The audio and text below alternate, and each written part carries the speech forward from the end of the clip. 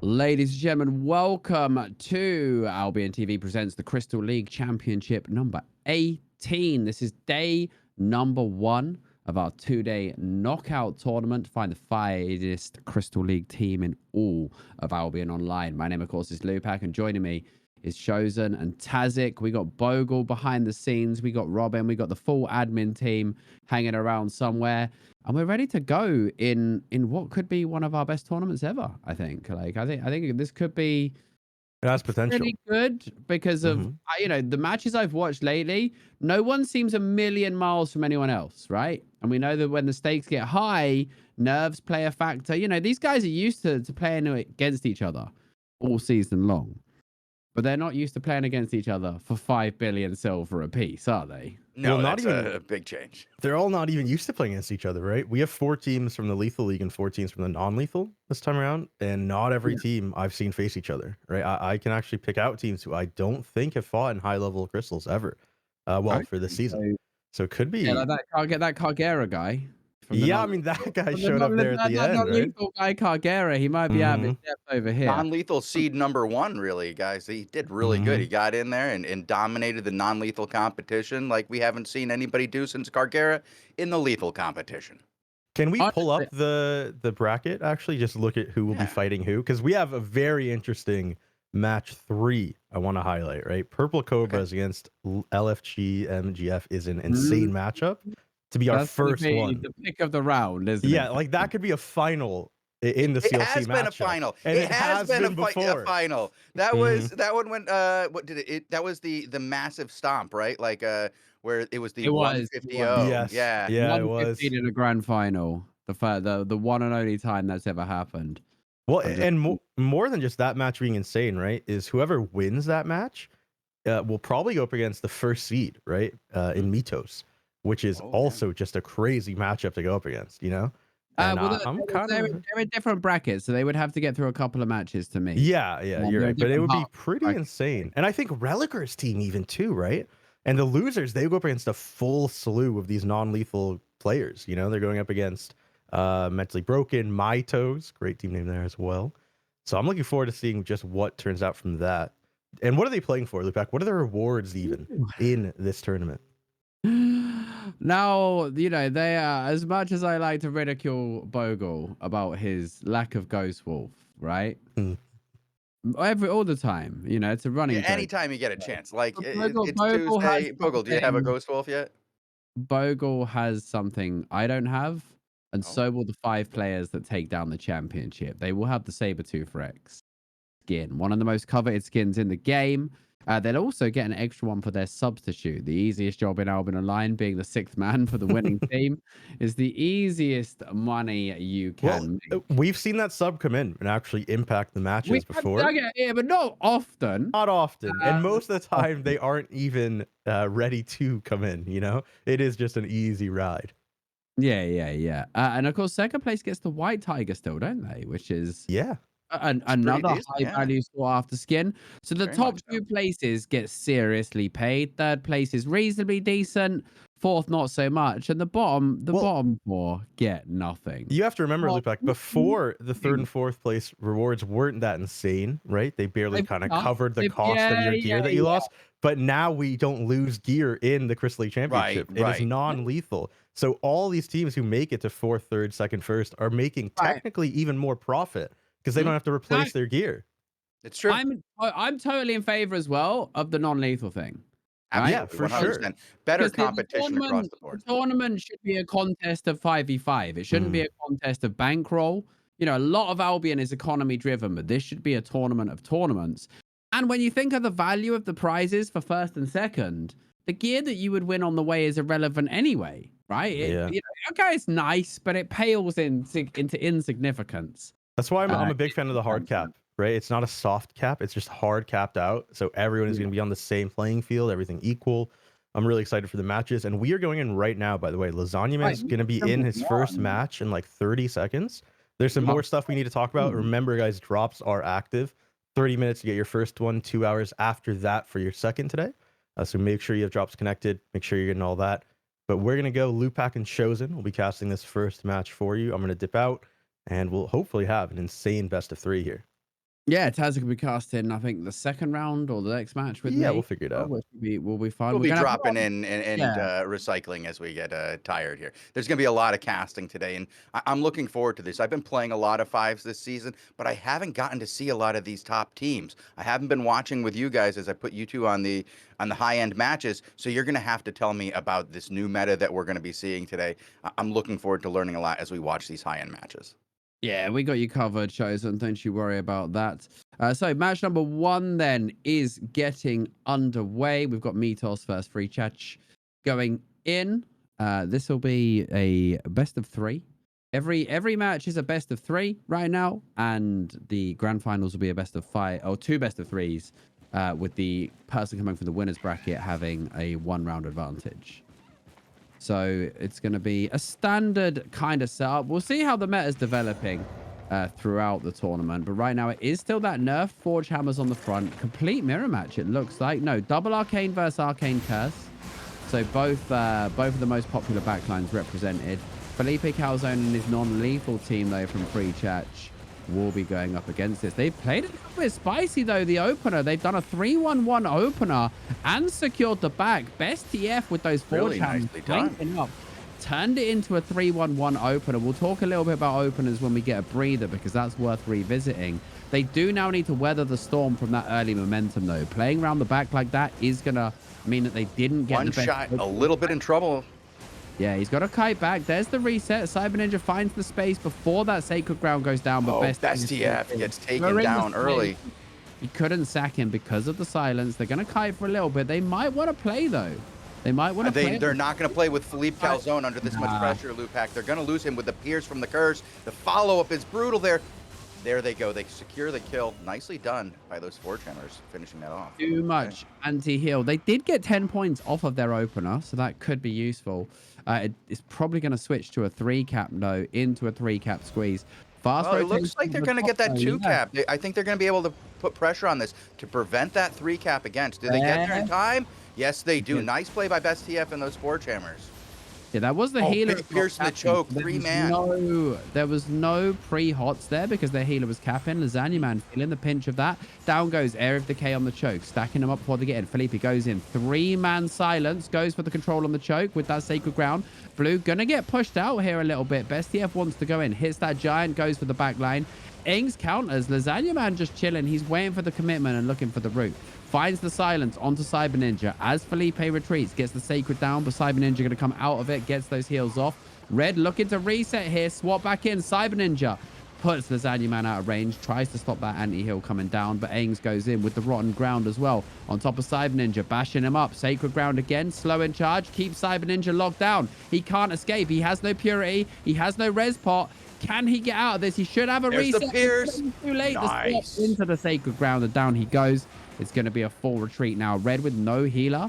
Blue going to take control and turn this match 1 into a 3-cap, Chosen.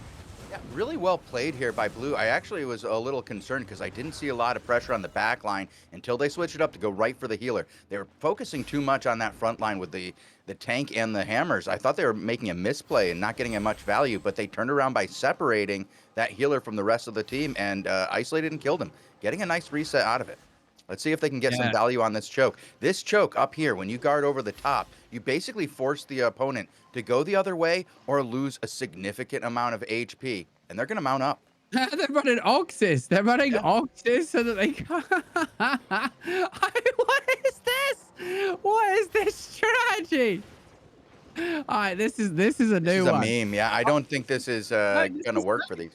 They want the vision angle. They want the blue tent vision angle. They're like, literally, that's such a good play because they can't be dismounted and they can get the vision angle.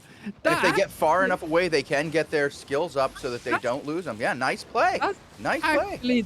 They're actually gaming. That is some actual gaming, and that is something I can honestly say I've never seen before. Switching sides for the vision. That was really nice. And they've got a nice push here on Diag over there in the corner there.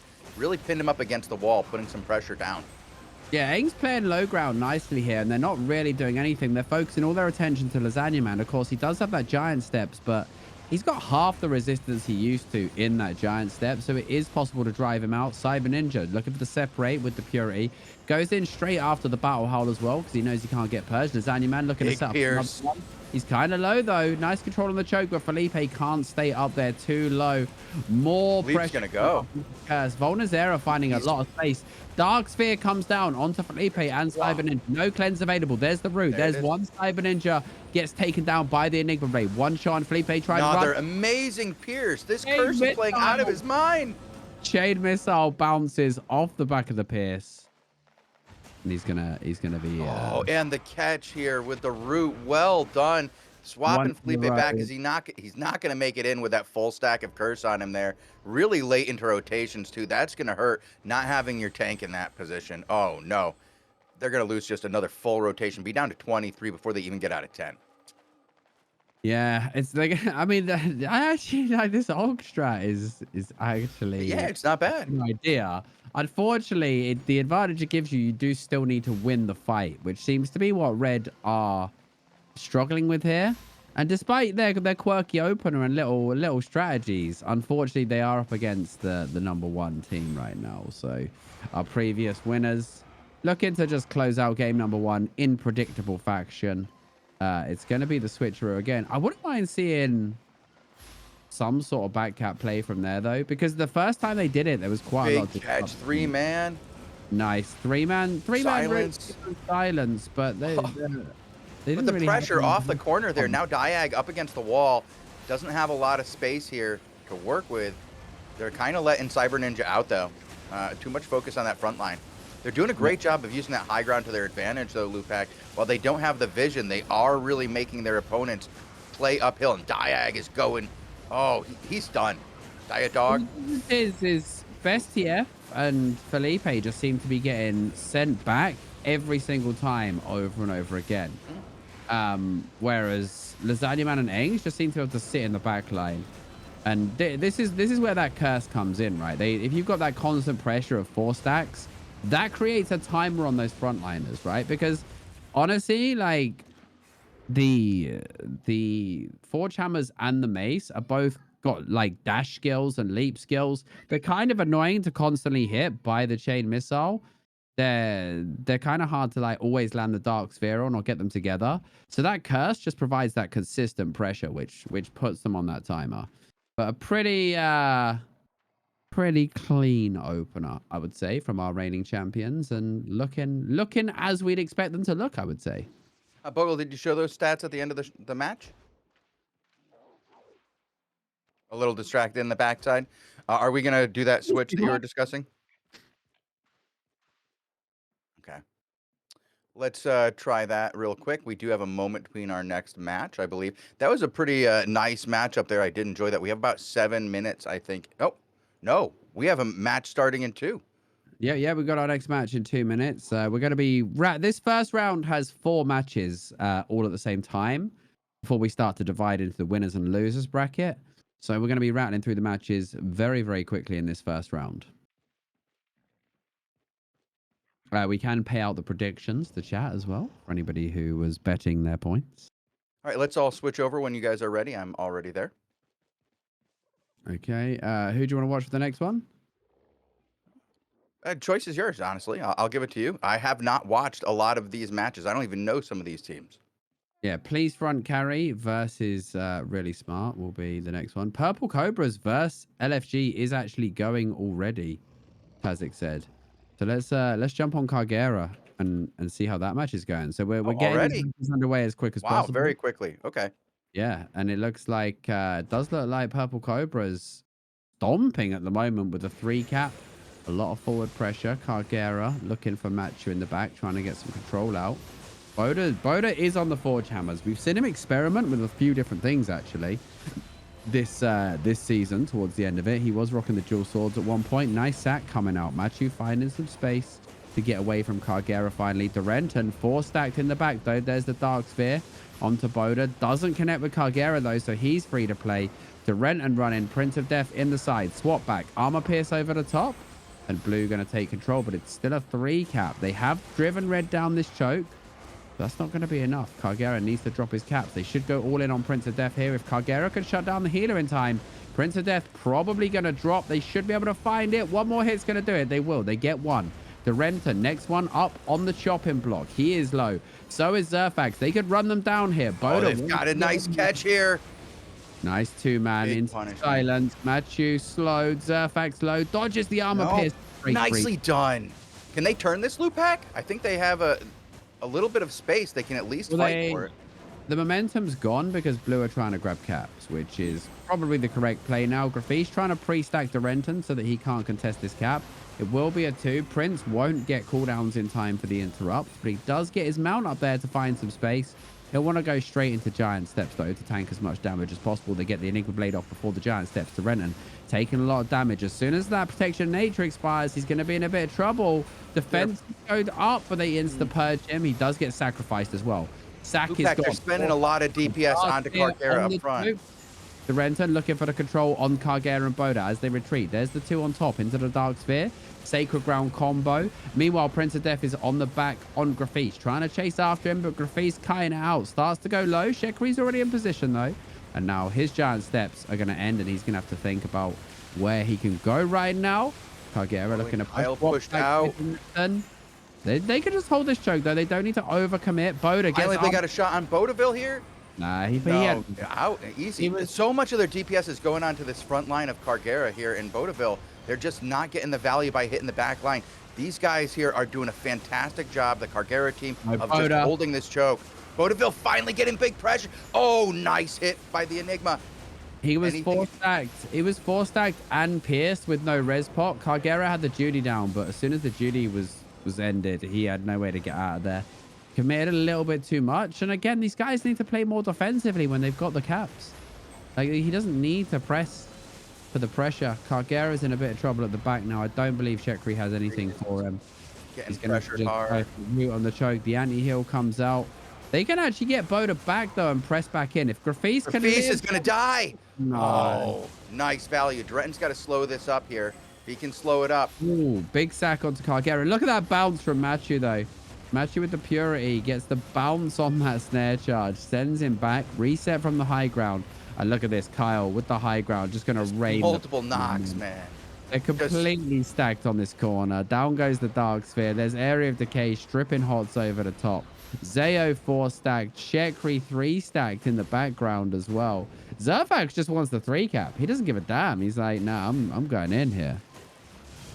Yeah, this has been a great match so far. I'm kind of surprised by how well we're seeing this Prince of Death team play out right now against this Cargera team. These guys have fought each other so many times, and generally, it's gone in favor of the Cargera team. But right now, we are seeing a hell of a back-and-forth match. Really good high ground pressure there. They had a lot of space. Shekri's also running the Blight Staff, which seems, you know, a bit of a crazy choice. Maybe if you're getting dove constantly, you could see the argument for it. But the output of the one-hand nature now is just so strong. The Renton gets driven back. The Prince of Death in a lot of trouble here. Nice armor pierce. Full stacks. Yeah, only 2 stacks on Cargera as well, so he's actually able to play. Shekri gets rooted into the silence, can't move. The Blight comes to an end. Really well timed there as well by the Renton. Zerfax pierced. One more's going to do it, and they're going to find him. Boda finds Zerfax. Cargera might be the trade. There's the breeze, though. The trade here. Shekri should have his levitate any second. No, he doesn't. Oh, Cargera's now the turn. It's healer. And they got him big Pierce. Need one more.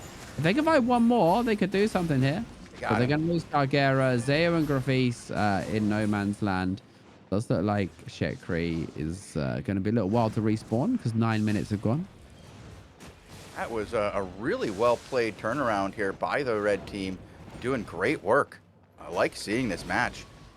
I don't think that we're going to... Oh, yes, it is. It's going to go into a 20 tick here on rotation. Let's see if these guys can fight for it. There's going to be a really awkward 4-pointer.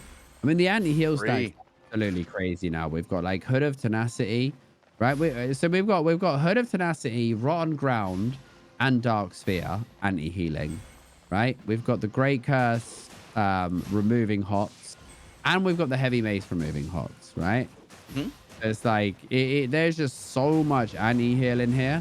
I just don't think that a Blight Staff has the output to keep up with these fights in this meta. This meta is so anti-heal heavy until the arcane nerfs come in, and it's not constant dark spheres across your whole team every time you push a choke. Cargera goes to shut down on Machu. Durenton under a lot of pressure. Control here. Yeah, they need to find it very quick. Oh, there's the protection into the save, so he's going to be okay for now. Pon, no purge on the Pon. Prince of Death just chilling in the back. There goes the levitate. Root onto Machu. Machu with the purity. Nice purity. Bounces Cargera away before he resets. They're going all in for the healer, though. They know it's the only play. Even if they get the healer, though, this is GG, because they're not going to find 2 caps against these guys. Boda probably going to die for it. Durenton drops low. The reset wasn't good. The hots were purged. They should find Durenton just before they go down. They might not even. He's found some space. He's got healed. Oh, Durenton. He's healed and he's back in. Nice. Man, like a madman, he's back in. Wow. Well, they only have to get that one more kill, and they do. Let's take a look at these stats before we head out of here. 7-2 in favor of the Durenton team here. Wow. Very, very well played here. Well done. Arcane kicking out 84k as well. Out damaging the curse as well, which is crazy. That was a nice round. Crazy. Right. Who 84k, dude. All right. Let's see what we have next up, guys. Do we have a match ready, guys? So you can just let us know. Bogle. We're gonna hop over to TS. Okay. Bogle wants us to move. All right. Cool. I will jump over there. I'll see you in TeamSpeak in just a sec. Discord's being a bit funny.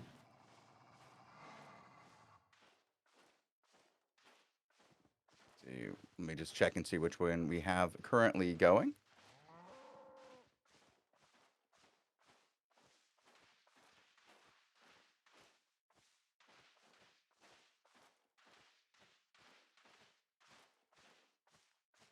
Right, we some overlapping issues with Discord, and it was causing some issues.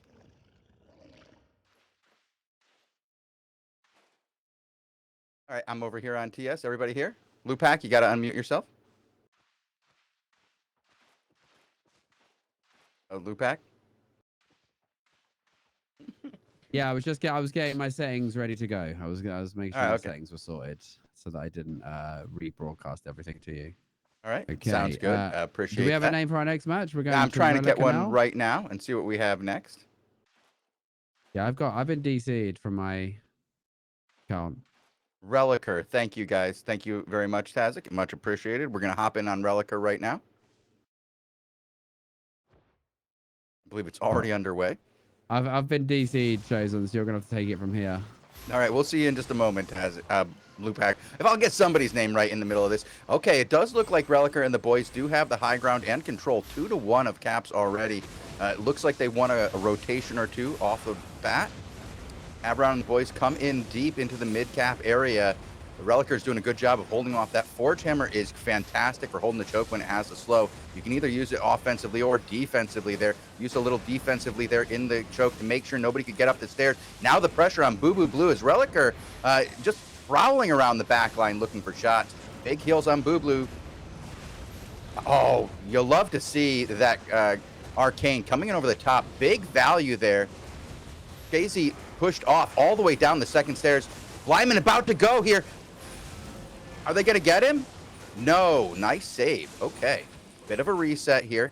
Taking that second choke and holding it there. Nice little sacred ground to hold people off. Nice silence in the choke. Goes down the choke once again, going after Bliatman here.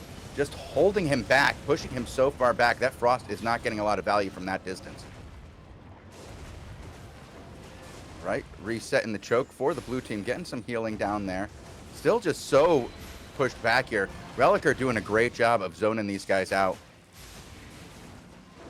I still can't see the match shows, and we're just trying to figure this out at the back end. So if you just keep going for now. All right. Okay. That's not a great sign. If or you could like Bogle, or you could Discord stream it for me, and I can see it. That'd be nice. Oh no, it's okay. We can bring Tazik in here if you're still. Tazik can't get it either. Yeah. We're gonna probably just want. We've been banned live for us. We've been banned live for our shenanigans. Yeah. Okay. Well.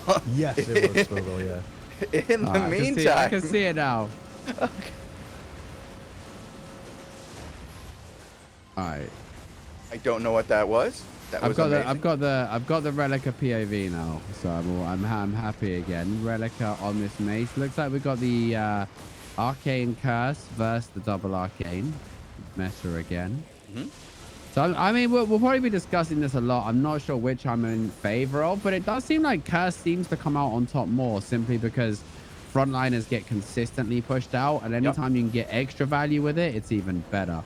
And as we say that, you know, Blue is running things right now with a 148 to 93 2-cap lead as well. Relica looking to shut out Blighter Man over in the back. He's gonna just keep those hits going. He's waiting for the purge. I think he's trying to hit the circle timing. But Cries, you know, Blighter Man just trying to find some space, and Cries just meanwhile dies. And big value in the back line. Huge reset though. Blighter had to get that reset perfect. There goes the cross charge. Doesn't hit him into the pillar, but 4 of them caught on the choke. Blighter's going to go down. Averon's going to go down for sure. The other 2 going to make it to the 10, but this is going to switch to a 3-cap. Luckily for Red, they do just miss that reset timing. So they're going to be okay points-wise, but they're probably only going to get 1 more fight on this, right? Yeah, about that. I don't think they're going to get much more value than that. And you they might get a couple more. Like, this is the problem with that double Arcane, right? You can't let these frontliners just onga bonga onto your healer, right? But you also don't want to sit there firing all your spells into the tank. That's why Curse is so good, right? Because you get the 4 stacks on the tank, but you're also trying to angle it so that you get some value on the other guys as well. Here goes the stacks. Aramis, I think Aramis is just playing single target Curse as well. Like he's just playing single target Q to make sure they're constantly 4 stacked and pressure them out. And that's where the value is coming, because the Forge Hammers we've seen does a lot of damage, but the longer it can stay in the back line, the more damage it's going to do. Blue wants to squeeze this 3-cap, heads northeast, and it looks like they're going to just keep control of this match pretty comfortably, Chosen. Well, yeah, they've held it pretty much through the whole thing. 148, meaning they've lost 2 caps, and that is it. Currently holding the 3-cap against the red team, and I don't see anything so far that looks like an opening. It's just very easy to hold at this position. We've got Great Champion use of L'Oreal. He's playing the close. He's playing close to the cap just in case he gets a chance to grab it. But Relica's just in that holding position, waiting for any opportunity to stop it. It's going to be Boo Boo. Giant Steps comes to an end. Gets crushed charge. He's going to be okay, though. Averon gets poked up the choke, but actually that's kind of where he wants to be, so he's not going to be mad about that. Cries. Armor Pierce over the wall. He does get the Cleric off. No Purge available. Bit too late on the Purge. Couldn't follow it up when Nabobo's hammers, though. Nabobo going in, looking for Champ. All 3 of the backliners zone, and Graf has found a lot of space. Graf has just stepped up and started blasting. Averon is forced back to deal with this. Pierced, but he's got full pierced, stacks. Dark Sphere, Somebody just has to hit him. It's going to be over. Somebody is going to bring this man down. They're going to find Blighter Man, the healer. Averon will take out to the curse, and there he really goes. Well played here. And that's going to be game. You know, Tazik's bringing up a good point. Relic are playing really well here as tank. Very impressive from the guy today. Like to see it. It looks like we're going to have a game 2 of Purple Cobras and LFG MGF over there, also known as Woof Woof, the Cargera team. Okay, I'm gonna GG over here. We'll head back over. I kind of want to watch that one.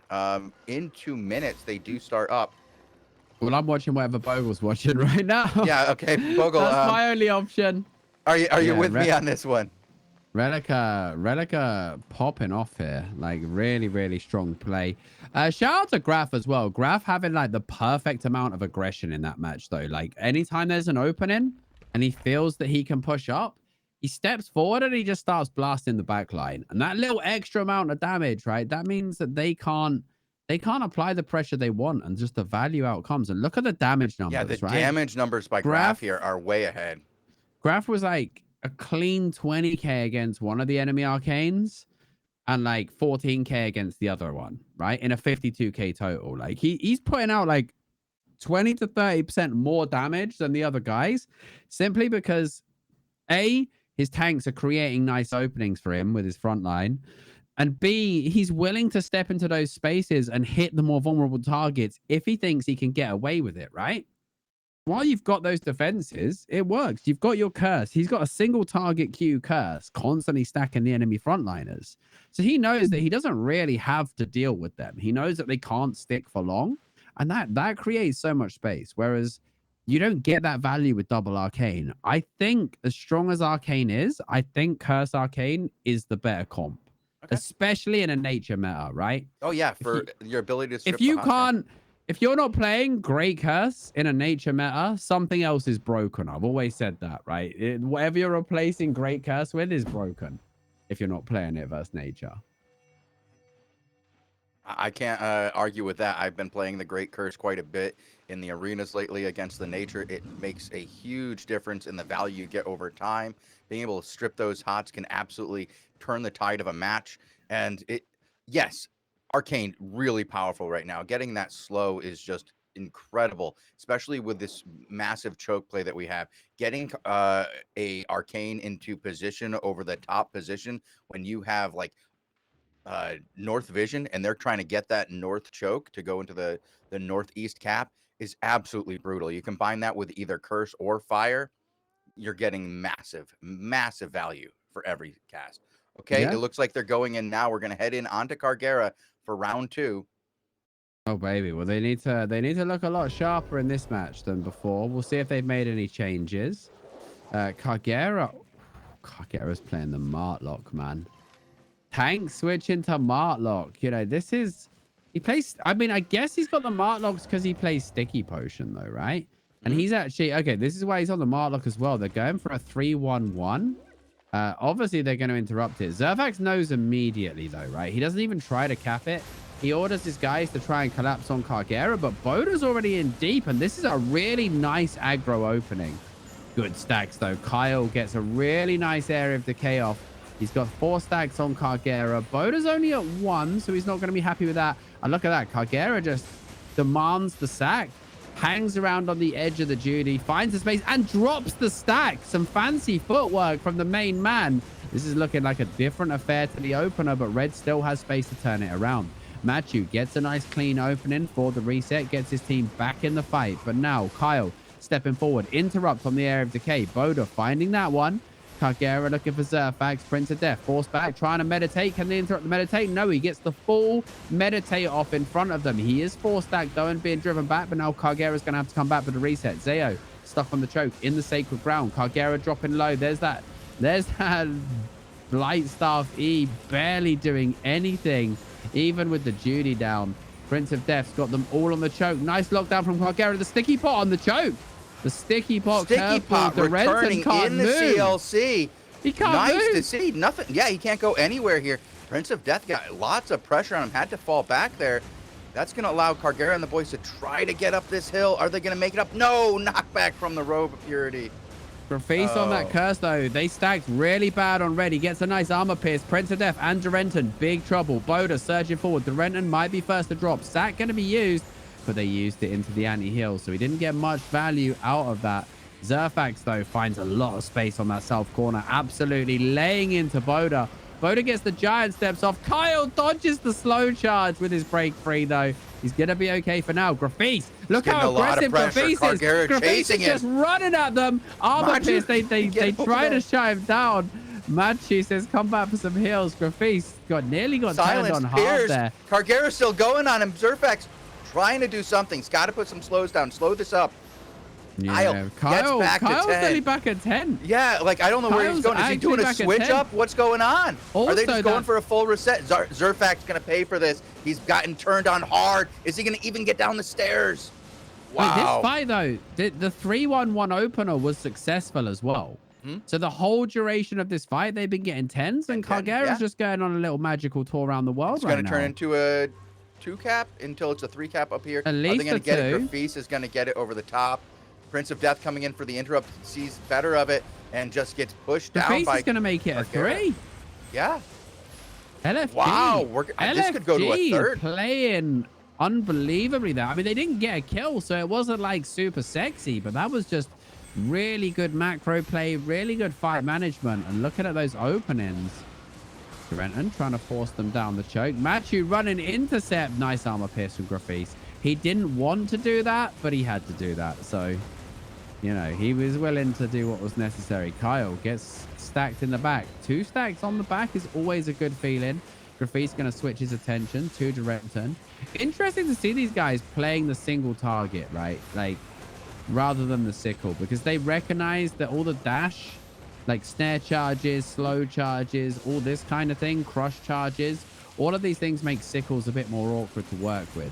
Sure, It has been difficult, yeah. the sickle can find you some value by clipping the back line, but generally you'll get more consistency.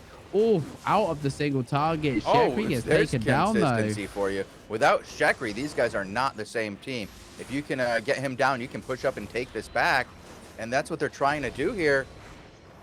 There's Nice value. Durenton getting the north one.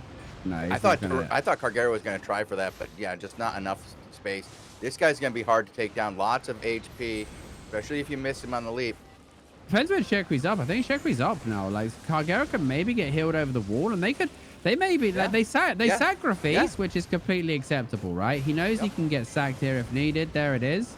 So they sacrifice Grafis for the 2-cap, and now their healer's back. They can just play over the wall. This is a really good defensive position because you can get heals without retreating. And, you know, your healer doesn't have to put themselves into too much jeopardy to do it. In the meantime, they're getting dragged back and forth. Boda and Karg just tanking up the front line. Put the pressure on Boda. Make him pay for everything. I was going to say maybe Grafis goes around the back here. I thought he might go around the back and look for the 3 based on the macro play we've seen so far. Boda's in trouble, though, and they did use that early sack to keep Cargera in the fight. So no sack available for about 20 seconds. Gets the heal. Shekri falling back into a bad spot here. I don't like going back there. It's always dangerous when you get pushed up to the top there. Yep. Boda. Giant Step's going to come to an end. He's very vulnerable. Zeo, they're getting forced onto this top platform. Not really where they want to be. The vision's good, but the pressure coming out from this back line, they're getting no counter pressure. Zeo is going to get picked. They still have the 2-cap. Sticky pot onto Kyle, into Silence, into Sacred Ground. Nasty wounds as well, but the reset with the pond going to be enough. Grafit's in a lot of trouble here. There goes the Blight, and the Blight is shite. It's just not enough. He actually gets bopped out of it, so he gets no healing. And Red, despite being well down on points because of the caps, they're looking really strong right now. They're looking like they could just kill these guys so many times they win anyway. Yeah, this is rough. This is a rough hold. And they're backcapping. They're backcapping. Zerfax is trying to interrupt. He's not going to get there. He's not going to get there anywhere close to it. Oh, man, this is a hard spot to be in for these guys. It's a good turnaround after the first match here. Like to see it. Oh, Cargera's cape. He's going to need something over the wall. Going to Judy sack over the wall. Look at that. He's actually getting the heal through the wall there. That's ridiculous. Nice little interaction. Yeah. And that's, this is a 3-cap. Like, you have to attack the healer down below or something. Interrupt him. Anything. Maybe strip the hots. I don't know. You can't just let Cargera sit there and get that free heal. Well, you can't interrupt the Blight E. It's a superior channel, right? He had the Judy down. He was tucked in against the wall, so you can't bop him. The problem is, though, with suiciding for caps. Now he's in trouble. Now he's in trouble. Yeah, he's dead here. He's got no cape either, I don't believe. So that's it. Well done by Zerfax getting the value kill over the top. But they've got to get these caps. They're not going to win this if they can't get the caps. Doesn't matter that they're but the respawns are going to start to get really long now, right? So they can start to chain the kills. The respawns will start to get longer. They do have to at least grab 1 cap, I would say, as quick as possible. But it's going to be a lot harder for Blue to suicide over and over again soon. Boda stepping up. They're going to hold this with 4. And Cargera's actually back and looking top. So they're going to go for the interrupt. Cargera, they get that. Cargera's going to connect on top. Durenton is low. The 4-man push, though, is doing a lot of damage. Durenton needs to respect this. He's not respecting it. He's going to go down. Prince of Death in a lot of trouble as well. Blue, like, just that hold, I think, is really frustrating Red, and they're starting to make mistakes. Durenton overstayed his welcome. Slow charge, reset. There's the sack as well. All of the big heals have come down. Blue grabs that 3-cap again, and they're going to level this series up at 1-1, Chosen. Yeah, this has been a wild match. I'm so glad to see a back-and-forth match right in the beginning here. This is exciting between these two great teams that have met each other in the finals, though. This entire match came off the back of a 3-1-1 opener. So most teams will do what we call a 4-1. 4 people go mid, 1 person grabs the home cap, and then everybody joins in for a big brawl in mid.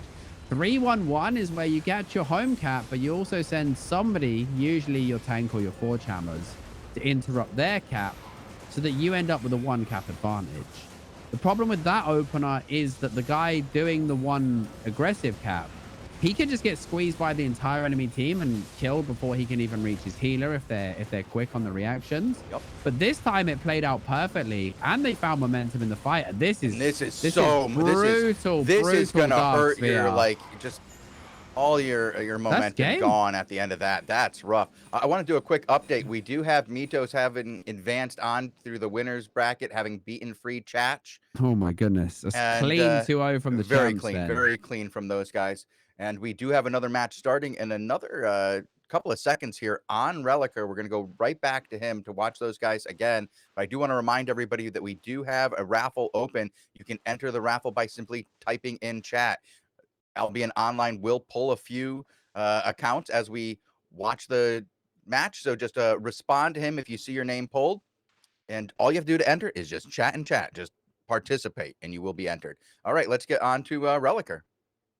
Okay, I still can't get in, so I will follow the mighty Bogle on Discord and see what we're watching. So Relicer on his mace as well. We haven't seen anyone playing anything but mace. You know, we saw a few people mace very popular. Experiment with Great Hammer, SOB, stuff like that for a little bit. But mace right now, again, in a nature meta, mace gets a ton of value because you're just purging hots is value on its own. Obviously, being able to deal with things like clerics and stuff as well, even better.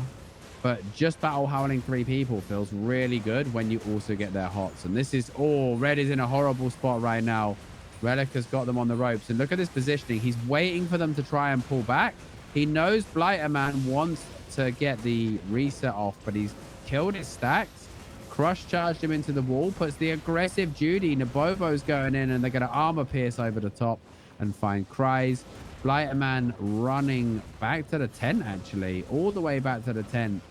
Relic is going to look for a nice battle. How Crush charge into the wall again. That Crush charge lasts so long on a Clothy as well. Like, Clothies really hate Crush charge.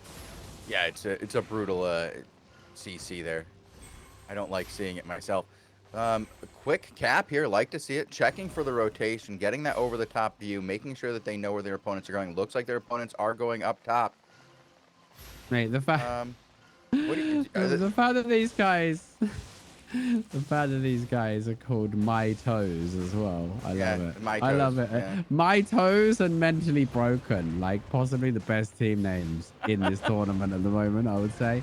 We should give a bonus award for best team name. There should be like a little bonus prize. Then we got to give a punishment for worst team name. Has to re-gear everybody through the next CLC. Just get the wooden spoon prize. Now the blue for 3 cap is happening. We will talk a little bit during this tournament about some very significant changes to capping and scoring next season, which is definitely going to shake up the way these matches play out. Averon there gets a nice shutdown onto Aquanico. Gets him crush charge at the back. Nabobo, though, gets into the Judy and has the res pop. Absolutely nice unkillable during that. There's the armor pierce over the top. Averon in big trouble here. He's got the dark sphere on top. They both crush charged into each other, I think. That was kind of weird. That was a weird interaction. Yeah, they just kind of knocked him back. Oh, Graf goes down in the back line here. This is the opening that they needed here. Averon's still super low. He's got the 3 stacks. Without Graf as well, they don't have to worry about the dark sphere. They could just surge forward now. Right, that's a huge they chunk should of damage, surge forward, but they're getting held here by Relicer and Nabobo, using those Forge Hammers in the choke once again to slow it up. I love seeing it like that. That's a really good value. Cries going. Good cleric. Nice. But switches on to Boo Boo Blue instantly. Well done, but the heals are on point. Stacks across the board, though. Relicer in trouble. 4-man route. Really, really good from Relicer, but he was just too low to commit, right? Yeah, and again, he got these guys held up in the corner there. Nothing he could do. More They're playing the pressure on the Thetford for chest. their extra value, but it does mean that when they have no res pot, they gotta be so careful. That armor pierce can set it up. This time though, Christ doesn't have a cleric to bail him out. Blue's gonna go on an absolute rampage here. They got the Dark Spear on the Lightman front goes and the back. down. The turn Lighterman's is going to be up dead. onto Cries over there. Champion of Oriel goes down. Wow. Averon survives, but it's a 4-man into a 20 tick. It's going to be another 20 tick before they get back on their feet as well with these respawns. It's actually only the first 5 minutes, so the respawns are reasonably quick. But Blue is looking to shut this match out. They're going to be on a 2-minute timer after the next rotation. And honestly, I think like they're going to be in the territory where they got to brute force the healer. Nico has got those res pots on as well. So he's looking super hard to kill right now. And look at his position. They're going to play low ground with Nico chilling up top. Anybody wants a heal, you know, they come to the wall. That means it's really awkward for the tank to get on top of him. It's really awkward for the bruiser to get on top of him. And they're going to push and pull this southwest cap. If no one's capping, they sit high ground. If somebody tries to cap, they push down. Oh, 2-man crush charge on the front line into that Dark Sphere.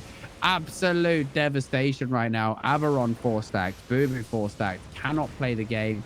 Aramis looking to continue those 4 stacks for as long as possible. The reset goes down. Boo-Boo manages to drop stacks, and Cries is looking for Relica. Cries playing that sickle as well. We talked about this. He's playing the sickle, the blue curse. He's playing the single target, so he's got a lot more consistency. Not doing much for a very long time here. Kind of walking around the lower level, just observing. He needs to get more involved in that. If he's not hitting somebody, he's not doing what he needs to do. Kree's going down here. Big pressure. Has to get off the top level. Nice pressure by Nabobo. I think they're going to get him here. Yeah, the Pierce by Armis going to finish that off. Well done. Yeah, really nicely done. Really nice play there. And yeah, Blue, very, very consistent here. Relica did kind of get lost a little bit during that last engagement, but then he got the real shutdown onto Cries. As Cries pushed up aggressive, Relica watched for the timing when he wanted to retreat, caught him straight after the dash, and cross-charged him straight into the wall when he had no cleanse available. 3-man route, 60-second timer on this match. Averon's going to go down. One more kill will end this match, but Red is probably just going to tent this one and call GG. My toes on top. Yeah, Reliker did a great job here. Love to see it. Switching up his build. Haven't seen him do a lot of tanking in the past. I like seeing it. Well done. Well done. Look at these stats. What do we got here for... Oh, Graph, of course. Top in damage once again. That guy is very good when it comes to getting out that damage. But congrats. Very, very close to his counterpart, though. Aramis as well with 39k. There was like 30 damage between them. Literally 34 damage between Aramis and Graph there. That was pretty good. We should have this third match in the Cargera series coming very, very soon. It's coming soon, you say. So we have a little bit of downtime. Not too much, because I believe it might happen in 2 minutes. Do we have enough for Bogle to pull a raffle? If he's quick with it. Looking forward to it. Bogle, pull a raffle. Oh, Ichigo. He's been over here in chat quite a bit lately. Congratulations.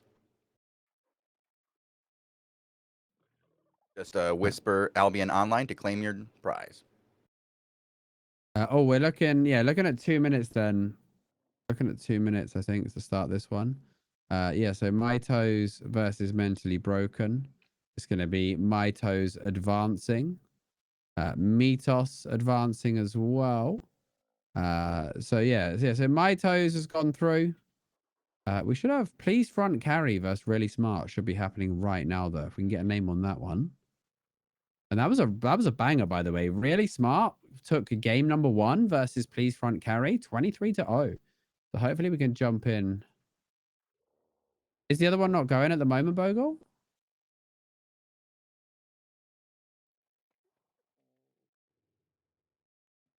Look at the brackets really quick. We got here. So Mitos goes forward. Mitos, okay. We're going to watch a clip here. Bogle, can you tell us what this clip is of? This is the attempt to dive Shekri, I believe. So they're gonna try and just like lock him down and jump on top. Okay. Isaac He did has hit a little bit of. yeah, he's used his defensives. They swap him back in, and he manages to get out of the space, and they just play hyper defensive over the wall here. Shekri goes in. They can actually root him during the levitate. Right against the wall. Even though they can't cancel the channel, but they can root him. They pin him to the wall, and yeah, no way to escape there. Just absolute insta-give on him. And they know he hasn't got the purity, right? They see him use his purity. They see him use his defensives, and then they're just ready to jump him. That was a nice play there. Yeah, thank you, Tazik, for the clip there, man. Yeah, you see he has no shoes there.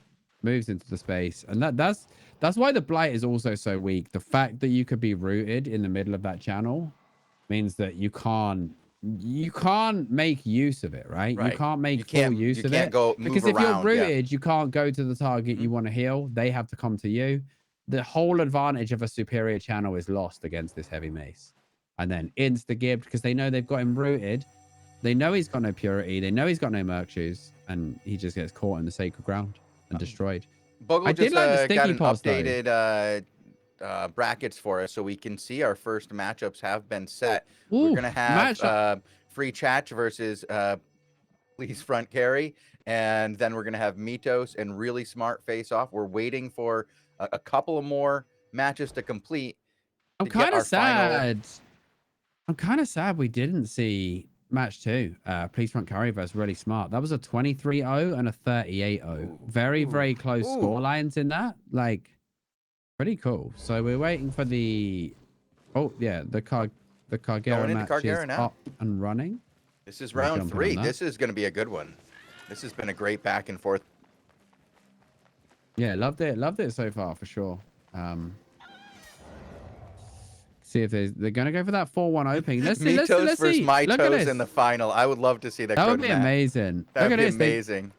They've gone for the 3-1-1 again, but this time Red did the same, right? So Zerfax dips on his cap immediately because he knows that he's playing a 3-1-1 as well, so there's no chance. Oh, that was horrible though. Prince of Death just giant steps, got Stark Sphere, and just wasted an entire giant steps doing nothing but waddling around. Like, he gets the second one off, looking to put some pressure onto Boda, but Carl gonna drop the duty. They left for totally Carl. Carl forced to use the break free, followed up by the root. Matthew gets the reset off though. Cargera gets a nice silence onto the hots. Boda up front in a bit of trouble. Graffice dashes back, was aggro as heck there. Dark Sphere though onto Boda and Cargera, and they're just not going to be able to stick to their targets now. Nice little route onto Prince, but Blue does have the cap, so right now they're happy not to go hyper aggro. Again, we've seen that these guys don't mind grinding out a game on caps, right? If that's the way to go. This is 1-1, the only first round match as well that went to a decider. So this is all to play for, because a path through the upper brackets guarantees you a way higher placement for each win you can get. Sorry, just looking up some stuff in the back end so that we can get the team list ready. This is some oh, new teams for me. I don't recognize some of these. They let Zerfax grab mid cap in the middle of it. They get some decent momentum off the back of it, but Cargera and Boda living life on the edge. Zeo steps up. He's got his cleric up. They're going to need some sort of save. Great purity play from Shekri. He needs to help Cargera though. Cargera needs some heals. Gets that levitate off, but the healing is next to nothing. Like, with that anti-heal, the blight output is terrible. Graffice is going to go down. There goes Cargera. Cargera's got to go nice in. Save. Oh, he manages to pull it out there somehow. Yeah, and he's not going to die for that. I really thought they were going to punish him, just finish it off, get that kill. But the damage was just too spread. They've already dipped for the second cap. He's not going to make it, I don't think. Is he going to make it? Oh, no. That was close, and he's going to pay with his life here. He also switched back to... Big Enigma Blade. He also switched back to Sticky Pot, to Thetford as well. So he didn't have that extra layer of defense for the deep play like that. That was nice. He was very close to the interrupt, but I think it wouldn't have been right to die for it anyway, because your team just gets run over. And now without their tank absorbing for them, Blue is going to be zoned out. It's going to be a 2-cap. It all went wrong though, honestly, there when they let Zerfax is going for the cap right now. Whoa, they let Zerfax grab that mid cap. Yeah. They let him get the top cap too, just like the mid cap, and this is a nice turnaround here for this red team here. The Prince of Death team doing work. Zeo is back in business here.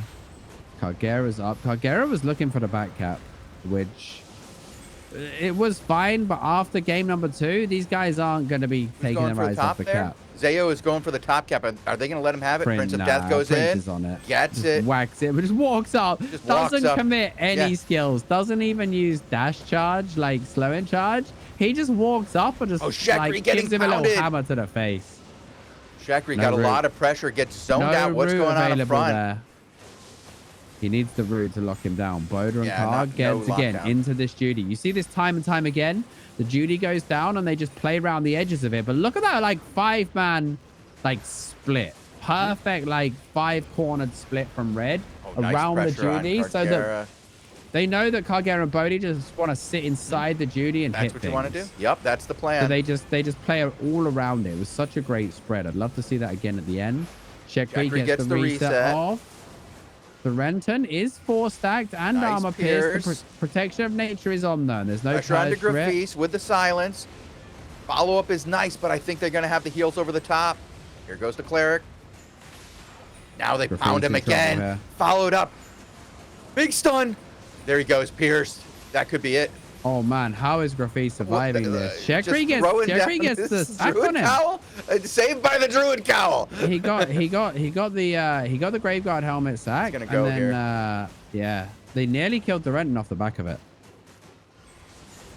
So, that was really nice spread though around the Judy, just completely denying what Cargera and Boda wanted to do. It was good placement by Cargera, but not able to work with it. And he's gonna go down into another 20, and it looks like it's like a really good match from the point of view here of the Purple Cobras. The Purple Cobras won one yet. I know they've been in the finals. Yeah. They have won one, have they? Yeah, okay. Have the Purple Cobras won? A championship, you mean? Tazik should know. Yeah, have they won a championship? No. Yeah, I didn't mean a match. I was like, have they won a CLC no, yet? I think they've gone to the finals they've been in the haven't won. I believe Durenton has not won. Oh, no. Well, they'll be looking for a good showing here, and this is what they need to do after a rough game 2. This will give them like the confidence. They can beat the team that defeated them in the finals. After, remember in the level 9s of that season, they 149 to these guys in a level 9. And these guys 150'd them in the Then they 150 them in the final and like BM'd so hard, mounted at the tent. Yeah. Dropping easies in the grand finals. Oh, Shekri. No. I love how Prince doesn't use skills. Yeah. Prince just walks up and gives them a backhand. He's got that timing. He knows how long it's been, but he's getting pressured hard here. He knows. Nice route there. Real nice route. A little bit of a stack from Red on the choke, but Red, honestly, the Cobras are just playing the absolute limit here. Like, they see someone go for the cap, they just get in a position to deal with it. Durenton, he is 4-stacked and used his res pot. So Durenton could be in a bit of trouble, and it won't end on this tick. So they don't want to risk giving up full momentum for a cap here, right? That could be a problem. Well, Red's playing it really well, making Bodaville go deep. Bodaville really low here. Still lots of pressure on him. Making sure he can't get any free DPS in. Just got to avoid any nice combos. Nice 2-man route into 2-man purge onto the back line, but Cargera gets popped out with the purity. Grafis is going to drop, and this is going to be GG right here. Zerfax gets the cleric off, uses it for the extra damage. Zeo caught in the corner, caught in the sacred ground, needs to get out of there. Pops the Scholar's Cowl for the energy shield, but all of this magic damage doesn't really care. Without Grafis, they're going to be absolutely run over. Wow. Zeo will die. That will be an 8-0 kills victory. Absolutely outskilled there. Not sure about this blight right now. I just don't think it has the output that they need for these fights, especially with the amount of anti-heal going. And that's going to conclude round number 1 then, Chosen. Lupac, this is exciting. I am really impressed to see Durenton and the Purple Cobras move on past Cargera. This was the thing that really held them back in the past, really. This was their nemesis. This was the ones they couldn't beat. So we were hearing people like, how is this the first seeding? Well, for a first seeding, it turned out to be a banger, and it was good. And we're going to see the Durenton team, the Purple Cobras, move on past their nemesis, Woof Woof, LFG, as they are known now. Really good plays here by this team, the Purple Cobras, and moving on into the winners bracket. Yeah, so the next round of the winners bracket is going to have Mitos versus Really Smart and Purple Cobras versus Mitos, which potentially sets up the Mitos versus Mitos match in the upper bracket final. But next up, I believe we're going to have 2 elimination matches. We're going to be saying goodbye to teams very, very soon. Free Chat and Please Front Carry will be match number 1. LFG versus Mentally Broken. Now, Please Front Carry is going to be a rough one for them to be in this elimination match because their match was so close, right? Mm-hmm. Free Chat is going to be feeling downtrodden. So this is a really important match for Please Front Carry. And of course, LFG, former 11-time champions or whatever in the elimination bracket 5, already. Yeah, they're gonna need a showing here against Mentally Broken. So these matches are gonna be popping off very soon. I believe we got a little clip of this Judy split from. Okay, let's check this out. Tazik as well. He's done this for me. Can you bring this up, Bogle? So this was amazing. What's a 5-sided one? A pentagon, right? Yeah, a pentagon. So watch Cargera and Boda. They love to play this Judy and just play on the edges while hitting stuff, right? But look at it. Look at this kind of watch this. The Judy goes down and they try and tank up in the middle. And then immediately Red just splits around it, right? They're like, right, we're not going to fight them in their Judy. Everybody's spread out. They just form this pentagon and they just leave Boda and Karga just in the middle. Like, what do we hit? What do we hit? We can't hit anything. Because we're stuck in the middle of this Judy. We're not tanky enough to get out. The spread is just so great. They give them absolutely no value on this low ground. Absolutely no value. This is the trademark Karg and Boda play, right? Get the Judy, just try and make the value. And everybody's just like, no, we're not going anywhere near that. We're just going to chill. Never, whether you're the lowest rank arena player or, the highest rank 5s player, you never ever want to play into the enemy Judy because it just gives them so much value and so much momentum. I think Tazik's going to join us in just a moment. He's going to be casting the next round of matches with you while I take over the back end. I'm excited. I can't get in the game, so I'm living through Bogle right now. Yeah. Is it a GM thing or a login thing? It's just us. Just us are taking just our GMs. Yeah. Is this the caster equivalent of a you've been sacked letter? Did they just your GM stops working? You're in the middle of when you come into the office and then your desk has been cleared out, right? And you're like, right, so this is happening. You're just like your GM stops working. Well, I'm still in. I'm still good. So we'll get through this. Nothing too terrible is happening today. Okay. Yeah. So it looks like our next match then. Free Chat versus Please Front Carry. They've asked for a little delay, so we'll get a start time on that as soon as possible. What did you take away from round number 1 then, Taz? I know you were watching. Dude, those are some insane best of 3s that we had right there, right? That was a clean 1-1 from Purple Cobra's LFG. The 2-1, didn't expect that to be an 8-0. Like you said, no, the stuff, third match. I'm not liking that Blight stuff. I'm really not. Really? You're not feeling it? I mean, I've always said that the Blight staff has to be run with the Judy because otherwise it's just pitiful, right? And in an anti-heal meta and a mace meta, I think it's a terrible, terrible item. I think it just doesn't do enough healing. And the fact that you can get rooted during a superior channel and just can't move to the people that need it, I just put it in the bin. Put it in the bin, right? What would you like to see instead? What would you guys bring? Play one-hand nature. nature. I'd rather he played it druidic Like, honestly, I'd rather see Druidic not than the a Blight. Druidic, mate. Come on, Not bro. the Druidic, dude. No. So, mate, anything's better than the Blight, honestly. I mean, and he was playing the Blight without like double Blight reset, right? He wasn't playing Assassinate Blight staff. He was still playing Sacrifice, Protection of Nature, Blight staff, which I just don't. No, he was playing Breeze. He was playing Breeze. I'm pretty sure. I think he was playing Breeze. Yeah, but he did have Sacrifice still. I'd rather just commit to double. Yeah, Assassinhood. If you're playing Blight, just play Assassinhood. But even then, I'd rather Circle of Life. I think restacking into a Circle of Life post the purge on all the hots is just way better than just hitting your levitate. You know. What's weird is Judy. a lot of the circle players, a lot of the one hand nature players, they're playing Pon. Yet the guy who's playing the non-stack dependent E is the one playing Breeze. But this is the difference, right?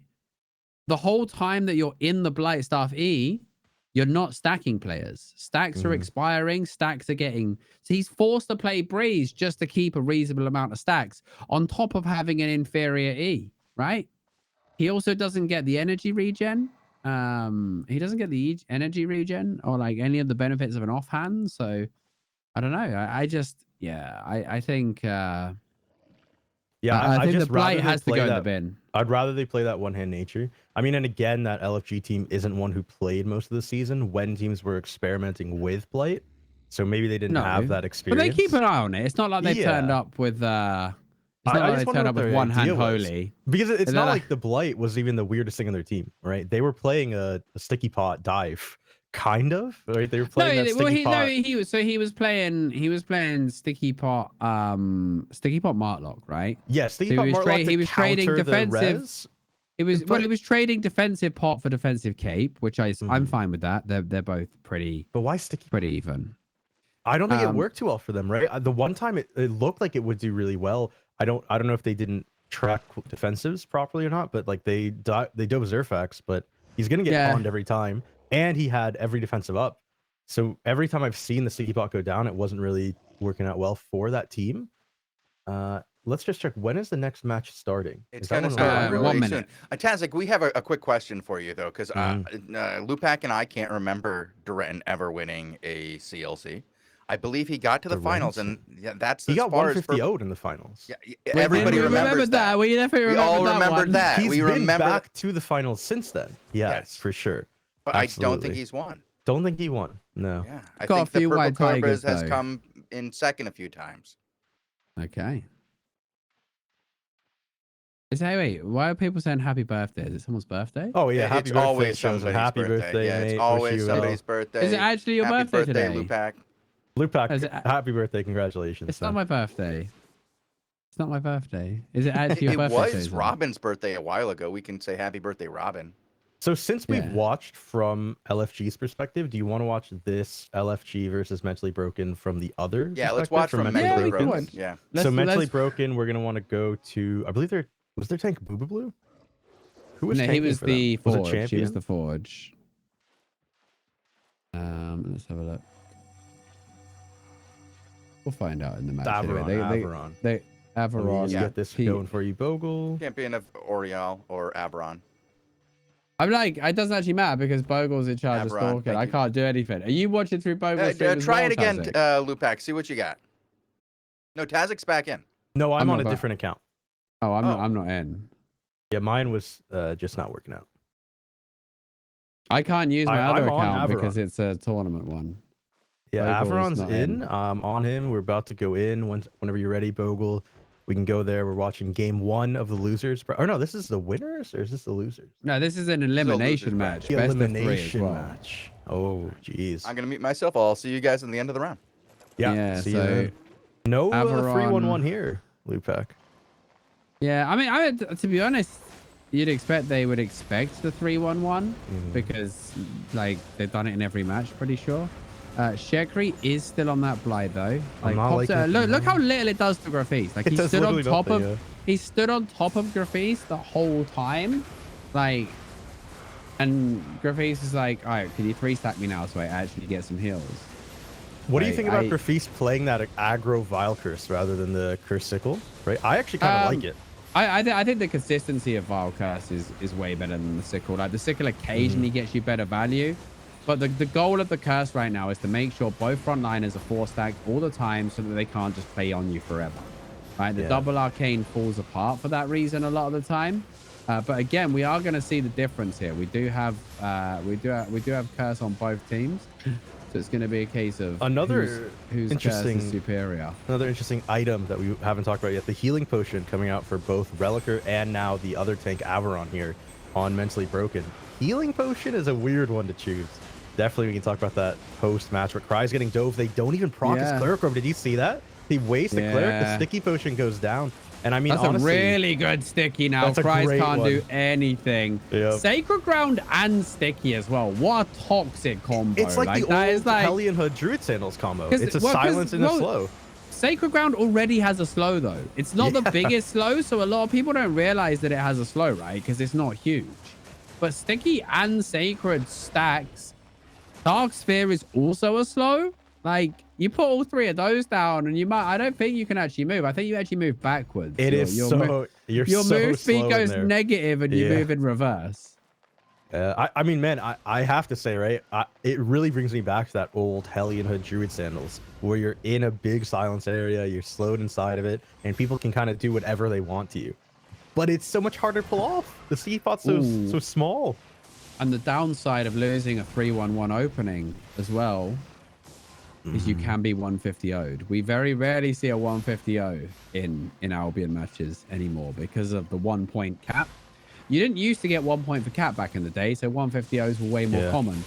But nowadays, you usually always get your home cap, so a 150-0 is a rare occurrence. And in the CLC, no one wants to see it. There goes the dive. Nice break free into Purity, though. Shekri just reads that dive and hits. That was a full outplay, right? Like, he saw what was coming. He's used dodged everything. The thing is, now if they go on him again, he needs team help. Well, no, he still has his res, doesn't he? He didn't use a res pot, right? I'm sure it's still up. Maybe using the last fight before. But like, look, right now, he uses it here. Great use of it. That Pierce from the other team doesn't even connect there, actually. And Armor Pierce did make it, but I think it was just out of range. So Shekri is fine. He's going to Merc Shoes back out. Remember, it's really, really low cooldown on that Merc Shoes right now. So and here we see, look at that Val Curse. Graffi's actually on the Sickles here. Is he switched? Yeah, he's gone to Sickles here. I think Sickles is a good swap when you're on the defense as well, because you know they're forced forward. You know they're going to be forced through choke, so you can actually get way more value from it. Cries, a lot of trouble in the back. He pops his res. He pops his res and doesn't take a single point of damage afterwards. Feels bad. Averon being driven out. Cargera, 4-man route. Just battle Averon. I think he whiffed that one. A little bit of a misclick from Averon and Battle House. Cargera hit the 4-man route there. Was about to get the monster purge as the reset happened. But Blighter Man, quick on that Purity, managed to knock him away. Get the reset off. All it did was buy them a few seconds though. Like, and now they've got the like, do you want to retreat through the sacred ground for us into the dark sphere and just crawl back to 10? All right, I guess you do. Look at that route from Cargera on the edge. This is a man who knows the aggro range of a 10. Trust me. From back in the day, this guy has had more than a few 10. He's had 10 deaths in 8 free full loot, right? Yeah, Shekri, I mean, dude, that levitate, it's healing for 216 per tick, but in the middle of a fight, when it's probably needed at most, that's really not a lot per tick to get. I feel like they have to comment with a Judy, and they don't play for it, seemingly, right? I haven't seen it happen once. I don't know if you have watched in the earlier matches. So I think teams can just out-heal them. But right now, this team, Mentally Broken, honestly are just losing in the micro, right? They're getting outplayed. Yeah, they're getting out mechanics. They're actually just getting outplayed by the players themselves here. Blighter Man caught again. There's the silence on the sticky. Oh my gosh, he can barely move. And Shekri, the thing is Blight feels amazing when you're ahead, right? Because you could just float around in your front line, like just happy as Larry, like healing everyone, bro. But when you're in an even match, when you're in a tough match, that's when Blight looks terrible, right? Like, it's easy. I would say it's one of those items that when you're winning, it makes you win harder, right? But when you're not, it just feels bad. And Champ goes down, which means this 3 cap will switch into the 150. And I kind of feel bad. I kind of feel bad for Mentally Broken because I feel like they ran into LFG after they got made angry. I feel like LFG got riled up. It's like having to you know, go into a tiger pit, except somebody's been annoying the tigers for like 2 hours. And It's just then a you really go in. unfortunate matchup. You know, I wish this team had more opportunity to maybe go up against non-lethals or something, right? But the seeding worked out such that they are going to get rinsed if they don't figure something out for this game But too. this is the thing, like, you know, you can qualify through the non-lethals, but you still believe that there's a big gap in skill between the best non-lethal teams Absolutely. and the best lethals, and it really showed here, didn't it, Taz? Yeah, and I think this Averon team doesn't just they just don't have the experience, you know? That's honestly the problem here. I'm going to have to go to my other account again as I've just experienced that same issue. So give me a moment while I swap there, Lupa. What's going on, guys? Okay. But you could just watch. But you could watch for Bogle's stream. Yeah, but then I don't get to shadow play and maybe draw over. So yeah, I'll I try really to like switch the over. shadow play. It's really you cool. could guys. It's shadow like- play Bogle's stream. Mate, it's like 4 pixels on my monitor. I can't see. It's actually 10 pixels. He's Yeah, it's not streaming that from bad. his Nintendo DS. Anyway, we're gonna go up against Please Front Carry versus Free Chat. So they're starting in about a minute. So we'll watch from Please Front Carry's perspective. Aurelia, haven't gotten to see. I actually have we watched a match from them today. I didn't pay attention to all that. No, okay, so please front cat. Sorry, wait, please. Hey, that's an upper bracket, isn't it? It's starting in a No, minute. no, that's really all I know. smart went through. Sorry. Please front carry. We saw Free Chat. Please front carry had a really, really close match against really smart. Both matches, I think, were around the 30 points mark. So they're going to feel a little bit hard done by being in this elimination match. Free Chat, on the other hand, went against our top seeds and took a hammering, right? Took a hammering. No joke. So this could be a really close match because Free Chat will want a match that they don't get destroyed in. Please front carry were, 20 points here, 20 points there away from being in the upper bracket, right? So this should be a good match, and that is beginning right now. So let's go over and just a second before we hop over to Aurelia. I'm really excited for this team. I think this Aurelia team, Please Front Carry, they have Noob Slayer, Nick, Geminex, right? Oh, wow. These are some of them, the names. These are some of the names of 5v5. So I'm gonna really enjoy this match for sure. I'll say that makes me happy to hear those names return. I want to watch that. Geminex doing and work? Please. But this is like a mixed team of washed stars. Yeah. Is that fair, Taz? Like washed up superstars. No, I wouldn't say the washed up, 3-1-1 but superstars for sure. Oh, dude, I love 3-1-1. seeing these opening plays, like 3-1-1s, the 4, the 5 mid. Yeah, this is just such a good play. You're gonna interrupt them. These guys have never played against 3-1-1 ever, probably. No. So this is that's really good though. Both arcanes collapsing on Aurelia, and that's how you got to play it though, right? You've got to zone him out, and then you have to recap, right? That they played it good. Now they have to ride out though. They have to ride out this early pressure because they ended up in a 5 versus 4. Oh, that's a great crush charge. To just they get them can away. stabilize, no stun value, but good zoning. Best TF trying to run that back line. He's going to zip back. Slow charge goes through the whole team. What I don't like, one thing I've noticed about Free Chat, right, is I've noticed like Best TF will pull back and Felipe will stay, right? You've kind of got to pull back together at least a little way because otherwise then when Best TF is ready to come back in, Felipe's now low and you see how you never get both of them in the back line at once, right? Now Best TF is 4 stacked. He's going to have to pull back. Felipe's in the front line. They need to both pull back for those resets and go back in together. Like Felipe needs to start playing mid line when Best TF is pulling back. Good and over support him. So Please Front Carry just used their go. It's still on cooldown for a little bit, but Red Team still has it, and they're looking to go up the choke. It's a beautiful route to just stop their entire really go, good. right? They wanted Really up there. good. Felipe was already up. They can't do anything now. Geminex gonna get hit in the front line, has to come back. Great way to stall it out. But remember, it's 1-1 on caps. So Yeah, Blue no Team one's has to winning find a right way now. to get the cap.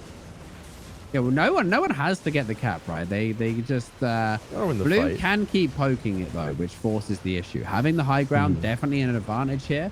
Oh, Nick, quick dash from Nick, gets himself out. Cross charge goes in through Aurelia into the back line. 2-man stun, bounced out by the Purity. Great Purity again by Cyber Ninja. Finds the reset, but Dia didn't have stacks, so nothing going on there. Felipe in, but Best TF out once again. Dark Sphere, really good Dark Sphere from one shot there. Connects with 3. Best TF though still 4 stacked, waiting for his reset so he can rejoin. This time Felipe plays with him in the back though.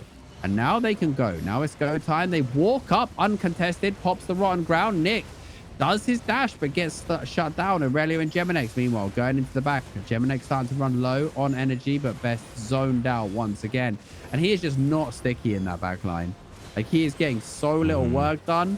They need to find an opening where their ranged DPS can connect. And the thing is, Please Front Carry is playing the choke beautifully, right? They let up one guy, and then they hold all 4 down choke with Aurelia and Geminex. 2 of the most old school players of the builds they're playing right now, by the way. Even Lucrative in chat's pointed out, Lupac. This could be season 2 with the builds they're playing, the people we're seeing right now. It's looking great. Some good pressure that time from Red. Dia dropping low though, and he has got 4 stacks. Has to respect that. Aurelia crush charges Best TF. Bubel trying to pressure him. Geminex has to res spot. Nick is also playing Valkyrs, by the way. Playing very aggressive Valkyrs right now.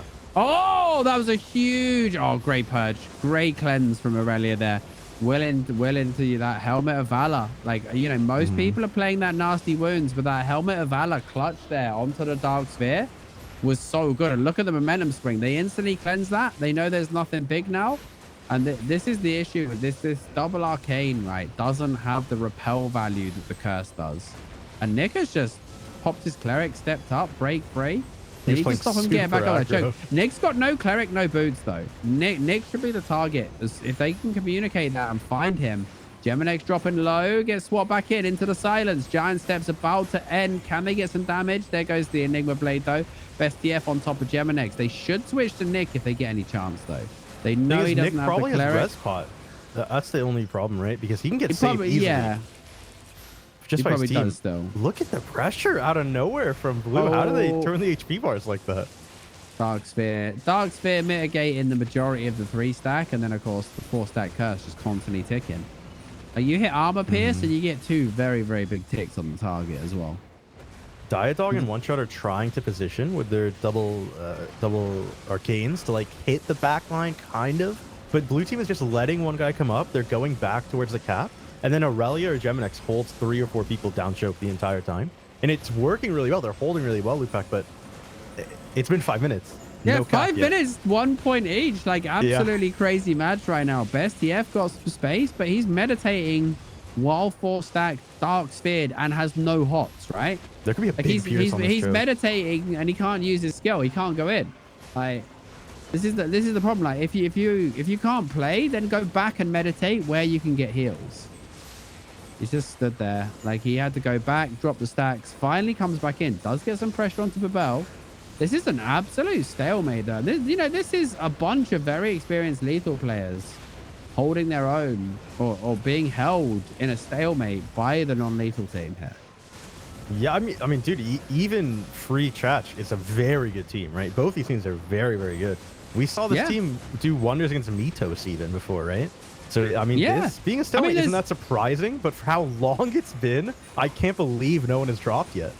Yeah, I know. You think one person would make a defensive mistake. How many res pots do you think have been drunk so far? I want to say about 15. 20, 15, 20 res pots. Oh, Geminex pushing. He res pot. Right aggro res pot from Geminex. He thought he could get Felipe, but Cyber Ninja's purities, by the way.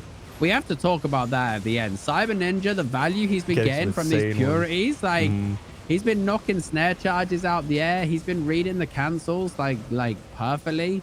If Blue can get up here, this could be a free ace for them, maybe. This is real bad for Red. Sack was still available. That's why Felipe was manning up. But now Best TF, he doesn't have the resources to go deep. Cyber doesn't have purity, I don't think. The res pots are all on cooldown. The purities are there. The silence comes down, and that's going to be that.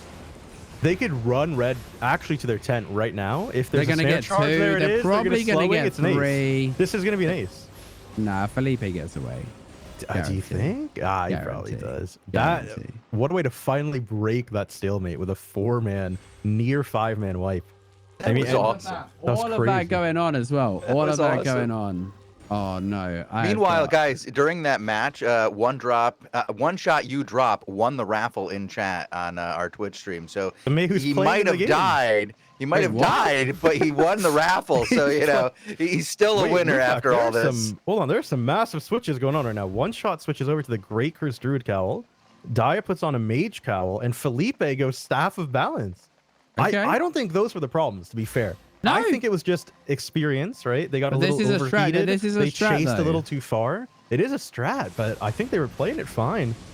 I don't think a swap was needed. I mean, let's see. That's not how you open up though with the 3-man root and silence. Aurelia though takes a lot of damage for that. Obviously, the mage cow damage is not insignificant, right? Mm-hmm. And remember, he now has to worry about those 4-stack curse dots, right? Now they have a way to actually push Aurelia and Geminex away from them without letting them just trade defensive zone over again. Yeah, I 100%. I think Curse Arcane is the play because of the zonal potential on those frontliners. Like, Arcane is insanely strong, but you just can't ignore the great. Look at that Robo Purity. Double Purity gets them just immediately off the back line, and then the staff balance isn't where it needs to be. Felipe needs to be on Pele right now to stop that Blight Staff reset, and he's They not. actually could have run them down there. They could have run them down with that, but unfortunately, as you said, the bop away. And Felipe wasn't in the... If he was in position, they win that fight and run them over. They do create the space for the cap, though. So that's really good. And now that, now they're not rushing, right? They're not rushing the fight. They can wait their cooldowns, wait for that next Mystic Rocks, and start those stacks. Dia, I like Dia playing over that wall. He's hitting some nice chain missiles here. Like, and of course, that's bouncing around. Wants to find Nick, potentially. Does get him. Bounces to Pele. But this poke is getting healed out by the HOTS right now. Yeah, and remember, blue team, they just don't even let the red range play on those corners. They don't trade them at all. They let one come up. They all back up to fight that guy. This time, though, they're actually giving red a lot more space than normal. I'd have to imagine it's because they're both 4-stacked, both frontliners right now. Both DPS are up there. Exactly. They can't sit there 4-stacked. Like, Aurelia's chilling. He goes for the cross charge onto Dia. He does drop the stacks as well. But yeah, it's going to be aggressive. Look at that Judy on the point as well. Just everybody tank up here and hold your ground. That's how you got to play. Don't give them that space to push up. Like, they got up the choke there, but you can send them right back down. Like, get in that Judy, tank up, boys. Nick gets the cleric off. Good purge coming out. Cleanse heal as well, it looks like, on Pele, I think. Is he on cleanse? Think so, against the SOB. I'm not sure. I mean, to cleanse stun runs, maybe. But I think the biggest issue he has is right now what's happening to him, right? Having those Mystic Rocks on your Blight reset. Look at it, right? It does nothing. Igor corner. 4-stack. Can he heal? Crush charge. Back. The 1 HP res pot, mate. Surely. Oh my gosh. The res pot into Judy, and he's going to be okay. That is unbelievable. Again, Felipe. I mean, yeah, SOB on the Blight. I mean, we already talked about how little the Blight does. When you can stack on top of that Blight with that SOB, it does nothing. But again, red team, same mistake as last time. They overheat, they go down choke, and now their HP is 1. Right? You have to let it reset. You can't overheat. He gets slowed as well, right? Yeah, he does. The superior channel, you still get slowed, same as you get rooted. You can't be stunned or cancelled or silenced, but you still get slowed. And Pele gets picked off. Aurelia, they might go for the trade, though. Oh, Aurelia's going to drop. Best TF probably gets traded if they can find it, but there's nothing left in the tank. Rebel, Geminex, forced back. Unbelievable scenes here, Taz. This one's going to flip on his head, and the SOB switch paying off. It's all on that SOB. Yeah, the dude got 3 in a row, 3 Blight Levitates in a row. He's on them with them rocks. Hood of Tenacity as well. No healing output. If he was on Heavy Mace, blue team just wins that engagement, right? Honestly, it was a big misplay from free chats, right? We all can tell. This is 11 minutes. It's the same thing they lost the other one. They went down choke, overheat, and they get too low. They're overextending. All of a sudden, they lose the engagement. But that time, they had the SOB. They just win it on the back end. Wait, and this is 11 minutes in, mate. 11 minutes 11 minutes, and it's 108.63. My Crystal Arena team has lost 3 matches in that time. Right? Do you know what I mean? This could be a crazy... Nick switching over to Faith skill. Okay, I like the Faith skill against SOB, actually. I love the graphical interaction with Chain Missile as well, because all the shards are like poo on all the different targets. It's such a cool animation. But Geminex getting hammered in the opener. Cleanse into the SOB does nothing, and then the stun run comes out immediately after the cleanse. Cartwheel on tap as well, right, to interrupt meditates. Like, this switch is looking better and better. Like, and yeah, I wasn't understanding why they would do it early, but it is actually working insane for them. I'm afraid of this phase scale now, though, because Nick needs to play around Pele, and if they're stacking up a little too much, it can be really bad for them. Because the whole point of this phase scale is probably going to be to help push that SOB away, and honestly, they now switch to double arcane. They don't even have Nick on Curse Staff to get that SOB out of their backline. So We this actually saw could there be as bad. well. We actually saw there as well. Like he was inside the phase scale, right? He pops the phase scale fire, tries to get out of it, and he just gets stunned. And he's just trapped inside the phase scale with the tank instead of like getting out and kiting him. By the time he gets out, Pele dropping low once again. This anti-heal double front combo. Step up by the Arcane as well. Cyber Ninja having his own little fight here with Aurelia. Dia comes back to get the pressure. Aurelia double clears on the choke. Best TF gets killed on the retreat. Aurelia was looking in a bit of a troublesome spot, but Pele finds the sack over the wall. Geminex out of energy. But it's 4 versus 5. If he had enough, he can't press his buttons. He's got no energy. Felipe trying to ride it out. Dark Sphere comes down. Any cleanse available? Second Dark Sphere. Felipe's going to drop and Red's going to be repelled again. They get the 20. It's 68 to 51, but 3 versus 5. Geminex has a few drops of energy left in the tank, so he wants to start pressing buttons again. Deer Dog, down comes the Purge from that Helmet of Valor, the Purifying Smoke. One shot, surely going to drop. He is the one dropping. Dia gonna find some space. Best TF's back in the fight, but they might hold a 2-cap here. They can force this issue. No, the back cap's gonna come too quick right now. Yeah, they're already the over respawns. This is the thing. The match has gone so long. The respawns are so slow. Yeah, at this point they're gonna be like 25 seconds, right? 14 minutes in. Holy moly! It's only gonna be a 2-cap though, so they are gonna have a full 4 minutes to play. But I mean, with the respawn timers, we're just looking at 15 minutes played nearly. Next engagement, like mate. next fight wins it for either team, right? Now blue obviously has the luxury of the 2-cap, but I'd love to see Nick just switch the curse. I'd love to see him switch the curse right now. On top choke, right? Just put it on and just do your job with that curse sickle. I mean, how do you ever repel an SOB with 2 arcanes, right? Yeah, that's what I'm saying. How are they going to do it? Unless they're both hitting him, but even then, that doesn't sound right. Yeah, because he's actually playing like Best TF is looking for the ranged DPS while the anti-heal goes on to Pele and anyone else who's unlucky enough to be there. But the SOB into the Blight, like you said, the Mystic Rocks is about the same aura, right? Yeah. You just run alongside him and slow him. And you literally just stay on him, auto attack him the whole time. Yeah. There goes Cleric from Babel. Best TF looking for the opening. Dia though taking a bit of a beating. Geminex res pots here. This could be big. He's super aggro. Yeah, res pot. Giant Steps is going to expire. He goes into the Dark Sphere as well. Look at one shot. Steps up. Cleric man. He must have his break free. Otherwise he's an absolute. He's going aggro. He's got nothing now though. His Cleric's gone. His res pot's gone. Geminex knows this. He wants one shot. One shot with the break free. He has nothing now. There is 0 defensives on one shot. He relies on Cyber Ninja. Best TF has to come back to punish Geminex. Geminex, no res pot either though. No res pot on Geminex. Chain missile connects. 4 stacks. They swap him back in. The Ruthless Nature. There's no Mystic There's no rocks. There was no rocks when he went down. No shots. Unbelievable. Felipe also so low, had to drop rocks or he was going to die. But Geminex has another go, and they're stacked up down here, Lupe. Red is in trouble now. They lost their momentum. They all committed defensives to that push as well. That was their opening, and Felipe's going to have to drop rocks here. He doesn't want to, but he has to. In fact, all the reset came down just before the rocks got dropped. Felipe gets nothing. It's going to be a purge. Oh, they purged. Oh, my God. The purifying smoke came down on the pond. Cyber could die. And 4 stacks. They are done. Red is going to be rolled over here. They're split in half. Low HP on the high platform. Cyber can't get the resets to the front line. Here we see Dia. Yeah, he's just blasting. He's just like blasting as much as he can. He's still alive somehow. He's dead. Finally, they kill him. Blasting away on the high ground. This was only game number 1. Bot right now. They might still be in this. They got bot cap. They're going to lose top, but they got bot. Can Best TF stop this? Oh, no. Another great purity. No. Another great purity. Talk about a last stage play though. Quick thinking from Red. They really had a chance there. Free chat doing some crazy macro plays.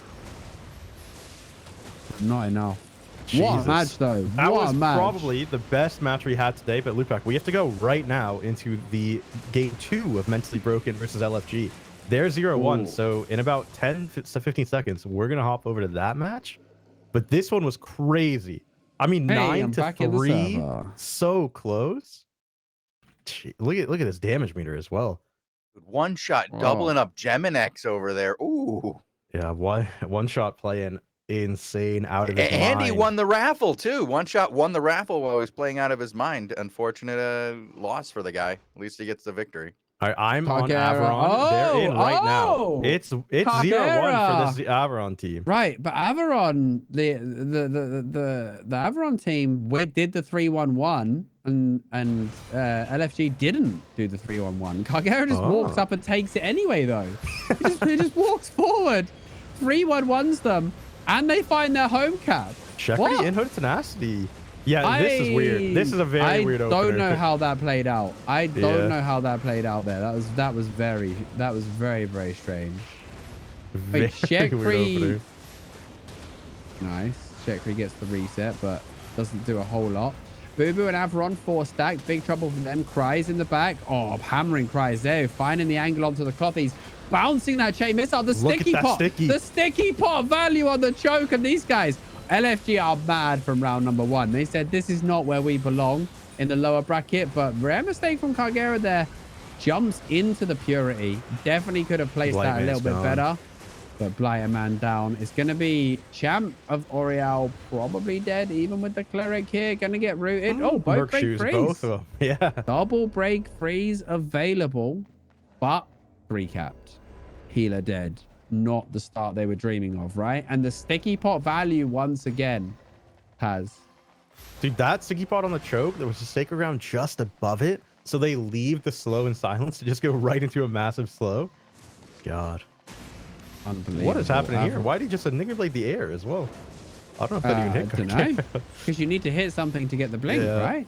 Yeah, they're going to have to full reset the top. This? Red's chasing what them. Is this? Mate, who let the dogs out? These guys are like dogs chasing a postman right now. They're just like, I see red. Ow, ow, ow. Just run. Unga bunga, mate. Full This isn't looking good, dude. This is not looking good for blue. This is unga bunga. Who pissed off LFG? Finest. Who pissed them off? They're playing like it's an arena. Yeah, the trash talking, the trash talking with purple cobras has activated them. Jeez. That I mean, you did last. They could have played out this match 7 times over in the time the last match took that we watched, right? This is true, yeah. Mate, hang on. Zeo actually is in trouble here on Blue. They need to kill. They need to kill Zeo. Because otherwise, this could be back-to-back 150s. It's 150. It's gonna be a back-to-back 150. They could, but they nearly had Zeo there. It was so close. LFG's at their tent. Like this is blue team's tent they're fighting at and killing them at right now. Red team, yeah, just like bullying them. Yeah, they have to all in 1 kill so that they don't get double. No one has ever been double 150'd in the CLC since we had 1 point caps. That's never happened, ever. I hope everyone bet their points on LFG here. And look at this. Grafis is pre-stacking them. We talk about healers pre-stacking. Grafis is pre-stacking curse stacks in their tent, right? They might have held this rotation a bit long though. Red's gonna get some space here. They don't want to. They want this 150. You can tell that they're like playing for the 150 at all costs, right? I think they just want to end it as fast as they can. Yeah, I'm fairly certain they're a little angry after their loss. I'm getting an angry kind of vibe. Like Boda is just running at people. Cries. Dude, they chased them down South Cap to their tent. They watched them run and they followed. You know. Maybe they were mad. Maybe they were mad that we said that they. Yeah. Oh my God. Cries on the choke. Sticky. Sacred, armor pierce. They find Zeo actually. It's not going to be a 150. Zeo dies in the back. Oh, the dream, the 150 dream with the all-in. You have to do that. What was Zeo doing up there? He was a completely off map from his healer, 2 maps away, 2 screens away. But the thing is, when you're all in like that, somebody gets left behind, right? Yeah. But this is, this is definitely going to be a very, very quick match, and we'll be getting back into our other match pretty soon. Yeah, right back to Shekri. One more hit's gonna do it, and Sham. No. Finding Shekri. I don't think they're gonna give up the free cap. No, Red's pretty sure these guys are just gonna chill. Blue's gonna be like, no, we're protecting our caps, bro. Nice reset. Nice breeze. Nice reset coming out. Champ. Grafis dropping low, gets inside the Judy. Cargera though, he does have his cape as well. Grafis gonna go down. No this healer. Is gonna feel bad. Here to hold the 20s. Yeah. Worst feeling in Albion, by the way, is when you get away and then the curse stacks activate your mark lock. Like when you're safe and you just lose the mark log for 2.5 minutes. Champion Jeffrey's back, going though. for a cheeky mid cap here. He might find it. Zayo's blinking forward to go stop Boda it. wants it. They do stop it. SOB coming out again. Averon. So this is the non-lethal strat, I think, is the SOB switch up. Prize. Gem macked on here, but Blighterman gets the sacrifice off. He's still stuck, though. Kagera being a real nuisance with his sacred grounds. And honestly, like, I guess the best way to make sure you're not four-stacked as a frontliner is to make sure the enemy curse can't press any buttons. Averon. Oh, Averon's going to die to the curse Graffi's auto-attack him. He's a goner. Boo Boo as well. Champ as well. Boo Boo and Champ. The sickles from Graffi's area of decay over the top. 4-stack. Graffi's finds another one. And they lost their healer and held a 3-cap. You know, that is... Well, they lost mid, but then they just get it right back, right? No, they didn't lose mid. Boda actually, Boda cancelled it at the last second. If Blighterman goes down here, this is over. This is just over, right? Because it's going to be... I mean, Cargera just gets knocked into Prize and Blightman, already. Right? He's where he wants to be right now. Champion Warrior goes down. It's GG. Oh my gosh. Yeah. I even want to see the 7-3 on the score. Dude, the damage, it wasn't that one-sided. It was just a little unfortunate for my boys. We say goodbye then to Free Chat. Congratulations for making the tournament, but they will be our first team departing in 7th and 8th place. So please front carry is LFG about not to messing. go back in. Yeah, LFG not messing there. Let's be honest.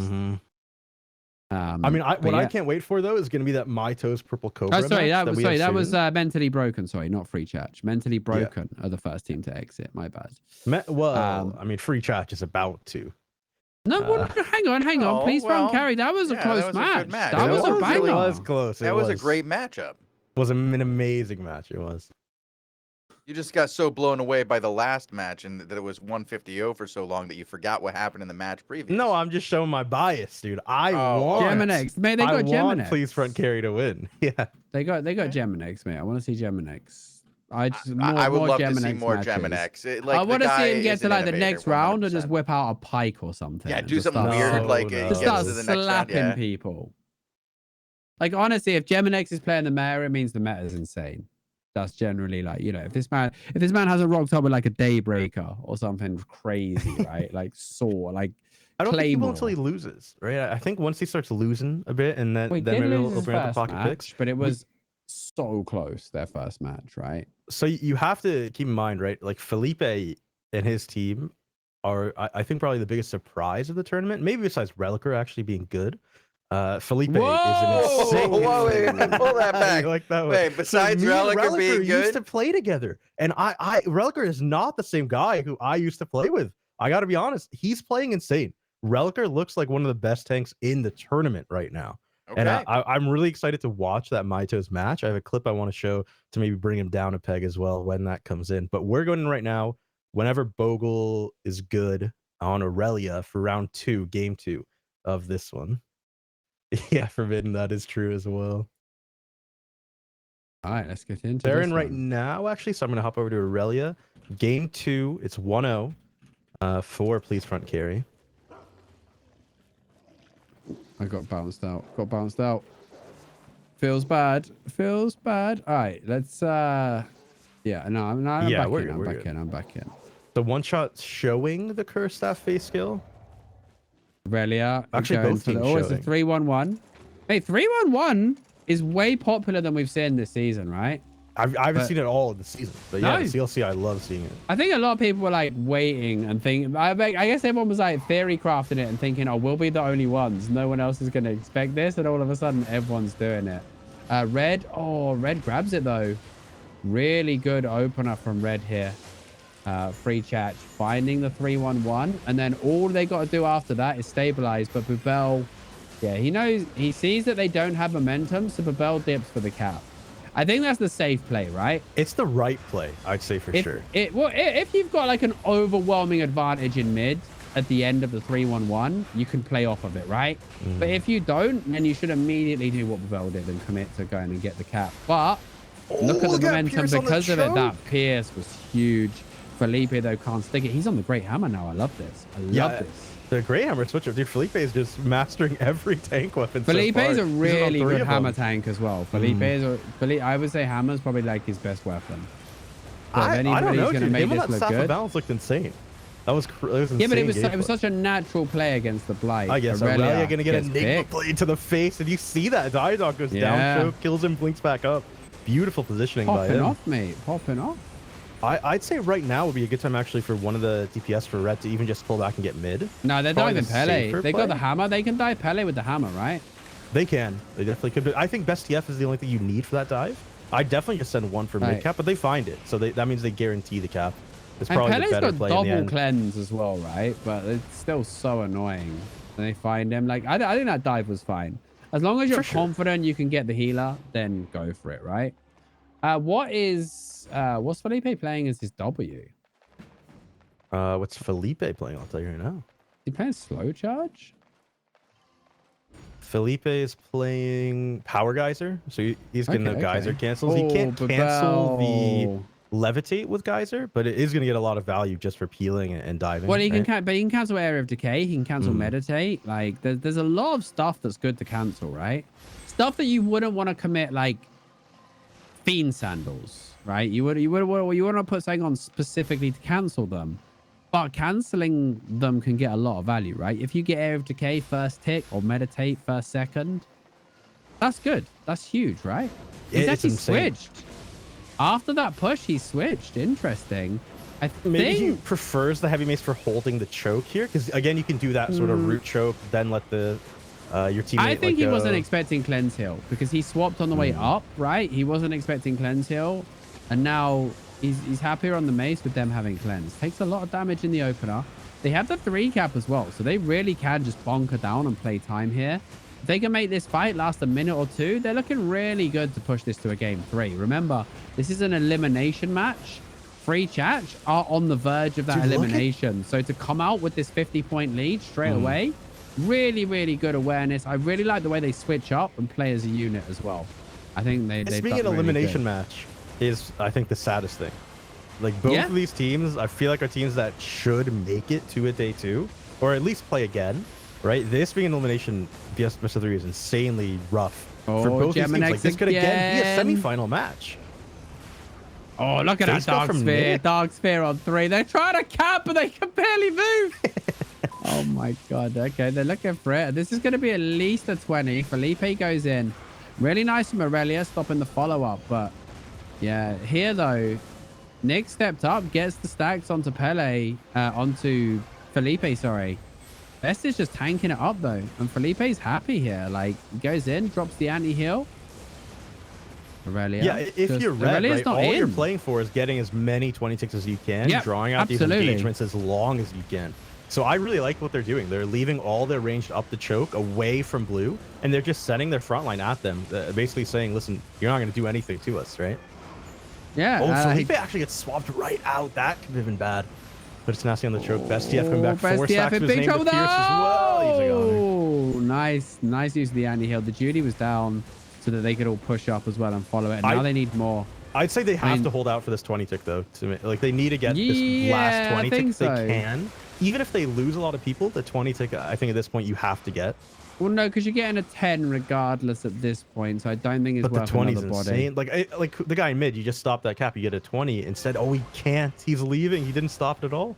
Nah, no. Still a 10, but they're no healer I mean, that as well. could be the difference they between risk winning and losing, right? This could come yeah, down but when to when your healer's dead, you risk chaining deaths at a horrible time. They're trying to defend the final cap, which is good.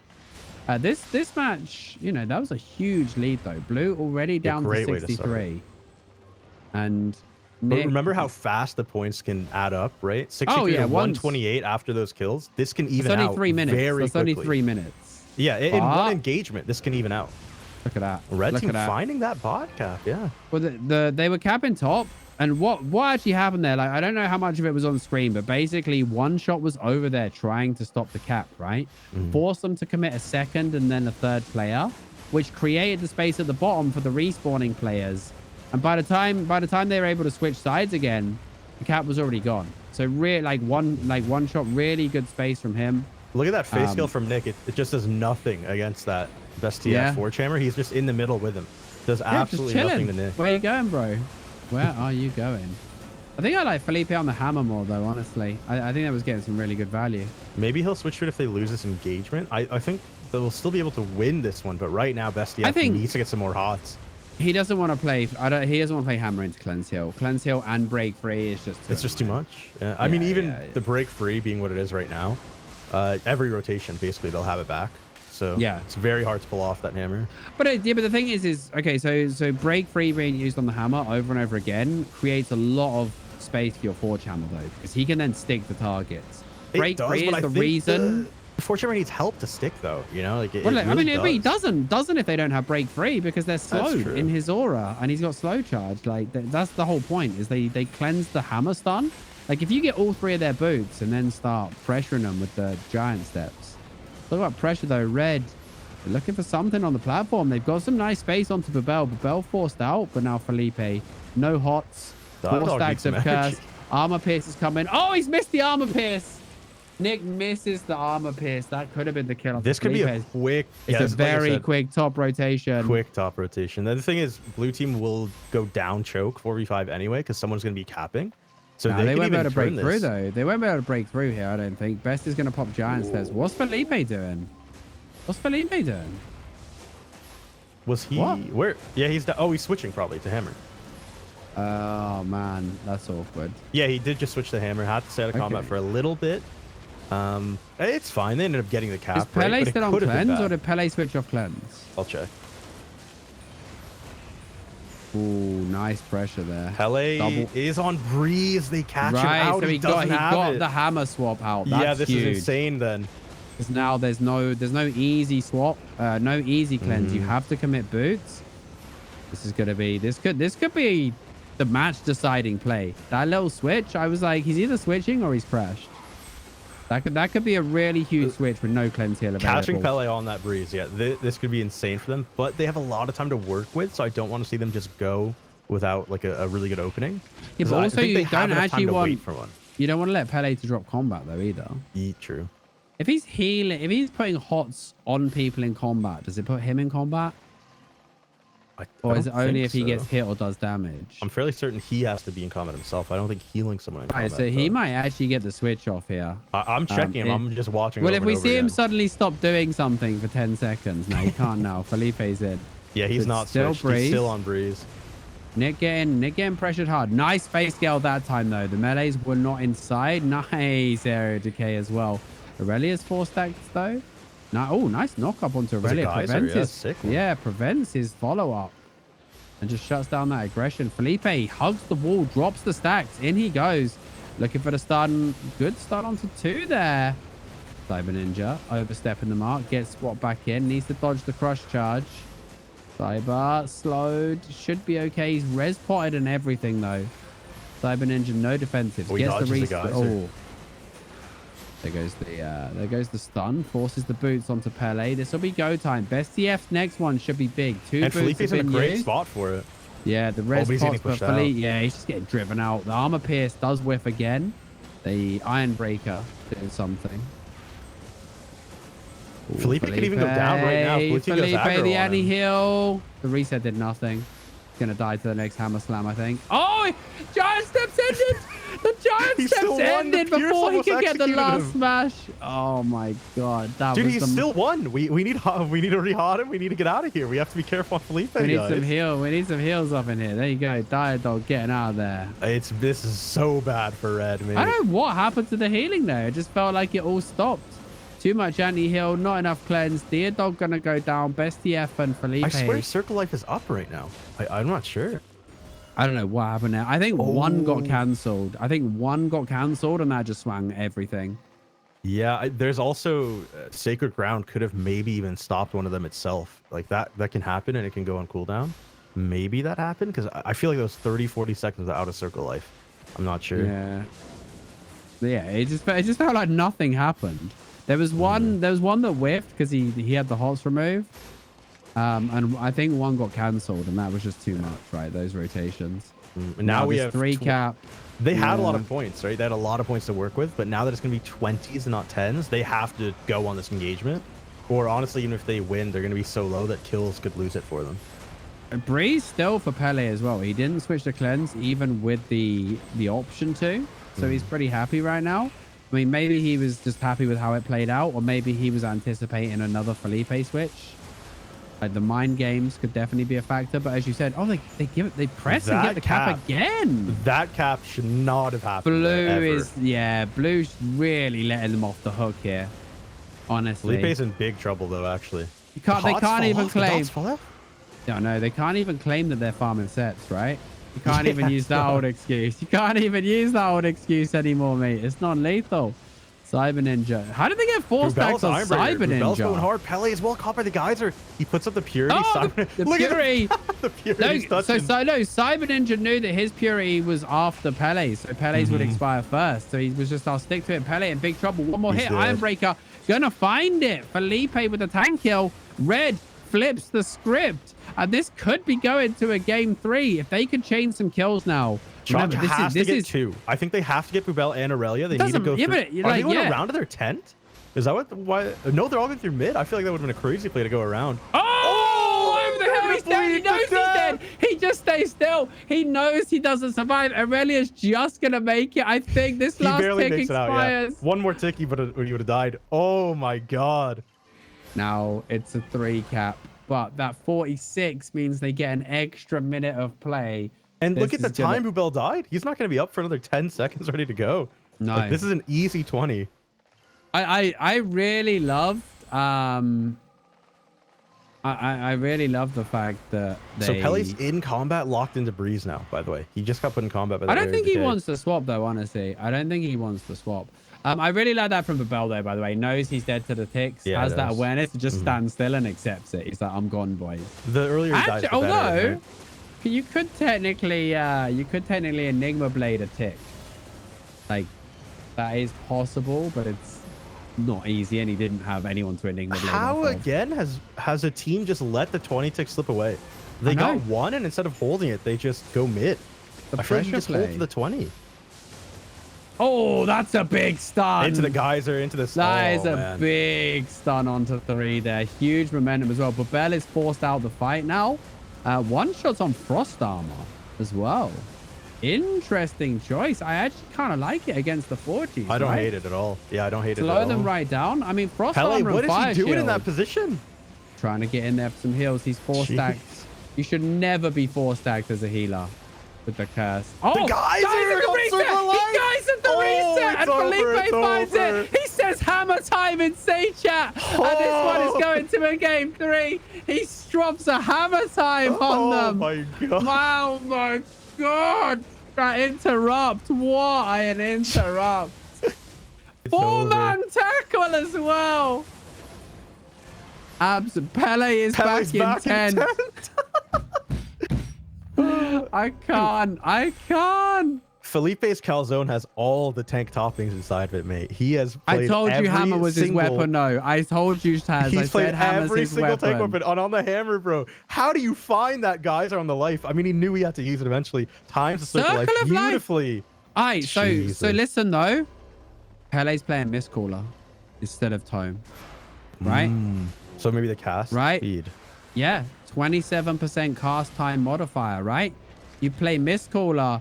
Like, would that have got interrupted if he played Tom? I think it would have still, because that was literally the moment Circle Life was hit. He already got knocked up. Like, it was a preemptive geyser. It wasn't a reactionary one. Which, I mean, just insane to win off that 1-1. We're going to a round 3.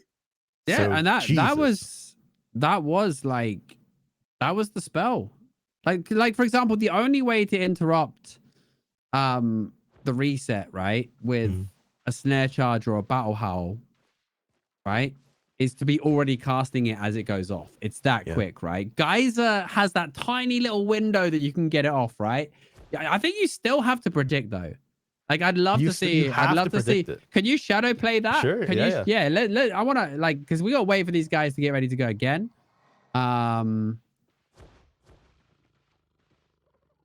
I don't know. Let's bring this one back up. I want While I to see get that in one slow ready, motion. you maybe pull up the bracket and take a look at that. Whew. Well, we've already said goodbye to one team, unfortunately, but we're gonna say goodbye to one of these teams, and I feel sad. I feel really sad that we're gonna say bye to one of these teams because both have Both have been playing provided. out of their mind. They're both playing Yeah. fantastic, Lupac. That was an absolutely fantastic comeback by these guys. I'm looking forward to match 3. This is going to be exciting. This is. If these two are anything to go by, it's gonna be a banger for sure. Because neither of these, yeah, Time to put up a neither of these prediction. teams wants to go out here. We need a poll or a prediction here, Tazek. This one, who's going to win the third match? The chat wants to be able to throw away their energy. It's time. It's also probably Okay. time to pull a Throw raffle. one up right now. Yeah, let's do both. So the boot charge there that we're seeing there, the new boots are just incredible. We're seeing a lot of people knocking people down the choke. I'm surprised we're not seeing people use it to knock them into the wall with that additional stun that you get. I've been watching a lot of really good tanks pull that off, knocking people. If you get the angle right, you can knock them into the wall on the stairs and get a very good group stun effect. I think it's really good. Pump up. I think it's really good, but like the good thing is people aren't only playing for that, right? When it first came out and we saw tanks doing it, they were just doing all sorts of weird things to cross charge people into walls. Yeah. And it was like it was disrupting. Yeah, it was disrupting I feel like their the thing general is tank using it play. on cooldown. I think it's just using crush charge on cooldown, and whatever the best spot is what we're seeing be more effective. I feel like Aurelia plays that way, and it is, I think, insanely effective in comparison to the way the other people are playing it. Just slamming 2 DPS away from the fight is more than enough use of cross charge. You don't have to hit those. You know, it's why I used to like with the Fury. Everybody's always looking for that YouTube montage play, right? Well, that's what you get. Is you get that YouTube montage play, and it works for real though. That crushing charge into a wall sets you up for some really nasty plays, especially if you can get the healer in there. You can really just stop the heals for a second and a half, and just that can often win you the match. Yeah. So the first match there, please front carry 167-0. Then free chat evens it up 39-0. Game 3. Both rounds having a 3-game series as well. Yeah, nice incredible. to see. I mean, dude, what a day, right? This is incredible 5v5 content right now. Already some fantastic matches. And this who is are you going to predict, by the way, to win this? For 30 this seconds one, left. I don't know. Man, I've got to say I want. You mean the whole tournament or this match? No, this match, this game 3, I just threw 92,000 energy onto a team. So now you've got. I want Felipe. I want Felipe. I got to support my boy Felipe, man. Like, you know, I've played with this guy. I've HC'd with this guy. I've Hellgated with this guy. He's just a lovely dude. Like, he's a lovely dude. Always been very pleasant to be around. Never thought I'd see him in the CLC. Like, you know, because he didn't really like float around the top end. No, but like he never floated around like the GVG scene. I don't think so. He was always this season alone. I was talking to Felipe. I was really excited to see him in the CLC. I think his team has been insane this season. Yeah, no, I think they've earned it. But like the guy I Hellgated with way back when, I never expected to see in the CLC. And I don't mean that with disrespect. It was just it wasn't this kind of circle he floated with. That's how I felt about Relicer. Yeah. You went off on Relicer though when you said he's a changed man. He is. Dude, like you said, he's good. Like what? From being like a good player who I love to play with to now being one of the best 5v5ers in the game. You know, that's an insane glow up, right? He's doing work, and I'm very excited. That's why I keep wanting to watch this My Toes team fight. I'm really, really excited. By the way, let's pull up this geyser clip for you. Because I mean, give it to Mr. Bogle. Crazy geyser! What a crazy geyser! Like, I want to see. So the first thing we want to see, right, is would it have connected? Right? Would it have connected if he was playing Thomas spells first? Right. Let's absolutely. I think it would have. Let's watch right now. The geyser's gonna go. You see the geyser already on the floor when he starts the cast. It would have. Oh, nasty. The geyser was literally already on the floor. It's the breeze, just the breeze information, right? like you see, like, you know they're in trouble, right? You know he's looking for the reset. The breeze is like the tell, Right? Look, he's breezed, so I cast Geyser. There's a pretty good chance he's going to immediately do it. Bonk. I mean, did he get lucky or is he a god? Did who get lucky? The Geyser get lucky? No, that was played again. Nah. This was pure prediction. Pele has to heal himself. Pele has to use something. He's not going to use it there while he's running away. It'll get interrupted. And he hasn't used it yet. Felipe knows it's going to come out, right? So he just throws it. And he hopes that he has to use it right now. And he does. Finds it. And then they get the pierce over the wall as well. Iron Breaker. What? One shot. One shot hits a monster of a pierce there, by the way. I feel like we've said that, by the way, like 100 times. Well, I feel like we've said the words one shot playing out of his mind, hitting insane pierces in the last 2-3 weeks. Like every time we've talked together, Lupac. Like, this whole team has been popping off. Cyber Ninja's purities have been such good value. We haven't talked about the purities. Cyber Ninja just keeping his backline under control. Really shutting down Aurelia. The only thing I would say about this team is I just like to see like the push and pull from Felipe and Best TF just be a bit more synergized, right? I think they need to support each other a little bit more, and then they'll be competing with anybody. So you think they're not playing together as much as like a Cargera Bodavale duo? Well, the problem is when one of them pulls back, which is expected, the other one stays deep instead of moving to a more mid-range holding position. Like if you and then by the time say Best TF's gone back, got healed, by the time he comes back, Felipe's in trouble, and so they get into this it's like some sort of like country dance or something where one's going in, one's going out, and then they're never playing together, right? Because they just keep getting flipped. So if they could just if the guy who's on full HP starts to just play a bit more defensive during the recovery period for the other guy, I think their momentum will start to be a lot further forward. All right, well, we're in right now, Lupac. Game 3. I don't know if I'm even... It's an elimination. That's what I can't believe. I can't believe we're saying goodbye to one of these guys. Who are we watching? We're gonna watch the Hammer Man himself. Hammer time. We're on Aurelia MC right now Hammer. for stream. We're gonna be on Aurelia's POV, but yeah, I mean Felipe out of his mind on that hammer. But okay, so does Pele like say, right, I need to play cleanse now? Does he respect and play I'll watch cleanse? him the whole time. He's starting breeze. We'll see what happens when he gets in combat. I think is he waiting to see if Felipe swaps though? Pele's in combat, locked into breeze right now. What do you think? I don't know. Oh, Aurelia got absolutely destroyed at the opener. They got his res pot off like instantly at the start of this fight, and now Aurelia's gonna have a real struggle. He finds the interrupt on the 3-1-1. This is important, but the poison cow was hell. Aurelia's poisoned. He's in huge trouble. They forced out the sack and the res pot and the Judy before this has even started. Red does have to commit their sack, and they still get the cap. Aurelia's going to be super vulnerable for like the next 2 minutes now, right? They pierce him again. He's in trouble. They swapped him back. They get the cleanse. Aurelia, and he healed as well. Felipe finds the stun onto him. There's the reset. Armor pierce comes out from that Iron Breaker. Remember, the hammer gives another level of shred as well. Again, extra armor pierce. The momentum seems to have stabilized, but Aurelia cannot play the game. Slowing charge, knocked up. Aurelia, they're going to find the tank in the opener. One absolute play. That was a minute and a half chase onto Aurelia, dude. He gets taken out. They 3-1-1. Blue found the mid cap, though. Will they play it? Geminix is 4-stacked on the push. Cyber Ninja, though, forced out. Goes a little bit far too far forward. Felipe and Best have stacked. Aurelia respawns. Looking to come back into the fight. Can they just ride this out until their tank gets back in it? He's stunned as well. Oh my goodness. Should be okay. One bar. I think Pele has something for him. The circle life got canceled again. A geyser again. It's another geyser cancel. Oh my god. Pele's got to start faking. Pele's got to start faking or something. But I don't think he's ever had that experience. I don't think he's ever had to do it before, right? No. He's never played against a geyser. I know. Holy crap. But the momentum is still going the other way, even with that kill. But there isn't that pressure now. Like, there isn't that pressure without the Forge Hammers. There isn't somebody to chase them away. Felipe, though, they find MC Hammer himself up on the top, and they're going to get the kill.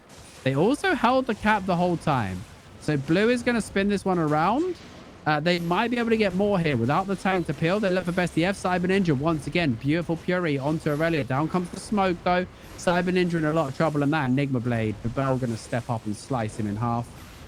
Man, Both teams are riled up, I feel. This Taz. is an I feel like elimination both match, teams Lupe. are like, but both teams have got their engines revved now, right? You know, everybody's warmed up, everybody's playing now. Woo! How did they find that geyser interrupt and then lose momentum though? Nick, I felt like Nick That was had the insane. whole team four stack. Yeah, Nick is doing work on the curse staff. I mean, honestly, every curse staff player we've been seeing today has been playing really, really well. I think in that situation, they just lost the momentum when they didn't really have a go for their backline, right? Yeah. Like Geminex goes down, but they had nothing else for the backline. Also, I'd love to replay that 3-1-1 opener, right? So Aurelia goes for the interrupt. They stack him and they put the pressure on him with the armor pierce, but they don't commit everything. They get him to res pop. And when they cap the second time, they unload like the mage cowl, the area of decay, like everything on him. And that was why Aurelia died in that opening exchange, because they had to use every defensive. He popped his res, he dropped his Judy, they used the sack, they didn't have it. Pele in a bit of trouble. Oh, perfectly timed hammer. Felipe hammers into the end of the purity to the millisecond. Right? That was insane. Dia looking for the cap though.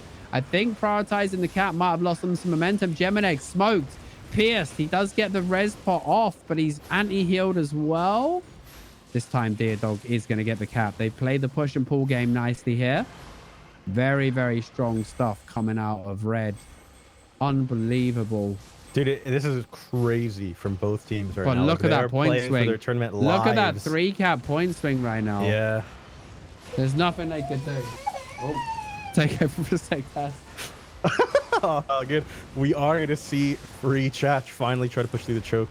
I mean, dude, not even finally, right? These guys are going hard every single engagement. Aurelia going on the choke. Battle how early there onto that circle. I think it actually worked, but Aurelia in trouble, has to pop a resi, maybe walk out of there.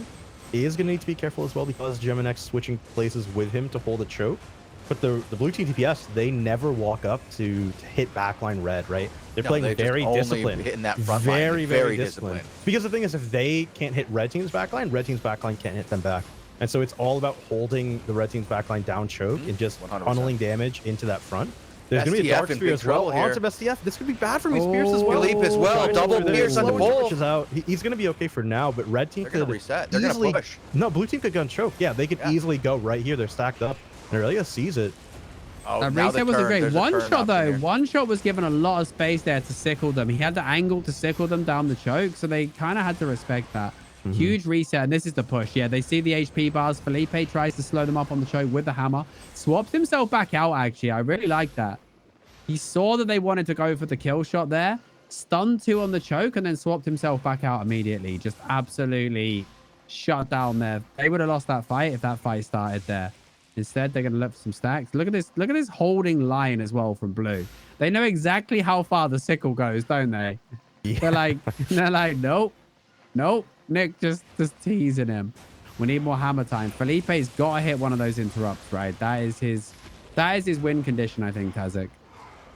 Yeah, Felipe's did it already in this match. He did it again, which is insane to think about. But I think that's what he's kind of looking for, and it might be bad for his team if he's keeping his eyes only on that healer for the interrupts. Yeah, right? yeah. Instead You of can't finding just other openings, wait for but- it. I mean, You it's can't not just looking bad sit so and wait far. for He's it. playing insane. Yeah. Nice swap onto Pele. Pele gets the Purity off, though. This time, Purity reset obviously can't be geysered because it is a displacement. Stuns the 2 front line, but the armor pierce comes out. Stuns into Giant Steps, into Area of Decay. One shot, though, going low to Geminex in the back. Gets the res pot off. 136 to 55, despite the fantastic opener from Free Chat. This match is starting to get out of hand. Those points are ticking. Great armor pierce again from one shot. Finding the 2 frontliners. Geminex in a lot of trouble. They don't want to sack him because of the anti-heal. Now Aurelia's being... And it's Aurelia and Geminex that are being 1-2'd out of the fight. Red, huge momentum Aurelia here. Is this like the script writers for this CLC have done a great job, honestly. Like How's Aurelia they've been given us knocked back some into drama. the Aurelia can't go in right now. He is 4-stack from this sickle. Pele stunned again. No answer to it. Area of Decay over the top. And now Red might have to play for the cap. They haven't got the momentum. One shot looking for it. Geminex going to walk in. Oh, great armor pierce from Nick. Great stun, though, onto the front line. Into the Dark Sphere on 2. No dodge. Instant cleanse. Purifying smoke. Why are we hitting into a cleric robe right now, Chemenek and Rubel? They're hitting Daya in a cleric for the whole duration. I don't know about that. He's just chilling. He's loving life with that. I mean, great use. Blue is doing some really good job. Really good job with this purifying smoke, using the cleanse effect of it. Like, most people just think of it as a purge, but the cleanse effect, and this time with no cleric, Deer Dog in trouble. And honestly, if they can find Cyber Ninja here, he does get the reset. One shot of Cyber Ninja will be enough to end this match, I think. And free Chach, they've given it their all, but it does look like they are going to be leaving us right now after an absolute banger. Absolute banger of a match. They are holding their ground respectably, but you can only hold so long with 2 ranged DPS. And there's already Nick watching the back, right? And the reason these guys are still alive is because Nick is watching the back. They might have one fight left in them, actually. It's not turned into a 3 cap. The respawns are out. They could have another engagement here. But this is an all-in situation, right? Yeah, I mean, Aurelia and the boys are just going to hold, right? That's all you need to do is hold for 3 more minutes, 2 minutes and 10 seconds. 3 points is GG. 13 points is theoretically possible because you can afford 2 kills there. Yeah, here's the Pele dive. One shot finally misses. Yeah, a little wide. He finally misses an armor pierce, but it's the one that you really don't want to miss. Love this Frost armor. Back at 4 stacks. These curses are doing work at pushing that front line back. Right, well, this is why it's played, right? Despite the arcane being insane, Curse does a job that the arcane doesn't. Yeah. One shot goes down though. Dia's gonna follow. They do find Pele. But at one point now it's just GG. And they're just not going to do enough damage now. It's best TF on his own on damage. And well, it doesn't even matter at this point. Rubel can go top, click the cap, and the game is over. Yeah, they would just kite them anyway, right? They just keep rooting the 1 DPS, and he's never going to kill anyone. To say goodbye to free Chach like this after this insane best of 3, I feel so bad. I want to see them keep playing. All right. But really smart, barely lost their first match. So they would have felt really bad to lose the second one like that as well. I don't want to see either team leave, but we have to say goodbye to one of them. And unfortunately, it is going to be free Chach. Another absolute monster. Nick dropping an 80k, one shot with a 75. Yeah. Both curses pumping that match. Like, absolute banger. Fantastic to cast, fantastic to watch, and a credit to both teams. So we do say goodbye, unfortunately, to free Chach, and we're also going to say goodbye to me for the next match as Tazik and Shozen will take over the casting. Before you go, listen, you want to take a look at that opener, Lupac? Absolutely do. Absolutely do. Look at that opening, 100%. My wife dropped in a kebab at the end of round number 1, and it's been sat there smelling kebabi for like the entire round 2. Yeah, enjoy. If you thought those 150 O's were brutal, right? You wait till you see what's going to happen to this kebab off stream. This thing's gonna get 150 O'd. All right, so let's pull up the opener first. Let's just look at that opener. This is how you kind of play against 3-1-1, right? Yeah. So what's really nice is the first round they don't use the mage cowl. This is super important because the mage cowl does a lot of damage to the tank, but he can mitigate a lot of it with the res pot. So they're expecting it this time, right? And there's two crucial elements to this play, right? The first element is the fact that they don't use everything on Aurelia on the first go because they know he's going to res pot, right? That is the crucial thing. Aurelia comes in, they see him, right? Immediately, they don't even bother with the cap. They start to press him, right? He's going to get sickled. He goes for the silence there, and then they start to whack him. They get the armor pierce off. They get the area of decay, the dark sphere. They know he's going to res pot here, right? And then they immediately go for the cap, meaning Aurelia is going to come back. One shot keeps him 4 stacked, right? Now, Dia's going to mage cowl on him as well, right? But look at this pressure, right? He goes back on 2 bars, forces out the sack, the Judy, the res pot, and Dia goes immediately on the cap because he knows that Aurelia can't come back, right? He knows that he's 4 stacked. He knows that he popped the poison on him. So not only does he grab the cap, they now have an enemy tank with no defensives, right? There's no Judy. There's no res pot. There's no sack. Like, who's saving this man right now? They're beautiful. They're just full focus him, right? It's been 1 minute of hitting Aurelia. It's been 1 minute, right? He dies a minute 30 into this, just because he's got a res pot. Yeah, just keep the pressure up. Dark sphere, another stun, and he goes down. Actually, so good. That opener was fantastic. Yeah. All right. So we Our other weren't able match to is delay starting this now. other match. So let's head over to that one, Bogle. It's gonna be All right, I'm Mitos out. against Really I'm Smart. kebabing. So yeah, we're gonna head on to Lasagna Man, Mitos against Really Smart, and hopefully this is another insane best of 3. Lasagna Man. All right, it's already underway. 149 to 149. Each team has their own cap. We are watching a Hysteria match for chat right now. Who was Yeah, concerned unfortunately we wouldn't watch didn't him. get to see Hysteria in the early ones, but he won, so we knew we'd see him eventually, and we are in it now. And again, we don't see any 3-1-1 shenanigans, or maybe we missed it if they were. Can we get the payout, Tazik, while we're here? I know you've set that one up, so you should I probably can't hit the pay payout. that out. Oh, do we have Vogel? Can you? So someone needs to. Lasagna Man, though, in trouble. Res Thank you, spots at Vogel. 1 life. Lasagna Man. He's gonna have to walk away, Nice circle save life in to the save last him second. for now. Woo. And again, you have to be careful. The next go is going to be ready. Zodius is playing Carrion Caller. He's not playing Forge. So he's always going to be able to just stick in your backline and do something, right? Rending Rage, things like that, ready to go. So if he just walks Lasagna Man, it could be terrible. He is 4-stack, though. He needs to be very careful. Mortal Agony goes on to Angs, and he's going to fall. And there goes beautiful Angs. Mortal Agony from Zodius. They have that turn onto Zodius, but it's a little late there. Well, no, Zodius is fine because the Pierce from Cube, it was late, right? It wasn't able to go on the Angs kill, so instead it's on Zero, and now Zero is just getting worked. They're going to have to go down choke. Blue team, though, won't have to give up the mid cap because Volnazera is in position to, like, pierce them Big off Pierce it. over the top. Zero has 1 health. Zero should be fine for that, but Forsaken needs to turn around and get some healing. Yeah, this is going to be really bad on the death timers.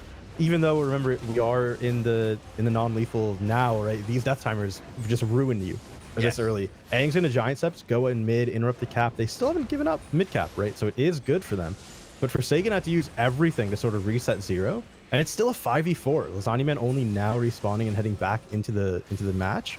But no one from Red is still able to even find a starting point for that middle cap. And Aang's in trouble yet again. Forsaken getting Circle Life over the choke. No Geyser to interrupt that. Giant Steps to interrupt the cap. And honestly, Tachi could probably start it again. But no, Lasagna Man's right on top of him. Instead, they're going to look for Aang's. No Mortal Agony onto him just yet. Zodius on the Carrion Caller looking so good against the Forge Hammers right now. Hysteria very low coming up choke. Sacred Ground is down. Both tanks running that mace build. And you want to be very, very careful again of Zodius in your backline. You have to watch Zodius in your backline. Someone needs to push him out. Okay. Volnazera goes down. Hysteria still 1 life to this day. They let him go. Barely able to survive. Let him go. They're going to trade. They finally get him here. Yeah. So it's a 1-for-1, right? But it's a tank for a DPS. And again, blue team has all the pressure here, right? Mitos, it's a trade that they want to make. And it's looking really good for them. Without Hysteria alive, Volnazera will get back in time. You can maybe swing around. Here. Zero, Zodius on him still. This is the issue. You have to push Zodius off your backline, right? Without the curse stacks on him, that guy is going to be getting bleed value and anti-heal value in your backline the whole match. You need to push him out. The curse staff not being there, right? I feel like if instead Volnazera or Zero was hitting him, they probably could have killed that guy there. They never were able to get enough space to get that cap up top. It looked like they were going to be able to do it. I saw Forsaken going for him, but he had to pull off. Does he get it here? Yeah, this is he does. Nicely done. Well done. So Aang's is holding the 4 people down. There goes Zodius. Again, Zodius still not full HP, right? Aang sits on him. They find him there. The Circle Life gets interrupted. It's just really looking good for Mitos right now. But Lasagna Man, Forsaken out of position. What was he doing still up there? He had to go back. They're going to lose 2 on this. They just lost 2 instantly. Zero's in trouble now. All the momentum gone. Big turn the other way. Red sending this home. They're going to get Zero here. Gonna use his reset here. Yeah, it's Cleric Probe. It's not going to do anything for him. He's going to die. What might be a possibility right now is Aang's could Giant Steps and maybe keep Cube here for a bit and just fake them to go bot. So we'll have to see what Aang's actually does up there, because this could be a play, right? He is still up there. You could easily fake that you're going up top with the Giant Steps, fight Cube, and then rotate bot instead. But all the blue team just looks like they're full resetting. It's looking good. Hysteria with the Sacred Ground, with the interrupts on the Circle Life, he's looking insane.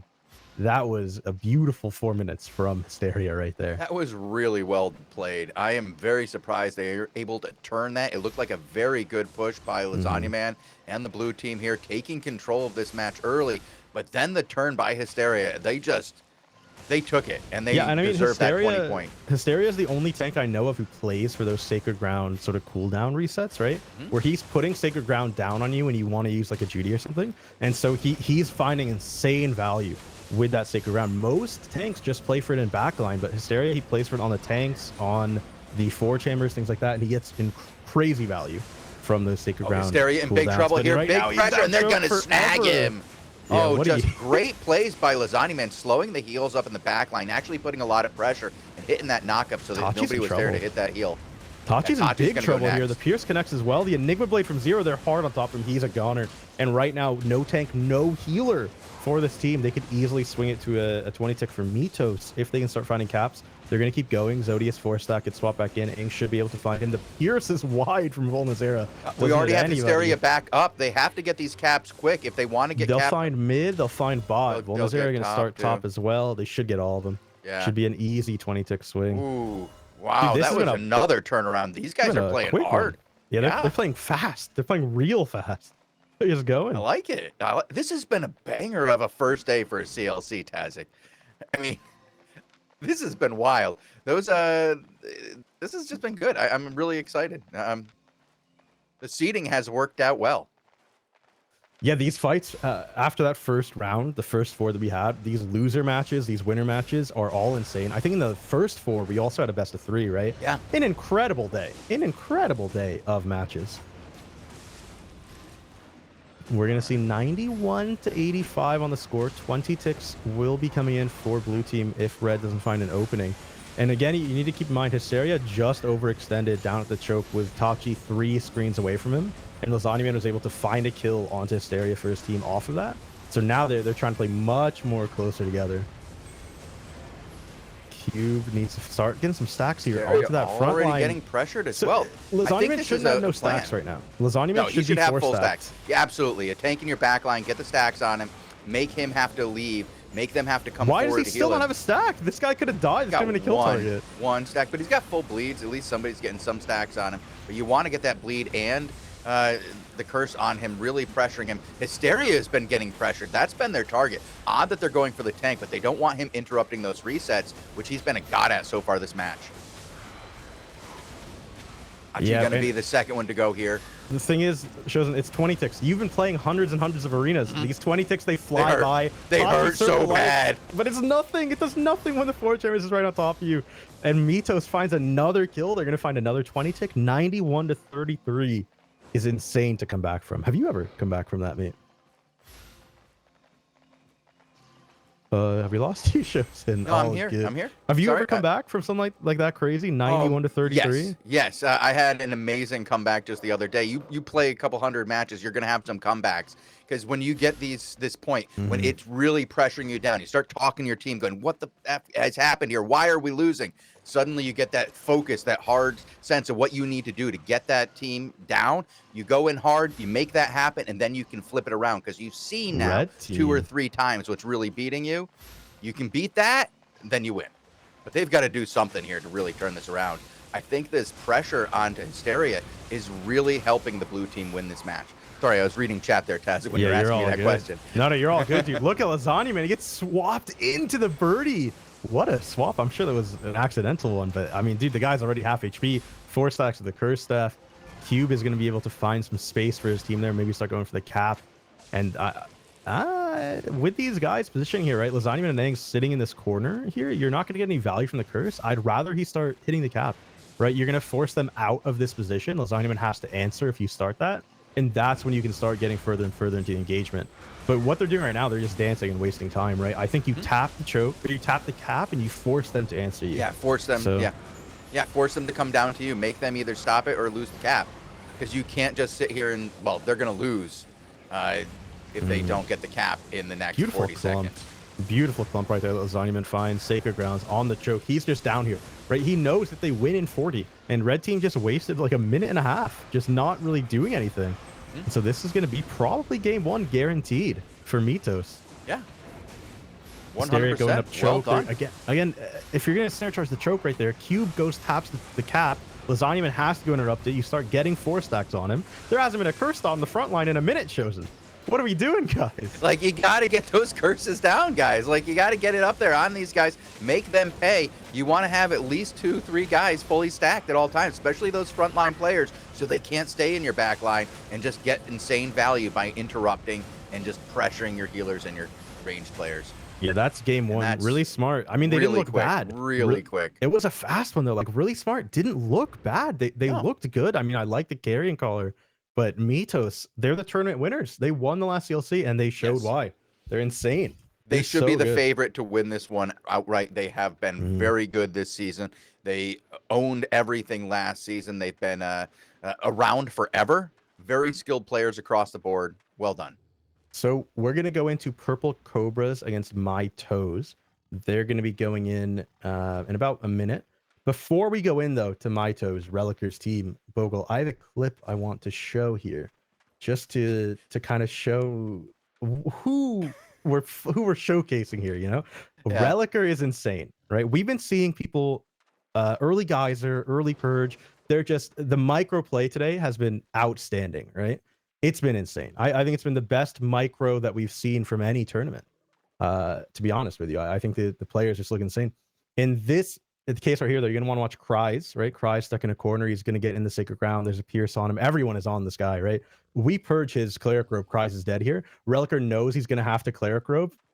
He early Battle Howls, thinking the Sacred Ground is going to end. So instead, we don't get that purge. And that's the difference between killing someone and not killing them at this level, right? Just the smallest little micro is what really I want to highlight at this level, is all the differences between the teams, right? The difference between killing someone and not is just a small thing, is like a 0.5 second early ability or late ability. And Reliker, who's been on top of it the whole tournament, the one time he's not, they don't get the kill. You know, so I just want to showcase how important having a good tank in your front line is, because he's been feeding them these kills, Chosen. He's been feeding them the kills. The one time he misses it, they don't get it. And we're going to go in right now. I want to watch him. I want to watch Reliker. I want to watch how good he is at the game. Let's do it. Pull him up. He's been improving amazingly. You know, I didn't think he was this good until Tazik told me he was. He's playing like the best tank in the tournament, man. I don't know. Okay. He's playing like the best tank in the tourney. Reliker should be going in about a minute. His match was scheduled to go. So I'm very, very excited to watch him. It is My Toes against Purple Cobras. I don't think we're in yet, though. The approximate time was a minute ago. Okay, I have not started yet. Let me go check the other guys. So that the thing is, like, these comps that they're playing, right? These sort of like dive comps. We saw it with Cargera and Bodavale. They were finding these really, really good sticky pots. They find people in the corner, and a lot of the time they weren't able to execute kills just because the whole team wasn't connecting with everything, right? So when you have one player on your team you can just sort of rely on to hit those geyser cancels, purges on Cleric Robes, like we've been seeing from Felipe, Reliker, it really can save you in a pinch. And honestly, it just turns the fights in your favor. I think they're in now. Yeah, yep, I think they're in now. I'm on Reliker now. They're in. 3-1-1. 3-1-1 opening. Nice split. Okay. Let's see if they get matched. So they're up against Mitos' team, right? Mitos is a team who knows how to play against 3-1-1. They don't care. Yeah, they send 5 mid. Because there's no point fighting this guy in the backline, right? Instead, you play 5 mid. It's a 5v4 because the other team is getting the cap. The only issue with this is you have to fully commit to the engagement, because now you're going to be getting 10 tick the whole time. Well, if they can make some quick damage on their opponents, get a kill early, maybe use this teammate advantage to their... Oh, nice push onto Zerfax there, but they weren't able to secure it. So this is another matchup, by the way, Chosen, that could legitimately be the finals. My Toes against Purple Cobras. 2 insane teams, Durentin, Zerfax, Prince of Death. They've been looking so good in this tournament so far. Totally Kyle, one of the most consistent Curse Staff players. I mean, it's super high skill cap tournament this time around, I think. Machu stuck in the backline, not able to connect to his front, but he doesn't need to just yet. Durentin 4 stacks, already has 3 hots. They're going to chill for a bit, but remember, blue team doesn't have to fully commit to the engagement like red team does, right? Red team has to find a cap or they're going to be bleeding 10 ticks. They've already lost 1, 40 seconds away from losing another. Zerfax going to blink out of that corner. These corners are so dangerous, right? You've been playing arenas for weeks now, so you know you don't if you get caught in this corner, while you want to position there for damage, if you get caught, it's over. And Bobo finding a little bit overextended. Reliker gets knocked away by the Robe of Purity, can't help his mate out. No, there's nothing for him. There's just nothing for Nabobo. He goes down on the first go. I wonder what healing cooldown wasn't available to save him there. And now's the time that Zerfax could probably find mid-cap. Relicer early res pots here. Actually, an early healing potion. Relicer playing healing potion. Relicer misses his charge. Misses the charge. Aquanico just getting run down. That's 2 deaths now. Score evened up, but another Tentic will come in. Durenton gonna have to separate from his team and go top side here. Prince of Death following to maybe help heal some damage off of Durenton. But I don't think they're going to catch Durenton over the top. They are. Yeah, they get Durenton. Free kill for Durenton. They're going to be able to get this top cap as a result. Thing is, really good rotation. 2 minutes in, that death timer is only like 9 seconds. Yeah, he's going to be back immediately. And blue team only has 1 cap. So this is a really good sort of start for red. They're down on points, but right now they're in a really good position. Aramis super low as well. I don't know how the PS onto him. Cultist sandals as well. I think he's playing Frost. No, he is playing Cleric. So it's Kyle who's on that Frost shield. To sort of kite out. Crush charge, the break free at the same time. Totally Kyle, the great micro to get himself out of there. Trouble but he's there, still getting run down. There it is. That's going to be it. No, big save. There's no more anti-heal. Lots of auto attack pressure. No, he's going to live. The pawn's on him. But now blue team overextending for that kill. Caught on the choke. Lots of damage coming in from Prince of Death. There's a lot of pressure for both teams right now. But red team with the caps can take a sort of beat and just reset for a second behind this cap. And that's what they're going to do. Durenton holds him on the choke. Everyone else chills out. And now it's looking real good for See red. Those full stacks on Durenton? That's what we've been talking about, Taz. You get those stacks onto the tank. Pot. That's why Relicer playing healing potion has used it 3 times so far, Chosen, which is just crazy to think about. Okay. Yeah, he's eaten 3 of them so far. Big Pierce, well done here. If anybody can get any pressure on to follow that up, nope, nothing there. No, and again, Durenton, he's just going to get stacked up, and he's not going to be able to find much for his team, but again, he doesn't have to. I think right now, red team is looking for a little mistake from blue. They need to save Durenton, though. There's the big Pierce on Durenton. On him. The pawn is there. One hit. The sandals following. The crush charge onto Machu. He has to break free. There's nothing for him. Full stacks on him. The passive still comes in. He's one the bar. Stacks are gone. He's still surviving, and this is incredible that he's still alive at this point, but the pressure is falling on the rest of his team. Finally, he goes down. Prince of Death really low. If they catch him off, they're going to be able to finish him as well. He goes big from the hammers. Prince of Death any root coming up? The Circle Life is already used. It won't be back up for a little bit. He's Sacrifice fine. Prince of Death got sacrificed. Prince of Death should be okay. They even up the score, but again, red team has caps, and Graf could go for mid right now, which means it's a 5v4. And they might be able to find something here. Graf is going to get the cap. No contesting that. Durenton going to come back in. Blue team resetting. They now have top cap. They have mid cap. Completely even score shows. And what a insane first 5 minutes. This has been an absolutely wild match. We've had, I know we keep saying it, but it's been a wild back and forth match all day. One of the best first days to a tournament ever. Has played well. Yeah. This is a great first day. Durenton looking to breach the choke again. You just want to watch for Relicer and Nabobo sort of teaming on the choke, right? One will go hold it, leave the other to hold it. They'll dive in whenever someone's on the corner like that. Zerfax stepping up a little out of position. Needs to be careful. Meanwhile, Relicer finds the snare charge onto Machu. Battle Howl instantly to get rid of the dots, or the hots as well. Could be a good place. Sacred Ground on the choke. Zerfax having to walk through it. So blue team holds pretty easily. Durenton, early sack onto him. He was really low. The curse dots just doing work. And this could mean an easy go right now onto Durenton. The front line is so separated from their back. Durenton has to run down. The area of decay is there for Relicer's hots. But no, it's not going to matter. It's not going to matter at all. Durenton is a go target, and Machu isn't. Oh, actually, is near him now. The snare charge comes in. Beautiful Battle Howl. Sacrifice will be back up soon. Oh, all right. We didn't see that. And crush charge back up choke. Relicer comes back in.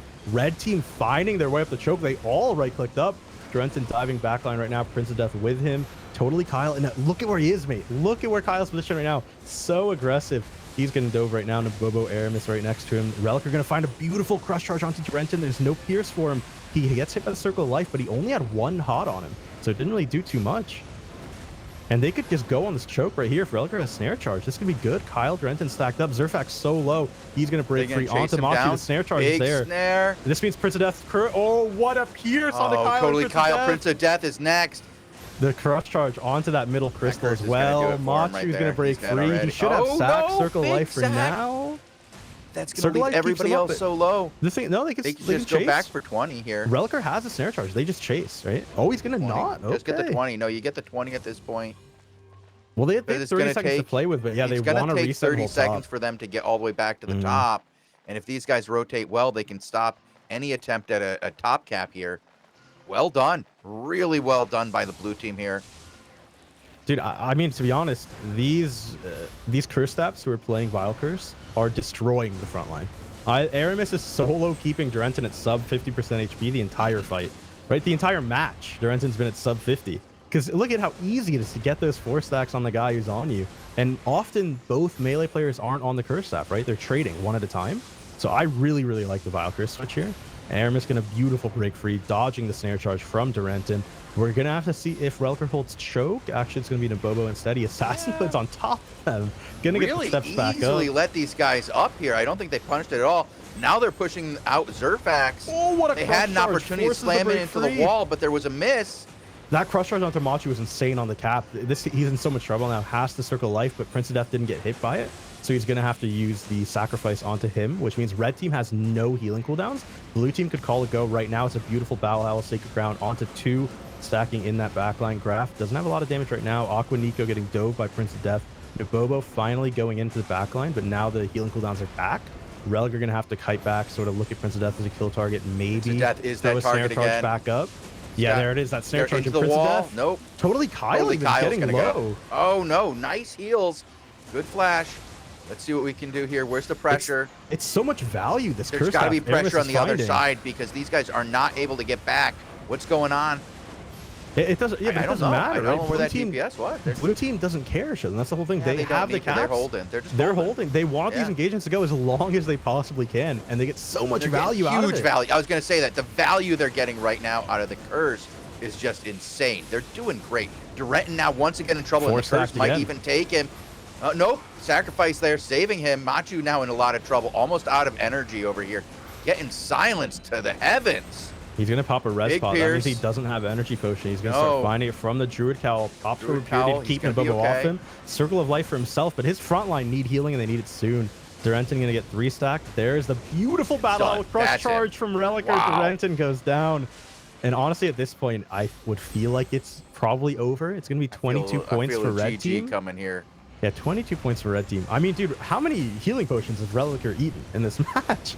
I feel like he's gone through like 9 of them so far. They said it wasn't pollutant, it would bring the cost down, but not if you drink this many pots, man. I mean, healing potions are they're cheap, right? They're like 6,000. They're easy. Yeah. Beautiful discipline from Aramis here. He's going to go back and sort of watch the back cap just in case Durenton goes for it. Instead, we see him join up with his team. Everyone's going to head up there. Zerfax on that top cap. Reliker and Nabobo, they don't want to give it up. The snare charge is there to make it to him. They find it easily. Durenton, he was mounted on the direwolf, so he didn't have the skills to even stop Reliker. If he wasn't mounted, he gets that snare charge. Judy, Judy down for himself. I like it. Yeah, I like that play. Just full HP easy. yourself. Yeah, just really nice. Well, they didn't have the pressure anywhere else, so they could afford to use the Judy there. Mm-hmm. Guys, do remember to check your drops. It shows it's going to be 2 points left, right? Red team 1 death and it's over for them, but they know it's not lethal. They have nothing to lose. Zerfax He's in going to target right now. He's going to get. How did Machu miss it? Miss the curse. Okay. 116-2 again. 1 kill and it's over for red team. It'll be 1-0. Reliker looking insane here on the back line. Finds the Pierce. They find it all. Oh, big heal to save him. Nabobo just going to channel assassin and just start running at Zerfax. He's going to blink away. They find Kyle. They're stacked up on Machu. Robo Purity to get him off him, and now he's on Zerfax. They're just bopping him from one target to the next. Oh man, red team. Honestly, my toes just looking crazy good. I don't know what to say. Purple Cobras it's like a tournament favorite to go to finals. To 116-0 them. That's impressive. This team to 116-0 them, dude. I gotta support these guys all the way, shows, and I hope they win. Reliker playing like a god now. I gotta be right. Maybe Reliker best tank in game. Who knows? I mean, dude, the thing is we can't keep harping only on Reliker because they have the whole team is like Graph is pumping out the damage. Graph V is just one of the best DPS to touch the game ever, right? For years. Yeah, right. Now, him always. And Zero I420, they're just unbelievable. Well, Aramis. So it's Aramis. Aramis on that team. One of the best curse staffs, right? All the curse staffs that are left in the tournament, some of the best curse staffs, and they all look so good. It's hard to tell who's better, and it all comes down, and always comes down at this level to that tiny, tiny little micro play. Absolutely. And when you come down to it, right, Aramis's play style, getting that front line off of you, it's not one that everyone does, but most people have been switching to it, and it looks so good. Unfortunately, I think we missed stats at the end of that one. Yeah, I didn't switch Yeah. to it actually. Yeah, when they leave, we can't check out stats, guys. Yeah, Sorry. remember, well, we wouldn't be able to anyway. Remember, we're using the scrim system now, not the token system for these. So there's no victory end of match, right? It's just Yeah, you won the you scrim can click and you on leave. it. If you click on it very fast, you can see the stats. But if Mm. they leave, we get kicked out with them. We don't get to just hang out on the stat screen. There's nothing for them to pick up or anything. Yep. All right, let's take a look at what is next with the matches. Starting right we now, have I Mitos believe. really smart. Mitos Yeah. right now. So let's head over to Mitos. That's Lasagna Man right back up. 1-0 We've had some Mitos against just really smart. amazing matches. This is fantastic to watch. Mm. Thank you to all our participants. I know a bunch of you guys are in chat watching in between your matches. Thank you guys for hanging out. Keep chatting too so you can enter the gold raffle and get a chance at walking away with even more prizes today. No 3-1-1 from these teams, right? They're just playing standard 5v5, 4-1ing. Everyone's meeting mid for the fight. And Zodius on that carrying caller, again, you have to watch it. He's the only guy playing carrion today. And if you let him sit in your backline, it's almost worse than a forge hammer. Those birdies, those bleeds, it's insane value, right? And running rage can help you catch a kill with the root too. I'm not saying it's necessarily better than forge hammers. I'd say forge is probably better, but dude, it's insane carrying caller. Feishi being dove, he doesn't have break free anymore, so they could go on him here in a second when the next snare charge comes up. Aang's is going to have to assassinate, get back that giant steps. And here's the play onto Tachi. They're looking for Veishi, maybe Hooded Tenacity on the Cho. He was predicting a circle life. I'm not sure Lasagna Man's play there. There's going to be a call for Hysteria now. Get him off our backline. Zero playing on the Arcane. Golden Zera on the Curse Staff. Not looking too much damage off the start. Lasagna Man actually gets pushed out really early. 800 HP for Lasagna Man. Circle life with no hots. Yeah, oh, that's Wait not, that's not the way, guy. Well, Aang's comes back at half a... What happened? Oh, Aang's is down. Mitos? Lasagna's going to go as well. happened? This is going to be rough start to this round. Oh, Wait, Lasagna what gets the happened to this sacrifice. engagement? How have we let Aang's go down like that? Lasagna Man out of the fight for so long, no healing on him. I don't know what that was. That was just misplays all around. Blue team, they're gonna have to give up mid, and that was, I think, the worst I've seen Mitos have a start. Yeah, Veishi doing work. They're getting that top cap, making these guys down a cap. They're gonna start rotating or losing points on rotation here. They've got to make a play here, and I don't know how they lost Aang so easily there. That was a wild. Yeah, I mean, how didn't we heal Lasagna Man? Oh, what a swap from Hysteria. Dude, Hysteria looks insane. He just looks crazy with what he's been doing. The cancels on Circle of Life, the swaps mid snare charge. Hysteria is out of his mind with a micro. Full stacks across the board, though. This is how you want to play against that front line. Both front line players have full stacks. What a swap on the Circle of Life! What was that? Wow. What was that reaction time? Was that predicted or reacted? He's got negative ping. He's got negative ping. No, someone clipped that. That was like extra human. That was insane. Someone clipped that. That was crazy. What? Blue team has no healing right now. Battle coming in for the backline. Hysteria out of his mind. Aang's is going to go down here if he doesn't get out to the back. He does escape. There's going to be a little bit of healing out for the backside. But these guys got to get a full reset, though. That was rough. Dude, Dude, what is his ping? Is it negative 5,000? It's negative. Yeah, it's like negative 50. He is playing a half second into the future. Dude, I mean, it has to be an accident. But then you look at, he's done it 700 times tonight only. It's not an accident. I think Hysteria is just kind of that good. What the hell? Well, shows Mitos having the worst start to a match they've ever had. Another instant swap on the snare charge from Hysteria. So Lasagna Man has nothing to help Aang's here. Cube gonna start getting those stacks off. Cube, I think stuck in this corner, you have to go down choke and just start stacking up Aang's only. Ignore Lasagna Man. He already doesn't have anything. Your tank kind of swapped this whole opener. Beautiful battle howl from Hysteria into the Sacred Ground onto Zero. The swap from onto Forsaken. It shows I'm tearing up. I'm tearing up watching Hysteria right now. This guy's playing out of his mind. It's a masterclass, dude. I hope my tank is watching this. Oh, what a Dark Sphere, though, from Zero. Finding a four-man there, wow, three-man maybe. Look at this. The value, guy. It's just so much of everything, right? The anti-heal, they're going to be taking so much less damage off of the back of that. Blue team finally stabilizing. I'm going to rewatch this one to learn some tips from Volnazera here. That is Volnazera's crazy. Volnazera is working it today. He's got another the whole player who's front line stacked. he's another player who's been playing for so long, and you think like he's improving and doing well, and then out of nowhere he again becomes one of the top like 4 players in the game, top 5 DPS on Curse, right? Guy's insane on this team. I actually, to be honest, I said, yo, Volnazer, let me take your spot. I'll play the CLC for you. And he said, I'm the best Curse in the game. Watch me. And I am. I'm watching. He's playing insane. He is getting some really good value on those sickles. They're hitting on the way in. They're hitting on the way out. It's Look at just Zodius. across the board. He's hitting those pierces perfectly. Like, What the battle outlaws, the robe of purity insta. Forsaken has dude, Forsaken is mad. Forsaken has to be mad. Everything he does, Hysteria shuts down. Another swap on a Circle of Life. I don't think that one was in time though, but Zodius just goes is gonna hard. go. Hysteria, he's Bashy's playing in trouble. You wonder, right? Is Hysteria playing a little too much for these kind of crazy plays? Shouldn't he have just snare charged back, helped his team, dropped a little Judy for him? Maybe, but you know, like, you can't backseat drive when somebody's playing this well. Hard to second guess when he's playing this well. Yeah, it's insane. I They're these just teams, like going we for the said, value we keep right saying, now. when you're this good, when you're playing at this level, it comes down to the smallest little micro mistakes or outplays, right? That's always what it comes down to at this level. And my God, are we seeing a lot of them right now? Shows. Beautiful Dark Sphere opener here onto Zodius. Zodius can't really do anything that he wants to. Birdie onto pierced, Zero. he's full stacked. He's getting whacked around. He's already got to go back for heals. He's in trouble. It took Mitos a little sacrifice. bit. Sacrifice is gone now.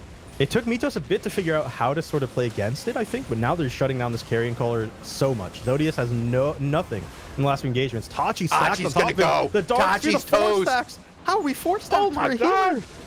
Volnazera finding stacks out of nowhere. Stacks and stacks and stacks and stacks. Oh man, Mitos coming off And hitting the long range pierce as well. This is just wild. Well done. Well played by the blue team. Coming in here like a house on fire. Just yeah, I mean, it's Mitos, the tournament winners, right? Yeah, What's crazy is how good Really Smart has been looking. Yeah, they've been playing well too. I mean, they turned this around though. I got to give credit to blue team turning this one around after a really rough start.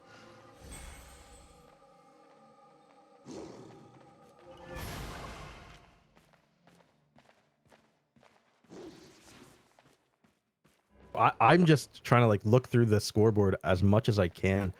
5-1. I'm trying to see like, are they switching abilities? What are we changing up? And red team, I swear, I don't know if it's a visual bug. I don't know what shows in. I had the scoreboard up, and I swear Tachi switched through like 4 different healing staffs just now. I swear I saw him go Blight Staff, Great Holy, back to the One Hand Nature. Like really quickly. It out. Just trying to figure it out. Make some quick changes. You gotta. Mix it up. Maybe I'm just seeing things, but I swear I saw that. Nice interruption. And that's how you do it, right? We've seen so many teams not hold a 20. That's how you do it. You just go in, you stop, and you walk out, right? And this corner is so valuable for melee because the red team, until they hit that cap, you don't have to go. Aang's holding 3 people on his own. Lasagna Man whiffing the snare charge here. Hooded Tenacity for the enemy team onto Aang's. Aang's knows the spot down here to be able to get hotted by your healer while you're channeling the assassinate. It's a really important position to know if you're playing that Forge Hammer reset build. Lasagna Man sees someone going for the cap. He immediately switches his way down there to go interrupt it. Hysteria holding the backline on choke, Sacred Ground on top of them. Probably Zodius is going to want to get a little heated up, try to go into the backline soon up the choke. But I think the moment he does, he's going to get Dark Sphered and just destroyed. We're going to have to take a watch on this one. And a lot of timing wasted right now, shows, and a lot of timing wasted. Lasagna Man can't be allowed to sit here, right? I finally like this from Cube to actually start stacking him up. But playing Curse Sickle instead of Vile Curse, it's so hard to find that 4-stack really quick. Hysteria in big trouble, and that's it. That's done. Swap onto Tachi. He's going to get slow charge as well. Sacred Ground in the middle of both, separating them. Blue team going to come down choke here. They're trying to go for a kill, right? There's no need at this point to go for 20s. Already have them. So Tachi rope purity very early. It's battle held off. Sacred Ground. The Pierce connects. The snare charge is there. They're going to get another extra kill on Zero so aggressive here. The Circle of Life coming out, but I don't think it's enough. They're going to save him. They're going to save him. Dark Sphere. Chain Missile. Oh, he's good. Oh my God. Oh, that was a good save, but Zodius is not going to get out of there. That's a pinned against the wall situation. Unless Lasagna Man goes into the 10. Lasagna Man, stay out of the tent, man. That's how you get memed on. Get clips of you like that. Yeah, this is going to be a 2-up. If Mitos pulls this off, 25 points left,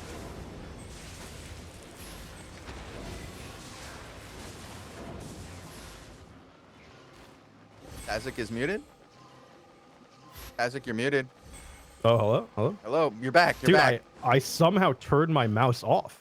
I don't know how that happened. I your turned it mouse? off in the middle of casting. Yeah, I don't know what because that you was. use the mouse for I use push yeah. to talk. Yeah, that was, I don't know how I managed that, but yeah, I was saying, Chosen, it's a clean 2-0, right? 2-0 best of 3, but dude, none of these matches were a clean, very easy victory, right? Really smart, playing very well in every single match. We have to give them props here, and they're still fighting for it, right? They know that on 5 points they might have a chance. I mean, it's 1 death away from losing, but no point in sitting 10th. It's not like you're risking here. Veishi's stuck in the tenacity for the entirety of it. He has nothing. You have to path out of it.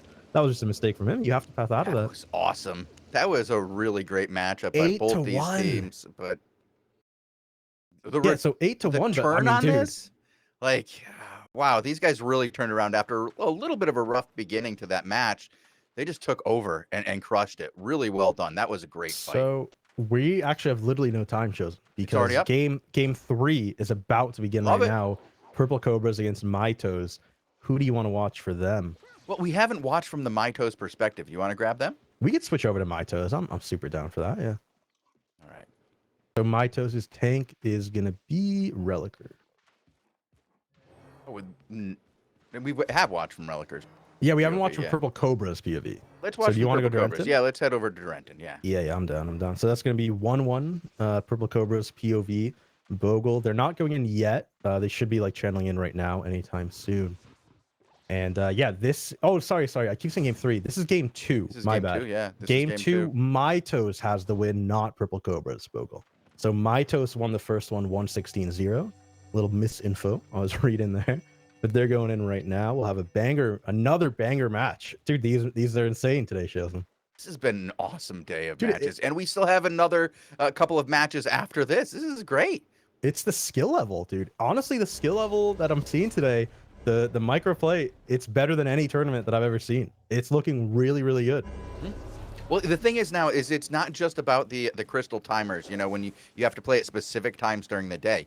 You don't have to go search for a scrim team anymore. You can do the crystal arena and bang out 100 matches in a day if you want to do a 14-hour day.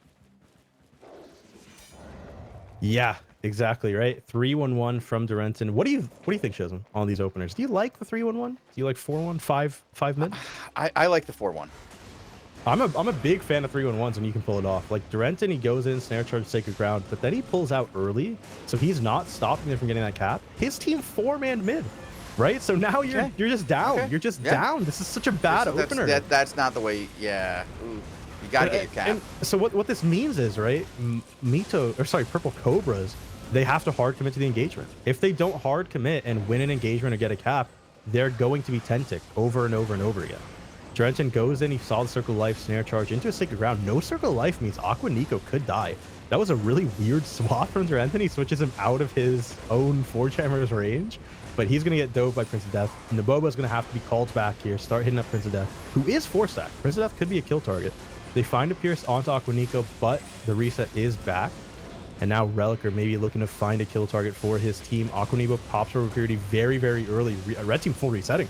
Wait, what are we? Are we going bot now? We're full resetting. They don't think they have the win on this engagement. It shows. And Hooded Tenacity on the choke. They're walking through it. Sacred ground as well.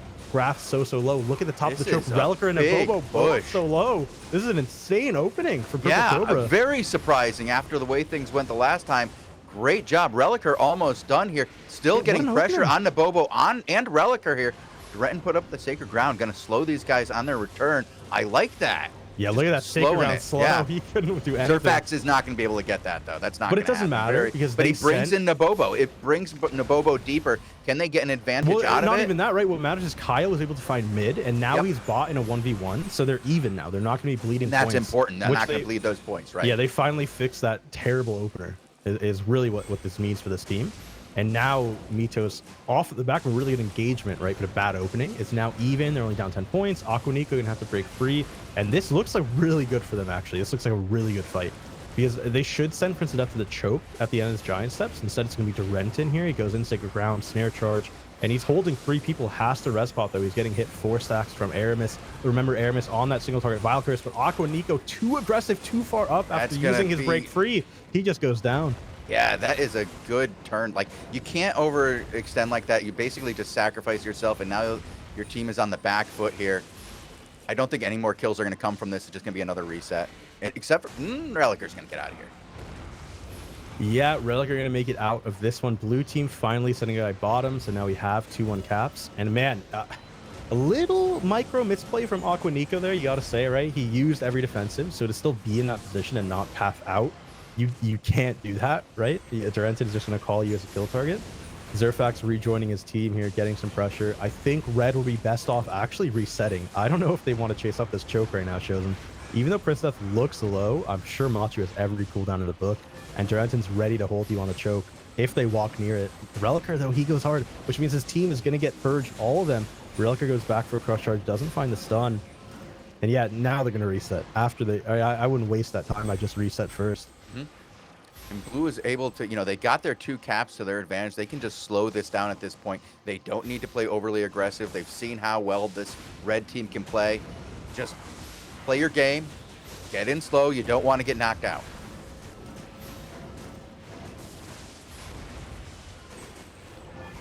I think, Chosen, that if this goes 1-1, if Purple Cobras ends up winning this 1-1, we'll have had every series that we want to be like a best of 3 and like could be a final matchup, like be a best of 3 final matchup. Every single match today has had that quality of like a day 2 semifinal insane match. It does right? feel really good today. We've had some absolutely fantastic matches, which bodes so well for tomorrow's matches with the final 4 teams. Yeah, I'm really excited. Zerfax caught out. Gets hit by that Pierce. Relicer's on top of him. Durenton and Princess F holding so many people over here, though. Relicer never going to find that kill on his own, so just holding pressure in that back line. Pressured here. My man's they're going to whack him into a wall or something. You saw that? You saw that red healing potion go? 80 ticks coming in. 80, 80, 80. It's healing him up. Prince of Death stuck in the corner. He's pierced as well. The Circle Life doesn't hit him, actually. Down the choke. He has to get pawned instead. He's going to be good for now, but that actually means red team could reset in this Judy and go up. They do Circle Life reset. And now they have a go. They have an easy go here. Snare charge onto Durenton. He's going to retaliate on the choke. Dark Sphere connects onto nobody from that backline, though. Pierce comes in onto Zerfax, caught down in that corner. You're going to watch the bottom of your screen. He could die here if Aramis comes up. Aramis walks forward. He's a little actually stuttering. Durenton 4-stacked again, though. Look at the damage the Curse Staff provides. Those 4-stacks, man. 3 hots to save him for now. Graf maybe going to look to call for Durenton as a kill. Stacks fall off here. And again, this engagement Chosen, right? These are the back and forth that you want to see. Absolutely. A good back and forth match like this. This is the pinnacle of the Crystal League. This is exactly what you want to have. And we expect this for day 2. On a day 1 match, this is just, extra icing on the cake. And not that uber sweet icing either. I'm talking about good icing, like that cream cheese frosting. Zerfax going to use Cleric Robe in the corner, gets no value from it at all. They actually don't even proc it. Love to see that at this level, that we just, don't auto-attack when we don't need to, right? Don't accidentally proc that Cleric. Me and Zerfax could be in trouble here later on. Aramis on the choke, caught by that stake of ground for now, but he should be okay. Nabobo 4 stacks, has to find a reset at some point.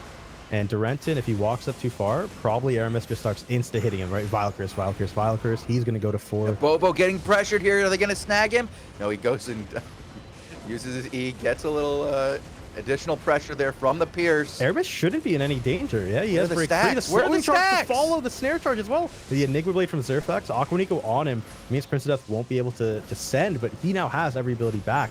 And Aramis is still low. They have to go down choke. Zerfax immediately peels off, goes for the cap here. This could be a crazy play from Mitos if they find this. Nabobo looking for it. He's going to slowing charge, but Durenton swaps him first. There's no way Nabobo stops is going to get that. Beautiful purity wow. by Machu. Yeah, that's they just mean, and that's going to put the pressure on these guys. Now the red team has to make a play. And Kyle bought matching Graf. He knows, right? They're going to probably go for it. They match each other, and Graf just turns around and said, he comes back up. He says, all right, I have to join my team. If I was Graf, would never have made that play, but I think they wanted the macro, right? Machu playing out of his mind here in the back line, but I don't know if Mitos has it chosen yet, right? This would go anyway. Remember, it still can go anyway. We've still got 4 rotations at this rate. Like I said, just how Machu's playing out his mind. Machu's in trouble. He gets dove. He's done. Oh, no. This is the turn that Red needed. It's the curse, Chosen. Why did I say he's playing out of his mind? Oh, no. He just immediately gets dove, taken out. Durenting in a res pot with Aramis. He's probably going to die if Aramis gets one more curse sack. Yeah, it's 747. He's dead. Just a dots. That means on the other side, we're going to see Zerfax and the team maybe still fighting. No, they're not. Yeah, and Durenting, I knew it, right? That one stack. He's going to die there. Red team going to get bot cap. That's the worst way to go while you're just running and you're trying to get back and you know that your healer's spawning, but there's nothing you can do as those stacks just eat through your health. And now the blue team is once again starting another round down, but the pressure onto Red is real. Reliker is going to die here.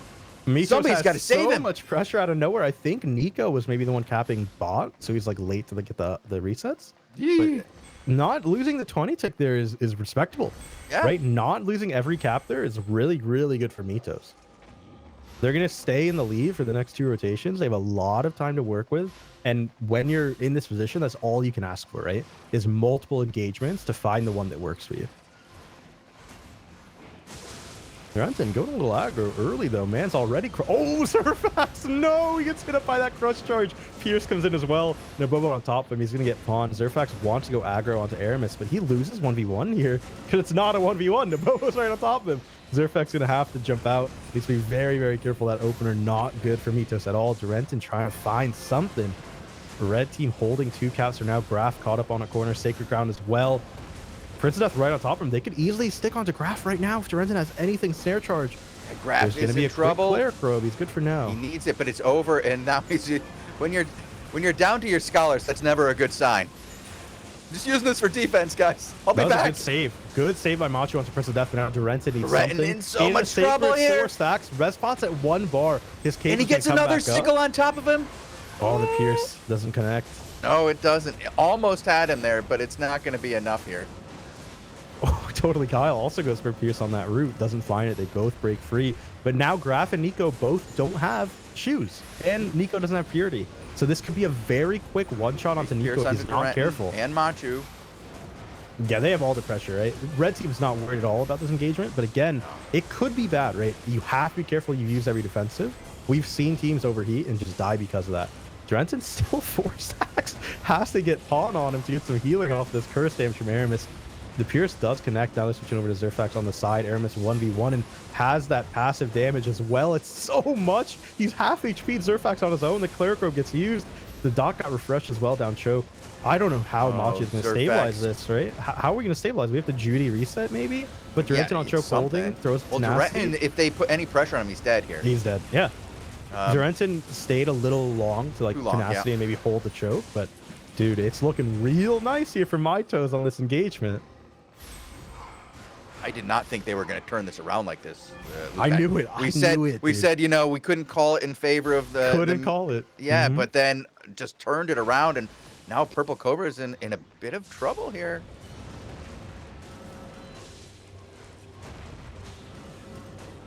They almost had some pressure on Graf, but not enough. Reliker going to be able to hold this for a while. Still have that 2-cap advantage. Durenting is going top right now to rat cap. For some unknown reason, in a 5v4, we let Zerfax get the bot cap, and now Durenting's behind us trying to get the top. And now he's just inside. Why did we let Zerfax get that cap there? We hold the 20 every time, I feel like. It was a 5v4. Beautiful crush rush from Reliker on the 3. Just shuts them down. Almost got into the wall on the side there. If he hit that wall, it would have been a stun of 3. That would have been beautiful. Bobo stops with the giant steps, actually stops the snare charge. That was cool. But yeah, I feel like, again, not letting Zerfax cap there was the play. I don't know why Red Team decided to hold. Maybe they were afraid of rushing down. Know, just play your game. Don't overextend. Don't play their game. Let it come to you. Do what it works for you. If you're having success, don't change it up. But right now they're stacked to the heavens, and they gotta get some pressure onto the blue team here. It's the game all of the up in their line. It's literally the game of the dots, right? Whoever curse staff pushes the front line out first tends to win the engagement. Nabobo's in pressure. Are they going to turn on him? No. He should be okay for now, but Durenting is here ready to find a stack. He battle howls nothing. I don't think that hit Nabobo. And Nabobo's in a beautiful spot to get healed from Nico anyway. Durenting comes down 4 5-man snare charge there. That was really good.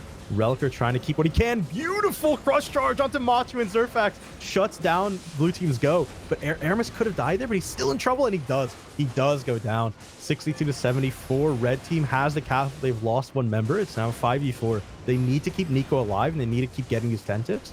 Otherwise, honestly, it could end right now, right? We're 14 minutes in. The death timers are so high that it's not going to be good if they lose more people right now. Renton's in a lot of trouble. Here comes the pressure. Nope. He's good. He's fine. Yeah, back Just in pushing mid. these guys I mean, dude, all the way Reliker's back. one bar. Like, Yeah, when he comes Reliker back to needs to get Durenton. something. Oh, that's actually good. Yeah, he dodges a snare charge. That's really good of him. But I mean, he needs to say bye Nico to get healed. There's a battle howl for all of his hots. He's Those 4 stacked by stacks are Kyle. just, like, too Kyle's much at for him. him. Oh, he let him drop. If Kyle didn't drop those, but Graf, death timer, terrible death timer. Durenton into the 10. Prince of Death. No! What? What a play! Oh my God! Stream. Oh my God! Where's the not like this in chat, guys? Not like this. Throw up the Fs. Holy. What a play from Nico, keeping the boys in this one. How he found that, I don't know. They have the caps. Nabo's going to stop Zerfax. What the hell just happened? How have we... Durenton and Prince of Death are... No, dude. You know they're getting smack talk in Say Chat right now by the guys respawning. That was insane. Durenton Smack Prince of Death talk. back up. Just smack talk. You think it's smack talk at this point? It's the. This is the end right here. They needed that. They Holy. couldn't have that happen. Anything but that. Anything but that.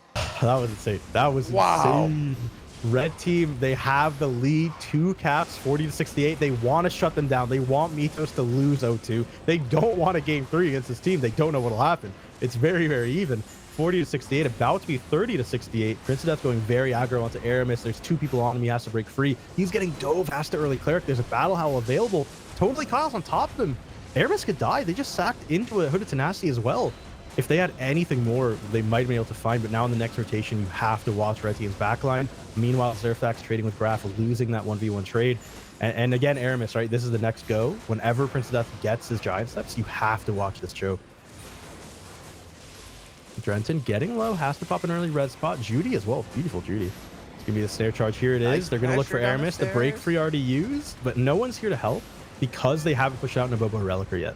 No, right, yeah, Kyle on that curse sickle, he cannot push the frontliner out in nearly enough time, right? I feel like it's even more than double the amount of time it takes for Aramis to push him out. Aramis on that passive. And like the catch and the silence follow-up was fantastic, but they couldn't get any pressure out of that opportunity. All they've got is 1 stack here on the front line of Durenton. Everything else is just free right now. You got to make some plays here, Red. Don't let them get away with this. You've really earned this victory. If you lose this one and lose control after getting them knocked into the tent like that, you'll never live it down. It could happen. It could happen right now. There's a minute and 45 seconds before it's 0-2 Mytos wins, you know? Prince of Death and Durenton, they're trying to do what they can on choke, but if blue team wants to win this, they need to start pushing out Nabobo and Reliker faster. They have to get them Prince off of Death in trouble, backline. sitting over in the corner, getting his cooldowns back. Full stacks on. See, that's what I'm saying. You need to get full stacks on 2, 3 members of their front line. That's what we're seeing. That's the value here. That's how you're winning these matches. Nice crush charge. Nice DPS crush over charge. time here. Kyle pierces Aramis for his 4 jammers, right? They draw the stack from Nico. But red team, they don't care. It's a minute and 10 seconds and they win, right? Zerfax, very aggressive. No battle howl for him, but he's still really low. He's going to go right back into Nabobo and Reliker. He can be dying back there, right? Prince of Death's super low as well. Durenton just going to walk away. He might want to go back in, snare charge these guys. Yeah, there it is. Just a hold for his team. Durenton, come on, no, Durenton. Durenton, no! Kyle dies. No, Durenton! Kyle's dead. Kyle's dead. Reliker's very Kyle top. said that's it. Surely Kyle dies. I'm back on Kyle. Kyle's pawned. He's alive for now. He's kiting it out. Zerfax is alive as well. They're running it back, but they lose in 40 seconds. Blue team loses in 40. Prince of Death has to find a way to get a kill, get the cap, do something. Maybe rack cap top. Prince of Death is actually going to find nothing but the ground. He dies. It's 0-2. Wow. 3-8 for the blue team, but only 6 kills for red since the 10 did work and got a double kill. But we can add those to Aqua Nico. What a game 2. What a game 2. That was great. It was crazy. That was amazing. Tent is That was MVP. crazy. I don't know. I think Aqua deserves that MVP for knocking him into tent right there. That was brutal. That was amazing stuff. Can I get an updated bracket image as well? If there's anyone's one. listening, do It's we have a coming new right now. updated Yep. one? Ah, there it is. Thank you. Thank you very Our much. back These guys end have been is on on point it. today. Yeah, super good. Fantastic work from everybody who's helping this go today. To all our GMs, to all the CMs, everybody working on this. Great job to the players. You guys have been putting on a show. Thank you. This has been great. Wow. Yeah. Geez, I don't even know what to say, dude. That was wild. 2 matches, and we still have 2 more to go today. Do we have it's 2 not more? done. Yeah. I thought we only had 1. Yeah, Well, so we have LFG versus Really Smart, right? Mhm. And then we have, or have we already watched that one? No, we haven't, Nope, right? nope. It's coming up. It's an And then we elimination match. have- It's a double. yeah. We have 2 elimination matches. 2 people are about, or 2 So who teams are about to fall out. Who's locked it in so far? My Toes and My Toes are the only 2 teams who are locked in Mitos for and tomorrow. Mitos, yeah. Yeah, Mitos and My Toes. They are both coming in tomorrow for the day 2. But now it's LFG against Really Smart. Please front carry against My Toes to see who get. Actually, no, My Toes didn't. Isn't that supposed to be My Toes who won? Because they won 0-2, right? Yeah. So this image has a little mistake in it. It's actually Purple Cobras who are fighting Please front carry in match 10. My game, by the way, is freaking out. I have to swap accounts again. Were you getting that too? Yeah, like the shutter? Yeah, that is really bizarre. Yeah, that's a little bit of mistake there. Purple Cobras will be playing for their life in just a little while. Mitos, Mitos, congratulations, guys. Fantastic. Duranton just came in and gave Aqua the play of the tourney on that. Absolutely. Great matchup by both teams there. This has been just dude, Aqua Nico. Fantastic. Yeah. Insane. So, by the way, our match has started, right? LFG versus Really Smart. I think that started. What do we want to do, shows? The last 2? Are we going to get Lupac? Yeah, that's you and here? Lupac. I'm going to let you guys take this. Thank you guys for doing a great job. I'm going to see you guys at the end of the match. Yeah, and I mean, I'm sure you'll be watching. This is insane. Yeah. This has been amazing. Chosen's done more Crystal Arena in the last 2 weeks than anyone else in the game. Maybe. So in this week alone, I did 275. So Chat has massively noticed it, by the way. They were like, man, Chosen's popping off today and calling all the plays. I was like, yeah, can anybody tell that he's played like 300 matches in 2 weeks? Can you tell us all that he's like mad on it now? Yeah, I'm a little addicted. I was up till 4 o'clock in the morning playing last night. Just one more. I mean, to be fair, Chosen was. We gotta go to bed at midnight. We're live in a match. Yeah, I'm on. We got a match up already. 0-0. They're just on the opener. We gotta go in right now. It's our winners match. This is an elimination match, mate. We've gotta watch this one. It's a bloodbath already. LFG versus like the Ping King himself, Hysteria. Hysteria playing SOB in this match. Now I was talking. I don't know if you saw it, Lupac. What was he doing? Yeah, I was watching that match. Absolute mad lad. Also, they play the Carrion, right? Which I know you guys talked about, but the dot comp is kind of weird at the moment because you need the dots all on the same targets, right? Whereas the cursor's got to play on the front. You kind of want the axe on the back, which because the curse is trying to repel frontliners, your bruiser really needs to be have the ability to solo kill people, which the Forge Hammers does have with the help of the armor pierce, whereas the Carrion not so much. It's all about sustained pressure. Right now, though, despite losing Shekri and a few others in the last fight, Kagera and the LFG guys are holding a 2-cap, a 137 to 110 lead in game number 1. Zeo, though. Oh, that was a 1 HP cleric into the flip 180. Call an ambulance, but not for... Actually, no, do call an ambulance for Zeo. Call an ambulance for him as well. Just called 2 ambulances. Vayashi, I think he's got insurance. Should be okay. Nearly did the flip 180 and got away. That was like a 3 HP cleric as well. Like that was an absolute like ballsy cleric there. That was very, very nice. Both players respectably coming back to their team the safe way rather than shenanigans back capping. Zondi just needs to be careful though. Locked down into the sack. Oh, is there any save for him? He is force stacked in the back. Out of that circle, but Grafise, look at Grafise on the back end. How is Sheki going to keep this guy up with a levitate? It's not doing anything. His HP doesn't do anything, bro. His HP didn't move. Plus, if he has bleeds on him as well. All right, but he's committed the sack to his back line, which feels horrible. And now Boda's like, hey, bro, have you got a sack? No? All right, then. Armor pierce. And he sacks their Shekas? No? All right, cool. Guess I'll die then. Absolute mad lads right now. They can't play on the 2 this time either. Cargera's too low to contest. He has no hots. There's nothing for Cargera. He's dead. There's nothing for you, mate. Oh, he's doing what he can. He's shutting him down. But yeah, he's the honor. I'll tell you what, the Marlock gave him a little bit of life there, but it's going to be the 2 this time, surely. The birdie to make sure as well. It's like, you want to push up? Oh, maybe Zayo's thinking about it, though. Man, wait, but I haven't seen Boda for a little while. Just saying. Is Boda, is Boda somewhere else? He's right 1v1 cube down south right now, yeah. Okay, yeah, I thought as much. Forge Hammer's not bad in 1v1 either, actually. Yeah, Bodaville's going to start it. Cube just going to pierce him off. Bodaville mounted still, though, by the way, yeah. So the pierce, if it connects, will demount him. But no armor pierce, no curse. Like, if Cube's down there, this is actually not bad, I would say. I'd say it favors blue team, guys. right? Yeah, because they already have the 2 cap. Yeah. And Cube has to defend it. If I wait, Boda's playing what? I thought he's on 4 Jammer. No, 4 Jammer. 4 Jammer.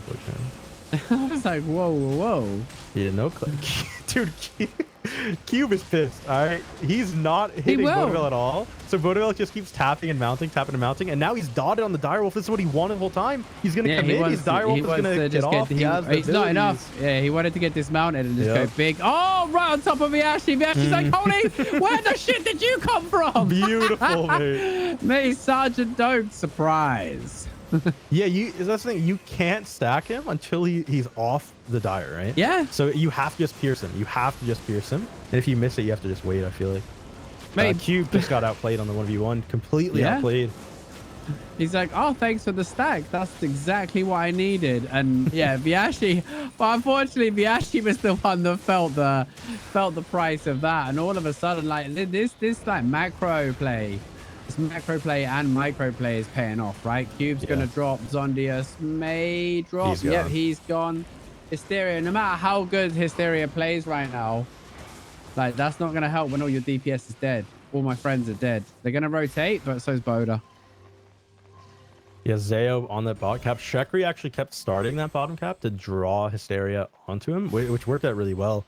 Yeah. I mean, this is working out real good right now for LFG. Yeah, and all of a sudden they're looking like a nice 1-0 lead is on the cards. I mean, dude, it's 25 points on this rotation. Really smart. Looked super good, right? They looked really good in their last best of 3. But dude, this is an elimination match. They lose here, they're gone from the tournament. I mean, what is the skill of these teams, Lupac?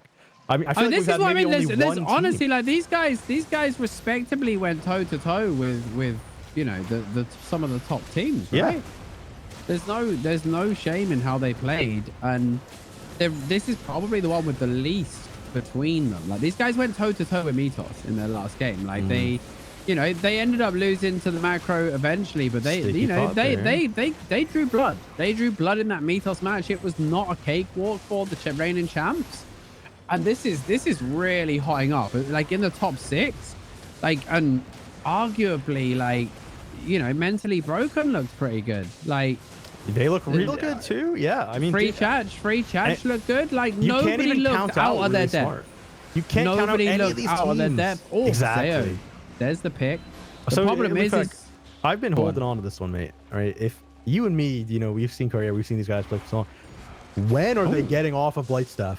When are they gonna switch back to the one in nature? Like, sometimes you feel bad because you know these guys are better than us, Taz. Yeah, especially nowadays. Sure. Me and you are washed. We are completely washed nowadays. Oh, look at Boda! Look at that time of Boda! He slipped off the backside again. Cube's like, not again!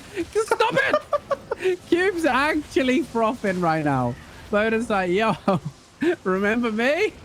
I mean, even our chat, like even other firefighters are saying, like, mate, what is going on with the Blightstaff? Mate, it's just not the one. Like, I could, if you couldn't root him, I could see it, right? Oh, Viashi, Boda. But even beyond rooting, right? You save rocks, you use rocks the moment this guy throws his levitate, and he's stuck there, not doing any healing. This is traditional Cargera, by the way, right? These guys excel. If they're not winning the straight up fight, they just start making it like they just start making it crazy. Solo kills Odious with the dots, yeah. And they just take the win by making it messy at the end. These are the guys that, like, you know, you get when you got the structured like the structured boxing match going on. Cargera's team are the guys that start throwing chairs and pint glasses and just like disrupting the place. So that Boda's like, all right, you want a 5v5? How about I just live at the back cap? Just cause them problems. Because they know that once they've got that point situation, right? They know that just grabbing a couple of kills here and there will be enough to close out the match. They don't need to sit on a 3 cap or play sexy. Like they just like, look, let's just split them up. All fight our own like 1v1s, 2v2s, and we'll just find some kills. Like we'll just find a couple of kills and win that way. So and we're going to go into a different elimination match, right? So this is going to be Please Front Carry against Purple Cobra. I am on Aurelia for this one. They're not in just yet. They're about to queue it up. So we'll watch that. And I mean, just looking at the bracket, right? It's going to be Mitos and Mitos. Mitos versus Mitos. It's me. It's Toe Bowl. Toe Bowl is confirmed for tomorrow, guys. Mitos versus Mitos is happening. And then we're gonna have like 2 of these 4 teams we're watching right now. Any of the 2, I feel like would make it a good day too. Any 2 of the 4 teams we're seeing right now, if they make it, would make an insane day too. So this is so exciting to watch. I really wanted the Hammer to win, if I'm being honest, though. I wanted to see how far the Hammer could go. But Aurelia's going into this match number 1. Then. Yeah, I'm on Aurelia. We're in right now. Please Front Carry against Purple Cobra. Let's get a prediction going. I'll throw one in there. Cobras look good actually. That last match was scrappy, but they just held their resolve. I thought I feel like they felt decent in that last match against Mitos, but I just hope they aren't too tilted, because there is some players on that team that I would consider tilty people. I don't know about you, Tazik. Like we know a lot of these guys. I would say Cobras would be a team that maybe has to stay. The mental is going to be very important for Purple Cobras. This is like how you don't play the 3-1-1, right? They didn't pressure Aurelia enough. Look at the difference in that match where we saw Aurelia basically killed. Yeah. Right. So now they're going to have a 5v5. They're going to get a lot of pressure onto Renton before this fight even starts. Offensive duty, good reset actually, really good reset from Matthew finding the space though. So actually they played it wrong. They gave Aurelia too much space, but Kyle hit fine, right? Kyle really timed it nicely as well. He got straight back onto that cap as soon as Aurelia was out of range. Zerfax though in a bit of trouble. Geminex wants in. Matthew trying to save, but Geminex slow charge kill onto Zerfax. 2 players that have been around a long time. Trade comes out though, 1 for 1 onto Nick. Who does that really favor? Well, you don't really want to lose your Zerfax in any of these games. I'm just waiting for Geminex to whip out something crazy though, you know? Dude, Geminex, I feel like maybe in the next round, if they lose this one, we'll have something. But what could possibly he bring out? You know, I don't think Daybreaker is good. I don't think Daybreaker is good. Oh, maybe lovely crush charge. Maybe dual swords. Lovely crush charge there. Zerfax forced to use his boots, which means Geminex can stick to him quite well. Renton in a bit of trouble, but Geminex has to pull out a bit too low on the HP. Trying to get some Royal Armor off. Man, Geminex really struggling for energy there, but they run into his Royal Armor and just help him out. But he is burning through that energy bar. Matthew's twice being trapped into that corner. And look at the stacks. Nick has found stacks onto the back line, and that's huge. Durenton's going to be forced to walk out. Dark Sphere on top. Chain missiles. 3-man route. There's a charge to follow up. Can't quite finish the job. Chain missile! He hits the chain missile between everyone. Nick dashes in and hits him with the snipe. What a play by Nick there. Really good as well from Babel, finding the angle. And the Cobras cross charge back. They want more. They want to get a second here so they can secure the cap. They know these guys will man up, but have they overextended? Judy goes down. They're trying to tank, but the Dark Sphere canceling the healing. Aurelia goes deep. 2-man. Absolute edge of that battle hull with the 2-man, but 4 stacks onto Aurelia. Gets the silence. Stops Zerfax playing up the wall. Can they grab the cap? I don't think so. Prince. The chain lightning. The Thetford Cave chains onto the cap and interrupts it. 143 to 137. Renton trying to rack. Oh, he dismounts on his own. He has no abilities. Oh, little bit of an early dismount there, but I don't think he was going to get dismounted. There was nothing to run into. Prince of Death in a bit of trouble once again. Chain missiles. Machu silence. Can't move forward. Prince of Death, though. There goes the pawn. Bubel gets the area of decay on. He has to try and tuck in onto this corner. Make something happen Kyle again. With that frost shield. Very offensive duty. Zerfak steps up. The Forge Hammer's immediately onto him. He's trying to wait for the blink. He sees the blink. He goes with the snare charge, but the giant steps is ended. Bubel over the wall. Hits 2 chain missiles. Zerfak struggling here. Aurelia doing a great job of locking down Machu. There's the armor pierce. It connects with Zerfak, but he breaks free. Look at Renton again. Machu, He's another silence. Renton's not going to survive this. The healer was silenced. Down goes the Dark Sphere to try and kite this out, but now surging forward again. Machu, he's pierced. He ponned himself. Surely they get this healer kill. They do. And Red falling apart right now. Cobras could maybe see full push. Full push coming up. Cobras. Dark Sphere connects the Kyle. Cobras. They're falling apart. This is the worst. This has to be the worst opening possible for Cobra right now. Down 40. It's the curse staffs. It's the curse staffs on Vile Curse Furious passive. They do so much damn damage that no one expects it. I just saw Durenton go from 70% HP to 10 in like 3 seconds. And Aurelia was shut out completely. Like while that was happening, Aurelia was desperately trying to save the backline from dying. Couldn't save them, you know, and yeah, it just fell apart. This is insane, mate. Wait till you see the damage at the end from Nick. And Nick again, he was the one that dashed forward, used it. Remember, he doesn't have a second mobility. When he dashes forward, he means committed. Business. Yeah. He dashed in, found the angle for the pierce, sniped the kill. Like, this man is just popping off. And he's playing Curse B. He's playing Curse B? Wait, what? No, that wasn't Curse B. No, that was his Area of Decay. Yeah. Okay, I was like, what is he channeling? The Area of Decay animation didn't play for me. So I was like, what is he channeling? It looked like the beam there for a minute. Please front carry looking so good in this game 1. Geminex 4 stacked up, just going to walk away, let those fall. Totally Kyle also playing that old school curse build, right? This Vile Curse build. But Nick is just finding the position to just, I think if you look at the damage right now, he's probably doing like 40% more than Kyle. He's just finding those spots. And you know, it becomes easier once you've got the high ground and the enemy's forced to play into you as a curse. It just feels so good, doesn't it? Because you just play max range, stack everybody, and like, you just know it becomes muscle memory to get those stacks. Stack, walk back, and Furious, the Furious passive, being able to play that, you can combo that with your refresh. It feels so nice. Dude, I'm loving seeing the old curse. Nick gets caught there. Does res pot nice. Really has to stop Zerfax, but Machu playing goalie. He's not going to let him. Yeah, Zerfax will find a cap, but dies. He dies again. You know they're heated in the comms loop. Yeah, what's he doing? Like, well, you know, someone's got to play. I think, and then you just, once you're getting the cap, just play Interception and stabilize. You know, you don't want to get the cap and be going deep because you have no pressure. Yeah, you have to just fall back to that crystal, right? And just play that middle ground. Don't let them pass that. This frost being used as a repel as well. Frost shield. Frost shield doing hammers. Very nice. Yeah, but Kyle not nice enough for Mr. Kyle there. He's going to go down. This is looking good for Please front carry.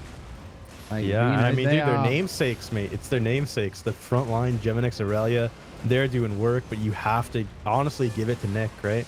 You have to give it to Nick on that curse, playing so well. And Geminex is insane when you put him on wacky stuff, right? Yeah. Put him on the meta, and he's bopping faces. Dorena was looking around the back, and again, dismounts for the long cooldown. Yeah, that means Nick just get 2 stacks for free before Nick can do anything. Yeah, but Nick, like you said, Nick just stack walk, stack walk. Meantime, Aurelia just zoned out the backline with a crush charge. They are miles from the fight. Like, Geminex was in trouble there, but nobody could follow up with a DPS because Aurelia's got them all zoned. And now it's just a high ground 2 hold, and these guys have got to push. These guys have got to push into this dark so they have sphere, the cap. Area of Decay. They have that back cap, so they do have a few more minutes, right? Than maybe if they're getting 20 ticked here, so they can just afford to stand still for a few seconds. But dude, you engage, it's a 1.5 long engagement. Even if they win, they're down at 19 points, right? Exactly. Like, these guys need to start making something happen. And everybody's just playing like as far back as possible. Sickles get terrible value here, right? Yeah. Like sickles are good when someone's pushing into you, but like right now, people just step back every time you try and throw it. Like, that was a good one, though. To be fair, he got both the frontliners with two. A bit of a mistake pushing down. Durennan can't play the game, though. And now Prince of Death. Nick has got all the stacks on him. He's going to wait till the end. He's going to look for the armor pierce. Area decay goes out. Stacked up hard. He wants to switch to Zerfax. I love that switch onto the Clothy. Don't let a Clothy walk up the choke for free. That is never. You know, just yeah, straight on them. Furious. And this whole passive, time, Durennan is, look at his HP. Look at Durennan again. He's just melting. so low. He's just melting. Dark Sphere. And he's dead again. He's dead. Armor pierce. Aurelia with a and beautiful control onto straight Machu. onto Machu. Yeah. Nick is just switching it up here. He is. It's like, not even Nick alone. Like, you have to give that to Aurelia as well to just set up Machu to do nothing, right? Machu wanted. He had everything available. He just couldn't do anything. Yeah, they're just shutting them down, and of course they're just stuck, right? They get these massive dark spheres, then they're like crawling back down the choke through the area of decay, through the sacred ground. They all get armor pierced, and yeah, Babel is just. I haven't seen Babel miss. Like, yeah, in about I don't know, about 12 chain missiles. I don't think he's missed. Hits another one onto Kyle. Like, this guy is hitting everything right now. The dive onto Geminex. Oh, finally misses one. Prince of Death actually kind of glad that he missed that one, I would say. Babel going to pop the cleric, but Babel completely out of energy. He's going to need some Scholars action soon. Scholars is really good against Pele's in so much trouble, dude. I don't think he has break free. Oh, Pierced as well. He pawns himself. Swap back in. Nice pawn, but the purge comes out. Goes the other way. Beautiful break free there. No, that's amazing. That's what you want to do. Yeah, flips great it angle. on them. They're probably going to get him still. Slow if charge he dodged that curse, he might have lived, but I think he would have died regardless. But like you said, look at the points. It's going to be 13 points to 130, right? So these guys now... Like they're getting kills, every cap at top. 2 kills and 1 cap. If they flip this cap, it becomes a 2-kill game. Oh, very close. Nick is... Oh, Durennan caught out in the open. Caught in 4K here. Aurelia plays interception. Gets the silence onto Machu. Can they save Durennan? It's going to have to be a pawn sack. The anti-heal comes out. Oh, it's pawn reset. Not really enough. Oh, he didn't want to sack. He really didn't want to sack. But Aurelia and Babel... Big trouble. Drops the Judy. It's going to be a reset from Pele, but he wants to wait till the Dark Sphere ends. The Renan goes in, purges the stacks. Nick, no cleric activation on Nick there. Very, very close. The faster you get bought, the quicker, honestly, you win the match. Like, 13 points is so hard to come back from. I wouldn't have been staying around here for this long. I would have kept clicking to the cap. They would have got here before, but it's a fake out, Lupac. It's a quick little fakey as Aurelia wants top They don't want to side. get caught. Clearly, Carl wants to pop the choke. Where are they going? It's a double fakey. It's a double fakey. We're going back. Yeah, but at what point does it like... No, it worked. What point does it stop being a fake and just become poor play? Yeah, I mean, you know, waiting till Red let them up. 1 time is a fake, 2 times is indecision, 3 times is I don't know what I'm doing actually. Right? I'll be honest. Oh, I love these crush charges from Aurelia. Just separate the team. Yeah, because now Durenton's in more trouble. Has to walk further to get to Machu. Sphere on top as well. Pawn sack used into anti-heal as well, though. Into anti-heal. And we've got to give credit to the cancels on Circle Life that Aurelia's been doing all game as well. Yeah, Nick just like keeps Durennan though. They've used everything, and with this thing, he can get a stack on Durennan and somebody else. He can manage 4 stacks on multiple targets. Prince of Death in a lot of trouble here. Could drop remember 1 or 2 kills. Oh, the chain missile! They can't finish it. The chain Nick's missile. already mid getting the cap. Geminex is chasing. That's brilliant. That's brilliant. It's so good because now they get bot cap as well. It's so good right here. They missed the rotation, but now we're talking, you know, 1 points. minute and it's a 1-pointer. Yeah, it's going to be 11 points for the red team. This is so hard to come back from right now. Yeah. Please front carry just looking real good right now. Again, it even fights on the crystal. That's nice. Those little crystal pillars can be a bit they're finicky. They're very finicky. Very finicky when it comes to the stun actually going off on them to get both of them. I've seen 2 people hit it the same way and only one of them gets stunned before. Yeah. Kyle getting run down by Geminex finally gets out of the frost chance. Chris diving Nick with Zerfax on the left here. Yeah, this is risky. Durennan comes in, tries to silence to interrupt Aurelia. There's the Pierce. Prince of Death is gone. It's 5 points. It's over as well now because Geminex is on top of Kyle and Machu. Durennan finally doesn't have curse stacks. He's like, man, I can actually play the game now. I don't have all the curse stacks, but that is going to be game number 1. A GG. Clean rotations. Clean. Real nice. Snatch Real on the good cap. showing. Really from fast boys. from Nick. Like, Nick dipping on that fight the second they had momentum. Is such good awareness of the fact of, right, like, yeah, it's great to kill them, but we've almost got this win. This'll do it. Like, everybody played out their mind there, honestly. I love to see it. So game 2 of LFG versus Really Smart should be starting in about a minute. So we can hop on to Cargera for that one. It's starting in about 30 seconds. LFG looked cooking though, didn't they? They like they got a nice lead and then they just created chaos. It felt like Really Smart started to win the team fights. It felt like they found their momentum, and as soon as they did, LFG started playing ratty. They started playing messy. They started, you know, saying, right, you know how to play normally, but can you play into whatever the hell this is? And it turns out they couldn't. I mean, the amount of interrupts Aurelia had on Circle Life, the way he plays Crush Charge, different than every other tank, I feel like, and I think it's so smart. I think it works really well. Just everyone on that team, you know, everyone at this level, everyone in the tournament right now. Honestly, there's so little separating these teams, and it's fantastic. It's almost sad to like see some of these teams leave. Like the fact that we're losing these teams, you got to think, how good are the people that are left, right? Yeah. I can't wait for tomorrow, whoever ends up being there. One of these teams could lock it in right now. If Cargera and the boys pull it off, they're going to make it to day 2. And if Purple Cobras loses that next match, they won't be making it to day 2. So this is going to be insane. The Cobras, no Cargera on day 2. Like, could be. Like, we're even going to, like... It's kind of mad, but like the Hysteria doesn't deserve to be going out day 1. No, he does not. Out of his mind, but to go through to day 2, he'll have to be the team that knocks out Cargera and the boys, the 407-time champions or whatever it is at this point. It's a 3-1-1 here on Cargera, by the way. They started. Cargera went for the 3-1-1. His team is now getting that back cap, and red team has nothing. So again, it's a beautiful opening.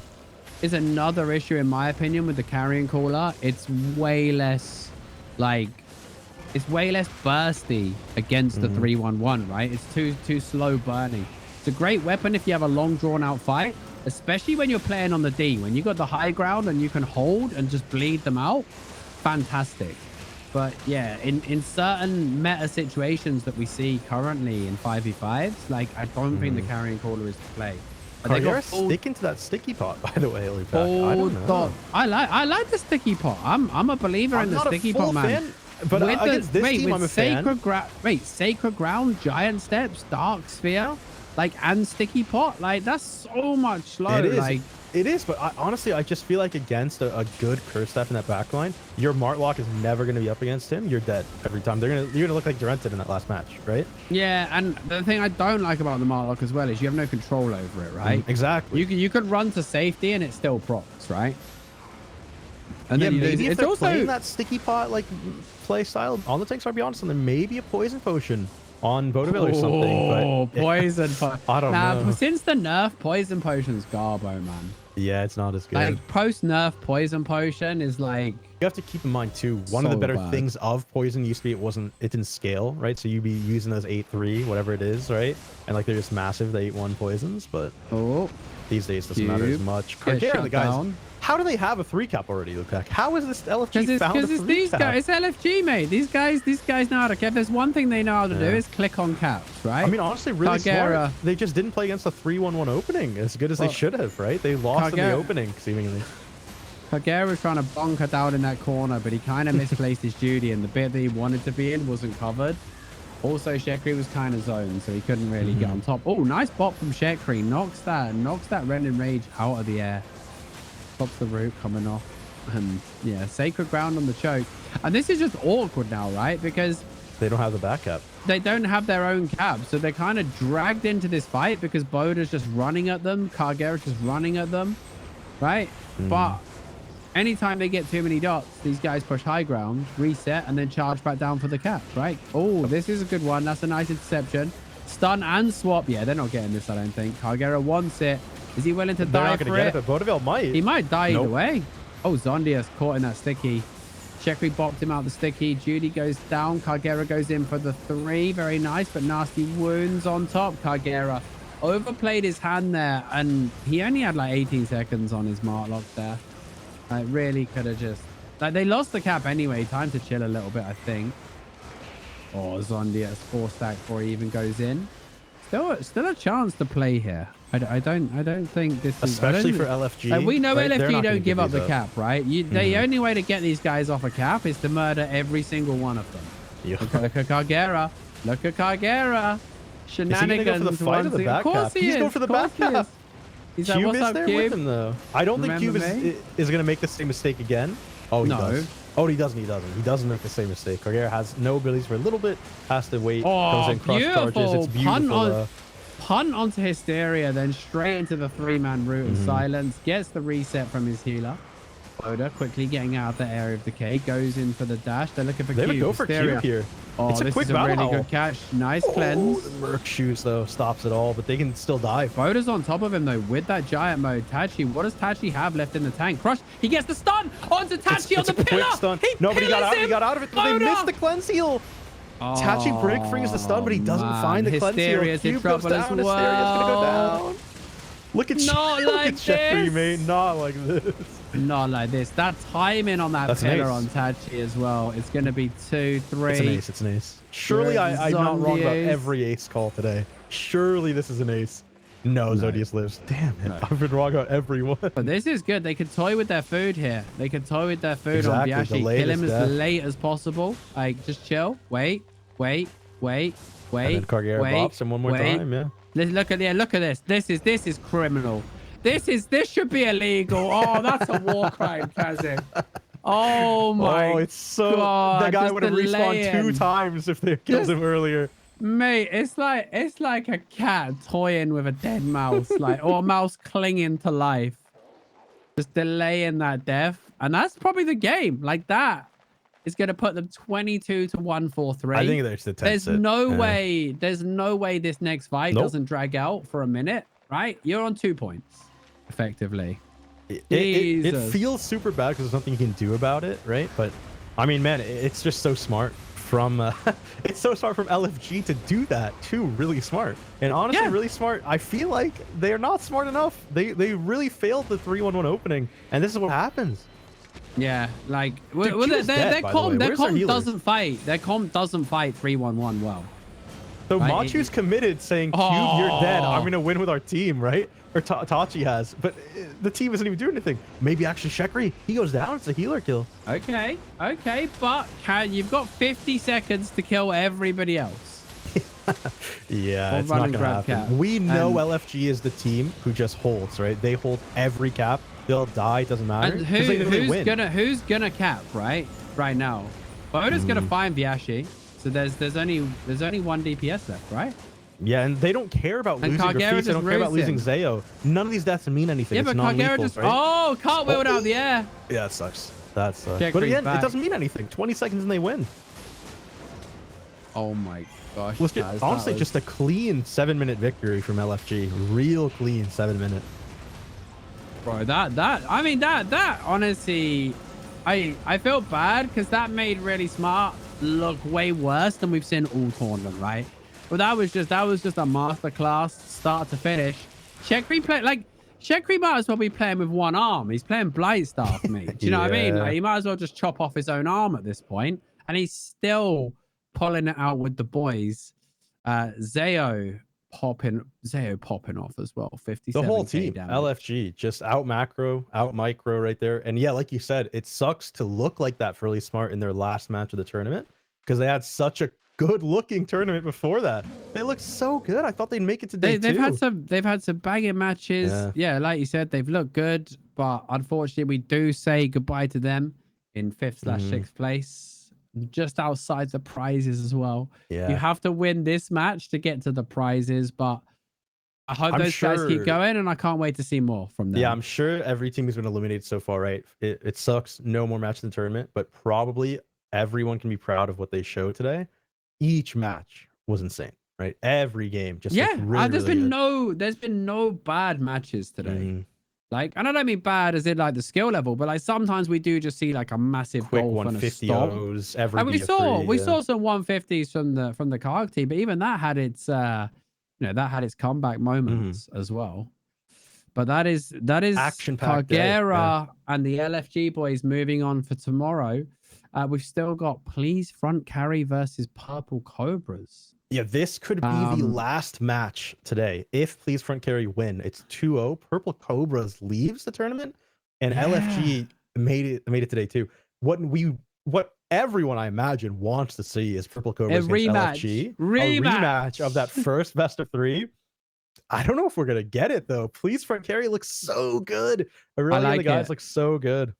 They look super solid. So let's see what they've got in store for us. I mean, we've got to just we've got like a minute before they go in. Lupak, who are you thinking is gonna win this best of 3? Right? Is Please Front Carry gonna win it 2-0? Cobras seem tilted, man. Like they do. I see mistakes creeping in. I think that that match against Mitos really took its toll.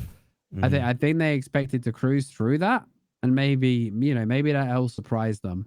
Please Front Carry think the whole Mitos team is surprising everyone. Yeah, I think they're like the underdog.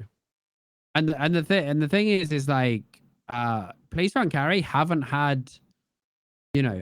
even the matches they lost, they weren't stomped. Like the match that they lost in the first round was really, really close, right? And they've just seen that team eliminated, so they've got to feel like they can compete with anyone in the lower bracket. Mitos and Mitos, are they that little bit far ahead? They're in right now, Lupak. Let's see. Oh wow! Please Front Carry going in 1-0. Aurelia doing the 3-1-1 again. Zerfax probably just going to 5-man mid off the back of it.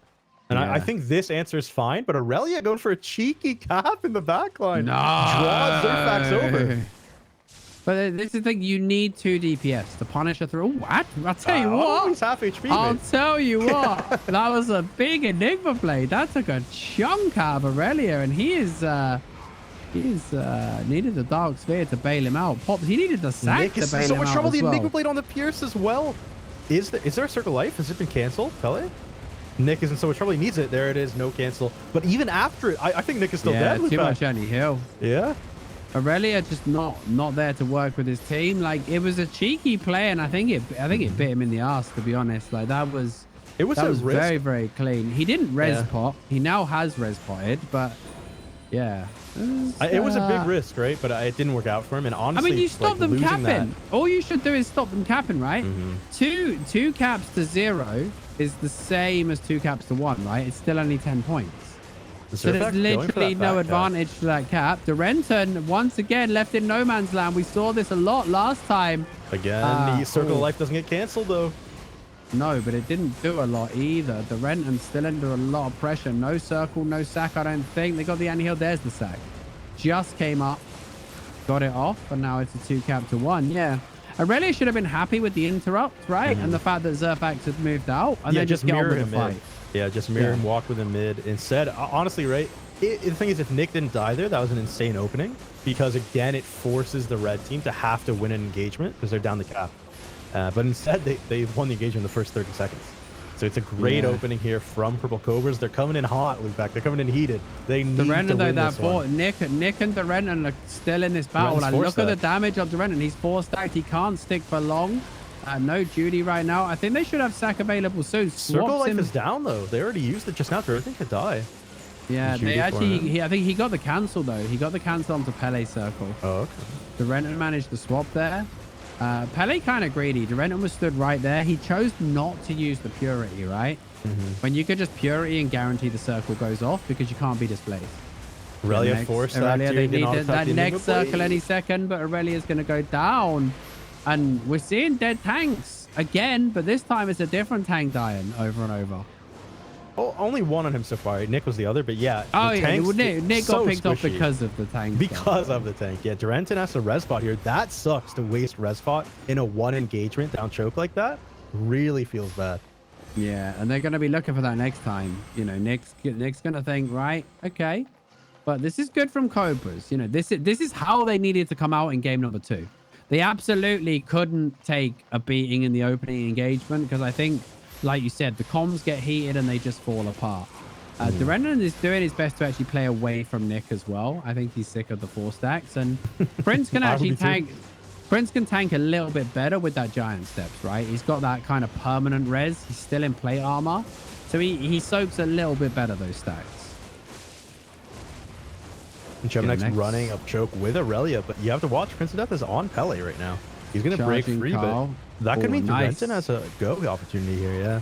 Yeah, he crush charge into the sacred ground. Matthew wants to reset. Aurelius holding the howl. He knows the reset's coming, but he wants to hit the howl. He goes a bit early looking for Kyle.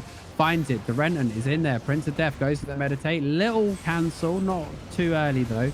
Beautiful. No, what a crush charge. What a crush charge from Aurelia. No cleanse on Kyle to Renton. Anti-healed as well. Is there a sack available? They got the protection of nature, but the 4 stacks once again knocks back. Circle doesn't quite clip the Renton, I don't think. It didn't. The Renton 4 stacks, but no! Pele knocks him away. Pele knocked him away by accident. Oh, Pele, kind of a misplay there. Purity Durenton out it's a of quick danger. switch to Prince of Death. He's 3 stacked, but I don't think it's enough. They could kill Durenton now. Just switch back to Durenton. Nick's in huge space. They want Prince. Prince got sacked. Durenton's still in trouble. No, Nick wants the cap now. Nick knows it's cap time. Someone has to get It's gonna be these guys are going to full rotate, though, so it's going to be a 2 cap. It's going to be a 2 cap, and there's nothing they can do about it. I feel like Purple Cobra should have actually just went back up top, right? At least one person. Yeah. You like put one person back north, whoever's got the most HP, preferably the curse, and then have him connect mid, right? Don't just let both caps go for free, because now you get the 5v5. They do actually have just about enough time to secure the high ground, though, which is pretty big in the grand scheme of things. Babel caught in the corner. Needs to just slip his way out. Doesn't use any defensives, though. Balls of steel on Babel. Durenton's leaving earlier than before. He's res potting earlier. He is getting hammered, though. Like, he's already 4 stacked. Pond stack going to be used. There's the purge on the pond, though. 4 stacks still on. Oh, he dropped stacks. Huge stack drop there for Durenton. Aurelia. Oh, timing on the crush charge. Gets Kyle on the retreat into the wall. Resistance on the frost shield. Doing a bit, though. Prince in a bit of trouble. Armor pierce goes out. 4 stacks in the back. Matthew trying to heal this man, but the 4 stacks taking his toll. And this is going to buy a lot of space. Cancel on the meditate as well. Circle comes down. Geminex's energy. He needs to get in the middle of some people to get some energy drain here. Like his royal armor. No value. Yeah, Geminex can't cast spells at the moment, Taz. He's in a lot of trouble. If they can find Durenton, it won't matter. Like the pawn, though, is there, but you have to keep in mind that pawn and Durenton, because they can go up right now for... Yeah, look at this.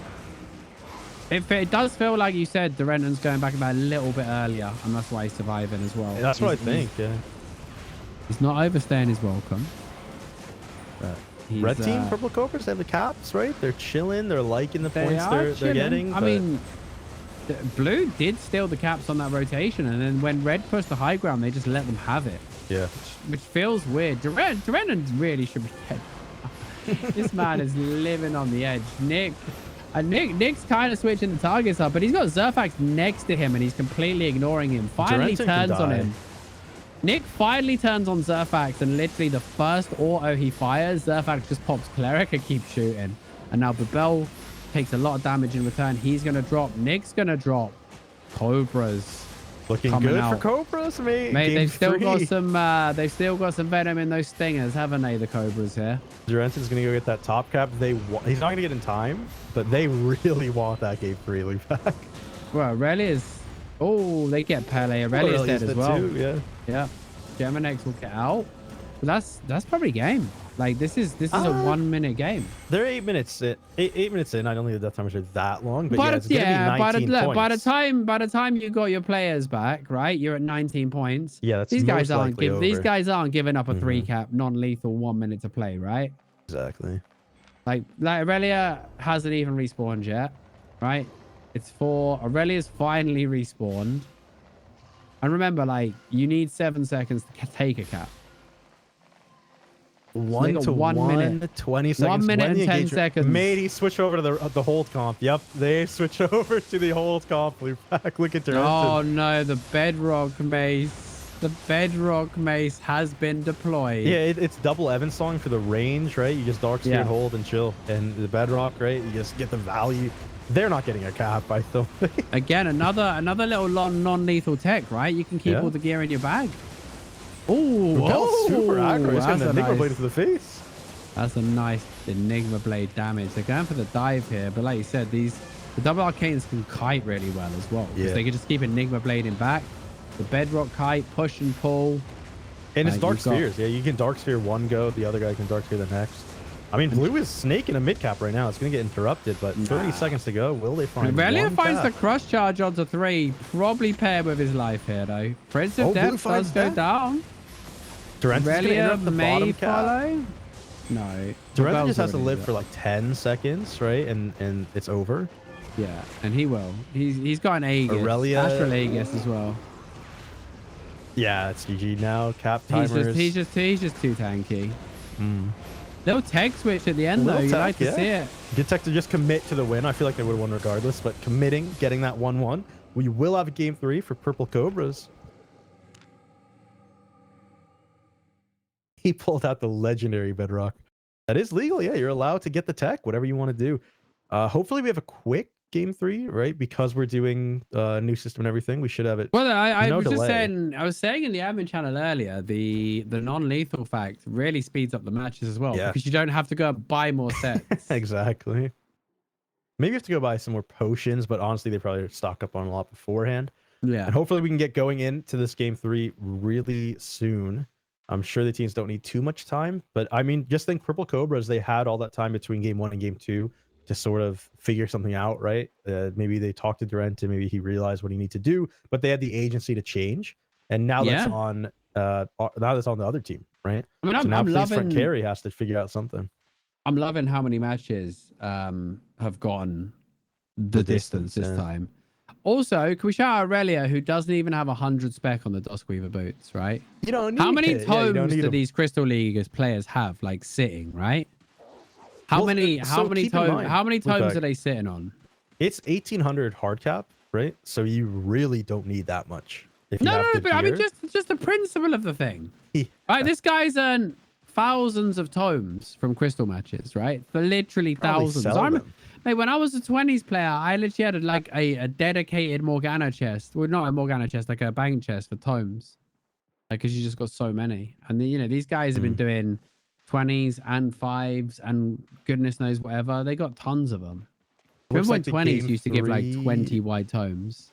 Game 3 is going to be going in 4 minutes. So we got a little time. Nice. Finally, a little rest between matches to chill. Just a crazy day. Just a crazy day. Hey, I feel like I've casted the grand finals today. Like, I know, honestly, 3 times. Yeah, like this. I mean, we've had entire tournaments that were all 2-0s until the final, right? And then we had like a really good final that we went all 5 matches. But like this one, we've had so many best of 3s go to the 3rd game. Everyone seems so equal. Yeah. Yeah, this is the tournament where there's the smallest gap, I would say, between the 8th team and the 1st team. Like maybe the 7th team and the 1st team. Nah, I'm messing around. So. Yeah, no, every mentally team, broken and free chat. Both every look good. Team so close. Yeah, every team, man. Like really, really good matches. Anyway, who would you consider the 8th team then? Now you've dug yourself in that hole. Well, I think here's your shovel, Tazik. Please continue to dig. I think 8th seed was free chat, but they actually made it to like they made it pretty far, right? They lost, but no, but they made it far in the matches is what I mean. Yeah, they put on a show. I mean they weren't embarrassed in either match. No team got embarrassed. Every team looked real good today. Yeah. Because when the non-lethal and lethal mix-up first happened... I don't know about that. There was that double tent kill, guys. That was a little embarrassing. So let's be clear here. Somebody got a little embarrassed. If Purple Cobras go home off the back of that double tent kill, oh, man. Do we have a clip? Can we just pull that up really fast, actually? Oh, man. The chat went bananas in that one. It was amazing. I was so hoping that we were still on. I think it was Durentin's POV there and didn't switch off to show that on stream. That was insane. Has Bogle got the clip on demand for us here? No. Oh, has he? Yeah, I think I have it. Here, let me send this one your way. We can just put this one up on stream. Got a little bit of delay, 2 more minutes before the next match. Cravale saying free chat would wipe the floor with the all-star streamers for sure. I don't know. Who would we get? Who would we get for our old school washed GVG team? So you get Derek, right? probably. Me and you, Derek, Asian tan. Cajun Tan. We'd have to ask support for Scooz Cabell.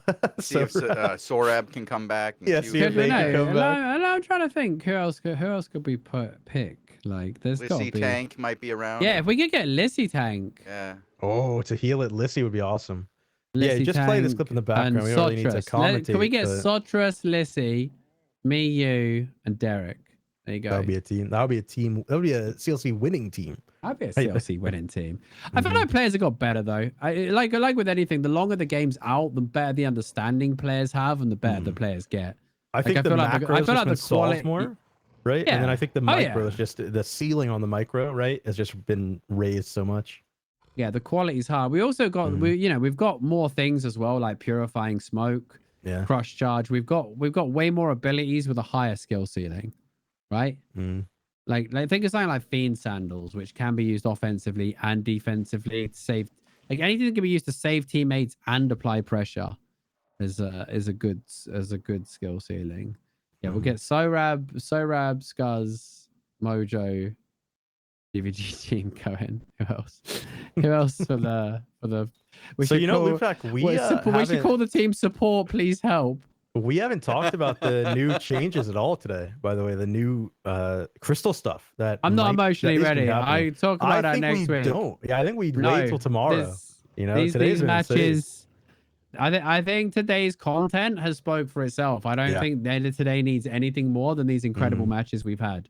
Yeah, we'll This have a is little like, bit you of know, downtime tomorrow. in This between some of the matches, so. combined with Chosen's new fire for the format. His has new been the understanding pinnacle. of the fives. Yeah. My God, he's like, yeah, we could both go back to color commentary, right? And let him do the play-by-play now. I don't know if that's a great idea. There's some we really skills I don't could. remember yet. Loopback's game wasn't working, and I was listening to Chosen Cast. I was thinking, what the hell's going on here? Who's this when guy? me and Chosen were casting, I was thinking, dude, he's calling everything. He doesn't talk this much in the match. How's he talking this much right now? Oh, here we go then. So this is our final match of the evening, Taz. The last one today. The last match. There's two teams, but there's only one spot in day 2. Which sucks, right? Like both of these teams. But it gives us excitement, right? But it'd be so boring if Yeah. no one got eliminated day 1. Like somebody Absolutely. getting eliminated. It has to be. I'm so hyped up to see who actually makes it, right? Every team. When Every you've got team who banger won deserves teams, it. when banger teams are getting eliminated, that means there's even better banger teams waiting on day 2. Yeah. Aurelia and Zerfax do their little dance again. But see, this time Aurelia doesn't make the mistake of like Much better. trying This to is be real good. not trying to be cute. Immediately connects with Geminex. Geminex into the giant steps, applies the pressure. That is how you played the 3-1-1, right, Aurelia? Don't try and reinvent the wheel. Right, round is perfectly fine. Don't try and make it hexagon or whatever, bro. Nick is looking to get Durentin back up to the 4 stacks. Durentin, weirdly, not starting with the Bedrock mace. Interesting. Interesting. No, I don't think you ever start with the Bedrock mace. Obviously not. Unless you're Jason. Jason would start with the Bedrock mace. I'll be honest with you. But, probably. you know. Blue team finding a hold here. They have choke. Maybe Aurelia getting. Oh, we're starting to charge. Nice little root on death in the corner there as well. I think he was looking for the meditate time in. Yeah. Because when a Forge Hammers goes into a corner like that, that's usually when they want to meditate, right? That's the spot. That is like the Zen zone where I'm going to meditate. Well, it's where they want to be in range of their healer, right? Yeah, exactly. They want to get healed, but they want to be able to re-engage. Blue takes control of this, and of course, with that 1 cap, they are going to start earning points because of the 3-1-1 opener. Yeah, that's why they're just sitting up top, right? This is the thing, right? If this... The 3-1-1 seems like a trivial thing. But if this engagement lasts 5 minutes, you've just taken 1/3 of the enemy's points, plus whatever you get for killing their tank, probably Zerfax as well. Yeah. Fierce And connecting. the Cobras are being they're being wrangled, mate. Call these guys Steve Irvin because they are handling these Cobras, mate. So Nick is going to Mercenary Shoes go for the top cap early here. I like it though, because Krista has to slow charge back. He's going to definitely get it. They already have that bot cap, right? They reset mid, and now red is just going to be bleeding the 20s. Yeah, I mean that top cap doesn't actually add goalie. points. They need to get 3. Yeah, they get the 20. They get it. Pele running was playing goalie. interception. They need to survive though. They committed a lot to that 3. If that circle did it get cancelled or was it just garbage? I think it was canceled. Pele out of energy. He has nothing for either of these guys. There's a sack into Aurelia, but it is going to cost Nick.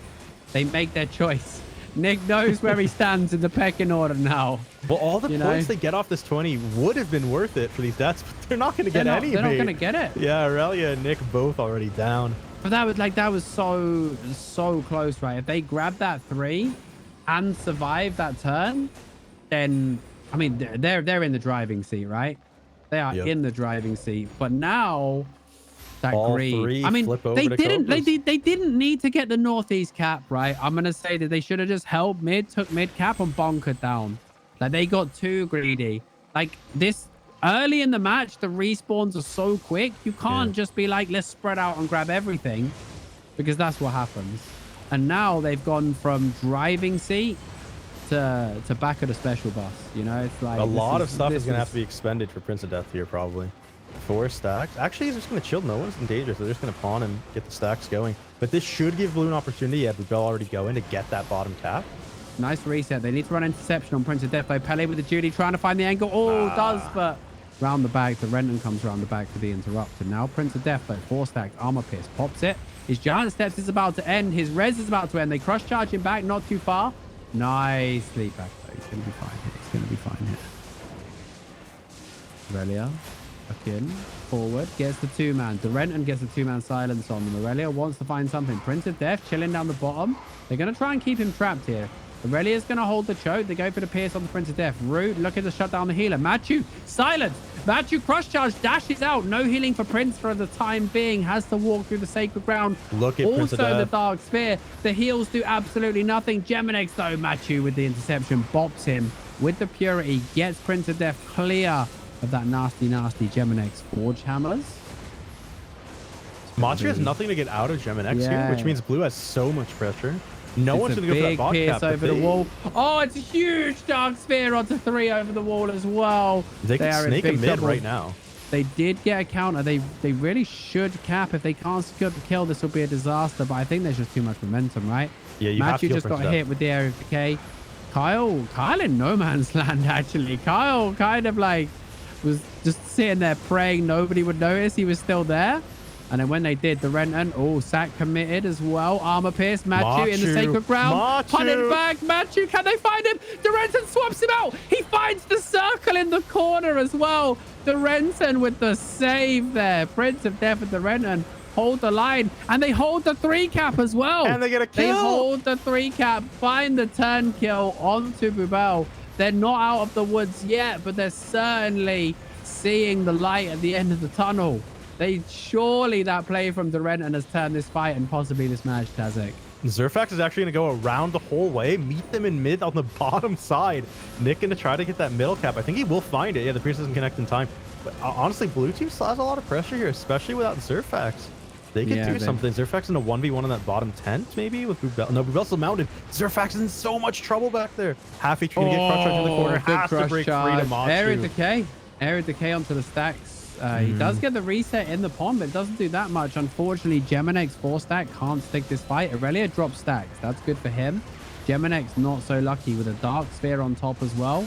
His damage is kind of nerfed now. Zerfax popped his cleric anyway and just laughed. And Pele in the back is getting hard though by Prince of Death. He needs to kite out. Yeah, Blue has to come back to him though. Like they have to reset with him and sort of peel and get him back to healthy HP. And Prince can't cast spells anymore, though. His energy's completely gone. But now Zerfax are just going to get mid back, and they're going to get back to 20 ticks, right? Blue has to find something now in the 5v4. This is getting out of hand quickly. The Cobra's looking like a reverse sweep, aren't they? Very, very nice. Oh, yeah, Force Light, he wants to go, but he needs more heals. Has to get pawn. It's immediately purged off. Oh, my gosh. And he stays stacked. They get another stack on him and hit the armor pierce, and he just can't play. Okay, so Bubel wants this. Back. He wants that cap. Death wants it. Death is already 4-stacked though. Oh, he dropped stacks. Nick is playing the wrong side. Nick not maintaining them stacks. He's just, I just feel like he's lost his edge in this match. Like from what we saw, he had both of the frontliners 4-stacked constantly previously, and now they just keep finding space to remove it. Area decay to defend the choke, but honestly, the Cobras are just doing this perfect blend of push and pull, right? I think they every learned a lot after game 1. Babel's dashing. I think Babel might get the cap this time. He will. Yeah, he will get it. Durenton's going to be happy to let it go. But Aurelia and Geminex do a great job here of actually not allowing any pressure to come out of being a 4v5. So now they've got a bit more of a chance, right? They're not on that like 2-minute timer, but this is still it's elimination. Rough. Yeah, this elimination is a point right now, isn't it? I mean, I really do think that Purple Cobra, after that game 1, right? They went back, like maybe not watching the VOD, but they were like, yo, we need to stop letting this curse get this much value, right? And they're not. They're not letting Nick play his game anymore. Durenton, you know, the thing is Durenton as well, game 1, he was popping his res pot under pressure, but too early, right? Because you can't pop the res pot until you're getting out of the danger. Because otherwise they just wait till the end and then immediately armor pierce you, right? While you're still 4-stack. The 4-stack doesn't go away because too many tanks pop their res pot as a way to stay in the fight. But you need to get back and drop those stacks when you're res potting. Rubel's otherwise super aggro here. Look at the left. I think he has to be. I think he has to be with this timing, right? Prince of Death and Durenton doing their work. Aurelia shuts down Machu again. Really good job. Gets another silence onto Machu, but the DR coming out here now. And the silences kicks him away. Getting some good space. There's the reset, but Prince doesn't get too much of it. Neither does Durenton. Now Prince going into the corner. Armor pierce onto Prince. The circle is gone. There should be a sack though, but he doesn't want to do it into the anti-heal. Aurelia surging forward. It's 2 cap. They might try and play for pressure and grab the cap. Snare charge. The Giants have canceled snare charge. He wanted onto Machu. Really has to get out of there. Durenton 4-stack now as well. Yeah, but blue, no cap. Pele gets the reset. Prince of Death going in onto Pele. Does Pele have the purity? Don't think he does. Reset. Cancelled on Machu. Managed to interrupt the circle that time, so that could be a good opening. Aurelia wants to stick here, but Kyle got him. Kicks Prince of Death back into the wall. Gets the stun on that corner. Down goes the Judy. Offensive Judy, but Aurelia with the 4-stack. Zerfak's just pinging over the wall as well. He's just pinging chain missiles over the wall. Constant pressure. Nothing on him as well. He hasn't got to commit anything here. We really need to get something now. 18 points. Out of energy. 90, this could be the opening. 90 seconds left in this competition. They have to not let him in that repel. If they don't let him get that energy back. Overextended. Geminex overextended. The chain missile just doesn't connect. Kyle wants it. He drops stacks. He drops stacks. He still finds it. Aurelia's going to die. The reverse sweep. Cobras with the reverse sweep. Kyle came out and dropped 81k on them. Insane. 81k in that match. Absolutely. I can't believe it. I actually can't believe they just came back 2-1 to make it to day 2. I was going to be so sad if we said goodbye to either of those teams, but especially the Cobras, and they come back. GG's though. What a day 1, Kazik. Absolutely. One of the best day 1s, if not the best day 1 that the probably the best. Had. Probably the best day 1 that I can remember. Like, it just jumps ahead of everything. It was so good. It was an incredible day 1. So many great matches, so many going to the 3rd, and the ones that didn't were still very competitive. This was great. Yeah. This is exactly how the CLC should be and feel. Like it's sad to say goodbye to such good teams, but that means we have 4 incredible teams duking it out tomorrow in our final day. Now, don't worry, guys. We will bring up the bracket. That was our final match of the evening. We will be leaving the stream up until 22 UTC. Yeah, 20 UTC. Just so you guys can continue to get your drops. If you need to finish your drops, we will leave the stream up for a little while for you guys. But yeah, the shutdown on Nick was a huge. Yeah, they just turned it around, right? It's not even that they shut it down. It's that they stopped playing into him, right? They stopped letting him get the respected full value. It a lot more, didn't they? They had to, yeah. And it immediately turned the games around. If we look at the bracket, tomorrow we start off with an insane match, right? Absolutely insane. Elimination match, right? LFG versus Purple Cobras. The rematch. The rematch. That could be the final of the CLC, right? Are these two teams? What are we saying goodbye to immediately? It has been the finals, yeah. And then the game after that, obviously, Mitos versus My Toes. No idea how that one's gonna go. Can we just refer to it as Toe Bowl from now on, right? Mitos versus My Toes. Toe Bowl 2023, right? That's what we're calling that match tomorrow, right? We're gonna have a halftime show featuring like we're gonna Mind One, Ninush, all the Albion DJs performing at halftime. Looks like Felipe I in think chat, mate. Lupek, you might want to hit him if up you for guys this. buy enough cosmetics, we can probably book like Rihanna or something for halftime as well. Like, or maybe like, you know, who like Rihanna impersonator. Yeah, We could stretch that's to. more likely. Yeah. Yeah, I mean, what a day one. Remember, guys, we'll keep the stream up until 22 UTC, so you can keep getting those drops. We'll be here same time, day 2, with insane matches for sure. Absolutely insane matches. If today is anything to go off of, right? What will tomorrow be? I'm very excited. I am excited. Tune in tomorrow from 1700 UTC to see the conclusion of Crystal League Championship 18. I couldn't even put my money somewhere right now. I think both LFG and Cobras could go on a lower bracket storm and just find momentum. Both Mitos and Mitos is going to be a huge match.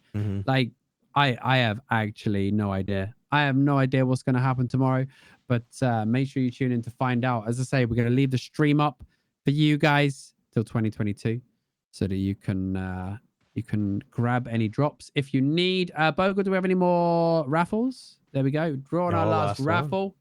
Thank you to our admin team as well for keeping things running smoothly, and for our players for giving us this incredible spectacle. I'm absolutely buzzing for tomorrow. And I know myself and the guys here, we can't wait to see you all tomorrow for the conclusion of the CLC 18. Thank you guys for tuning in. Thank you to my co-casters. You've been wonderful. And we'll see you guys sharp 1700 tomorrow. See you guys then. Tomorrow.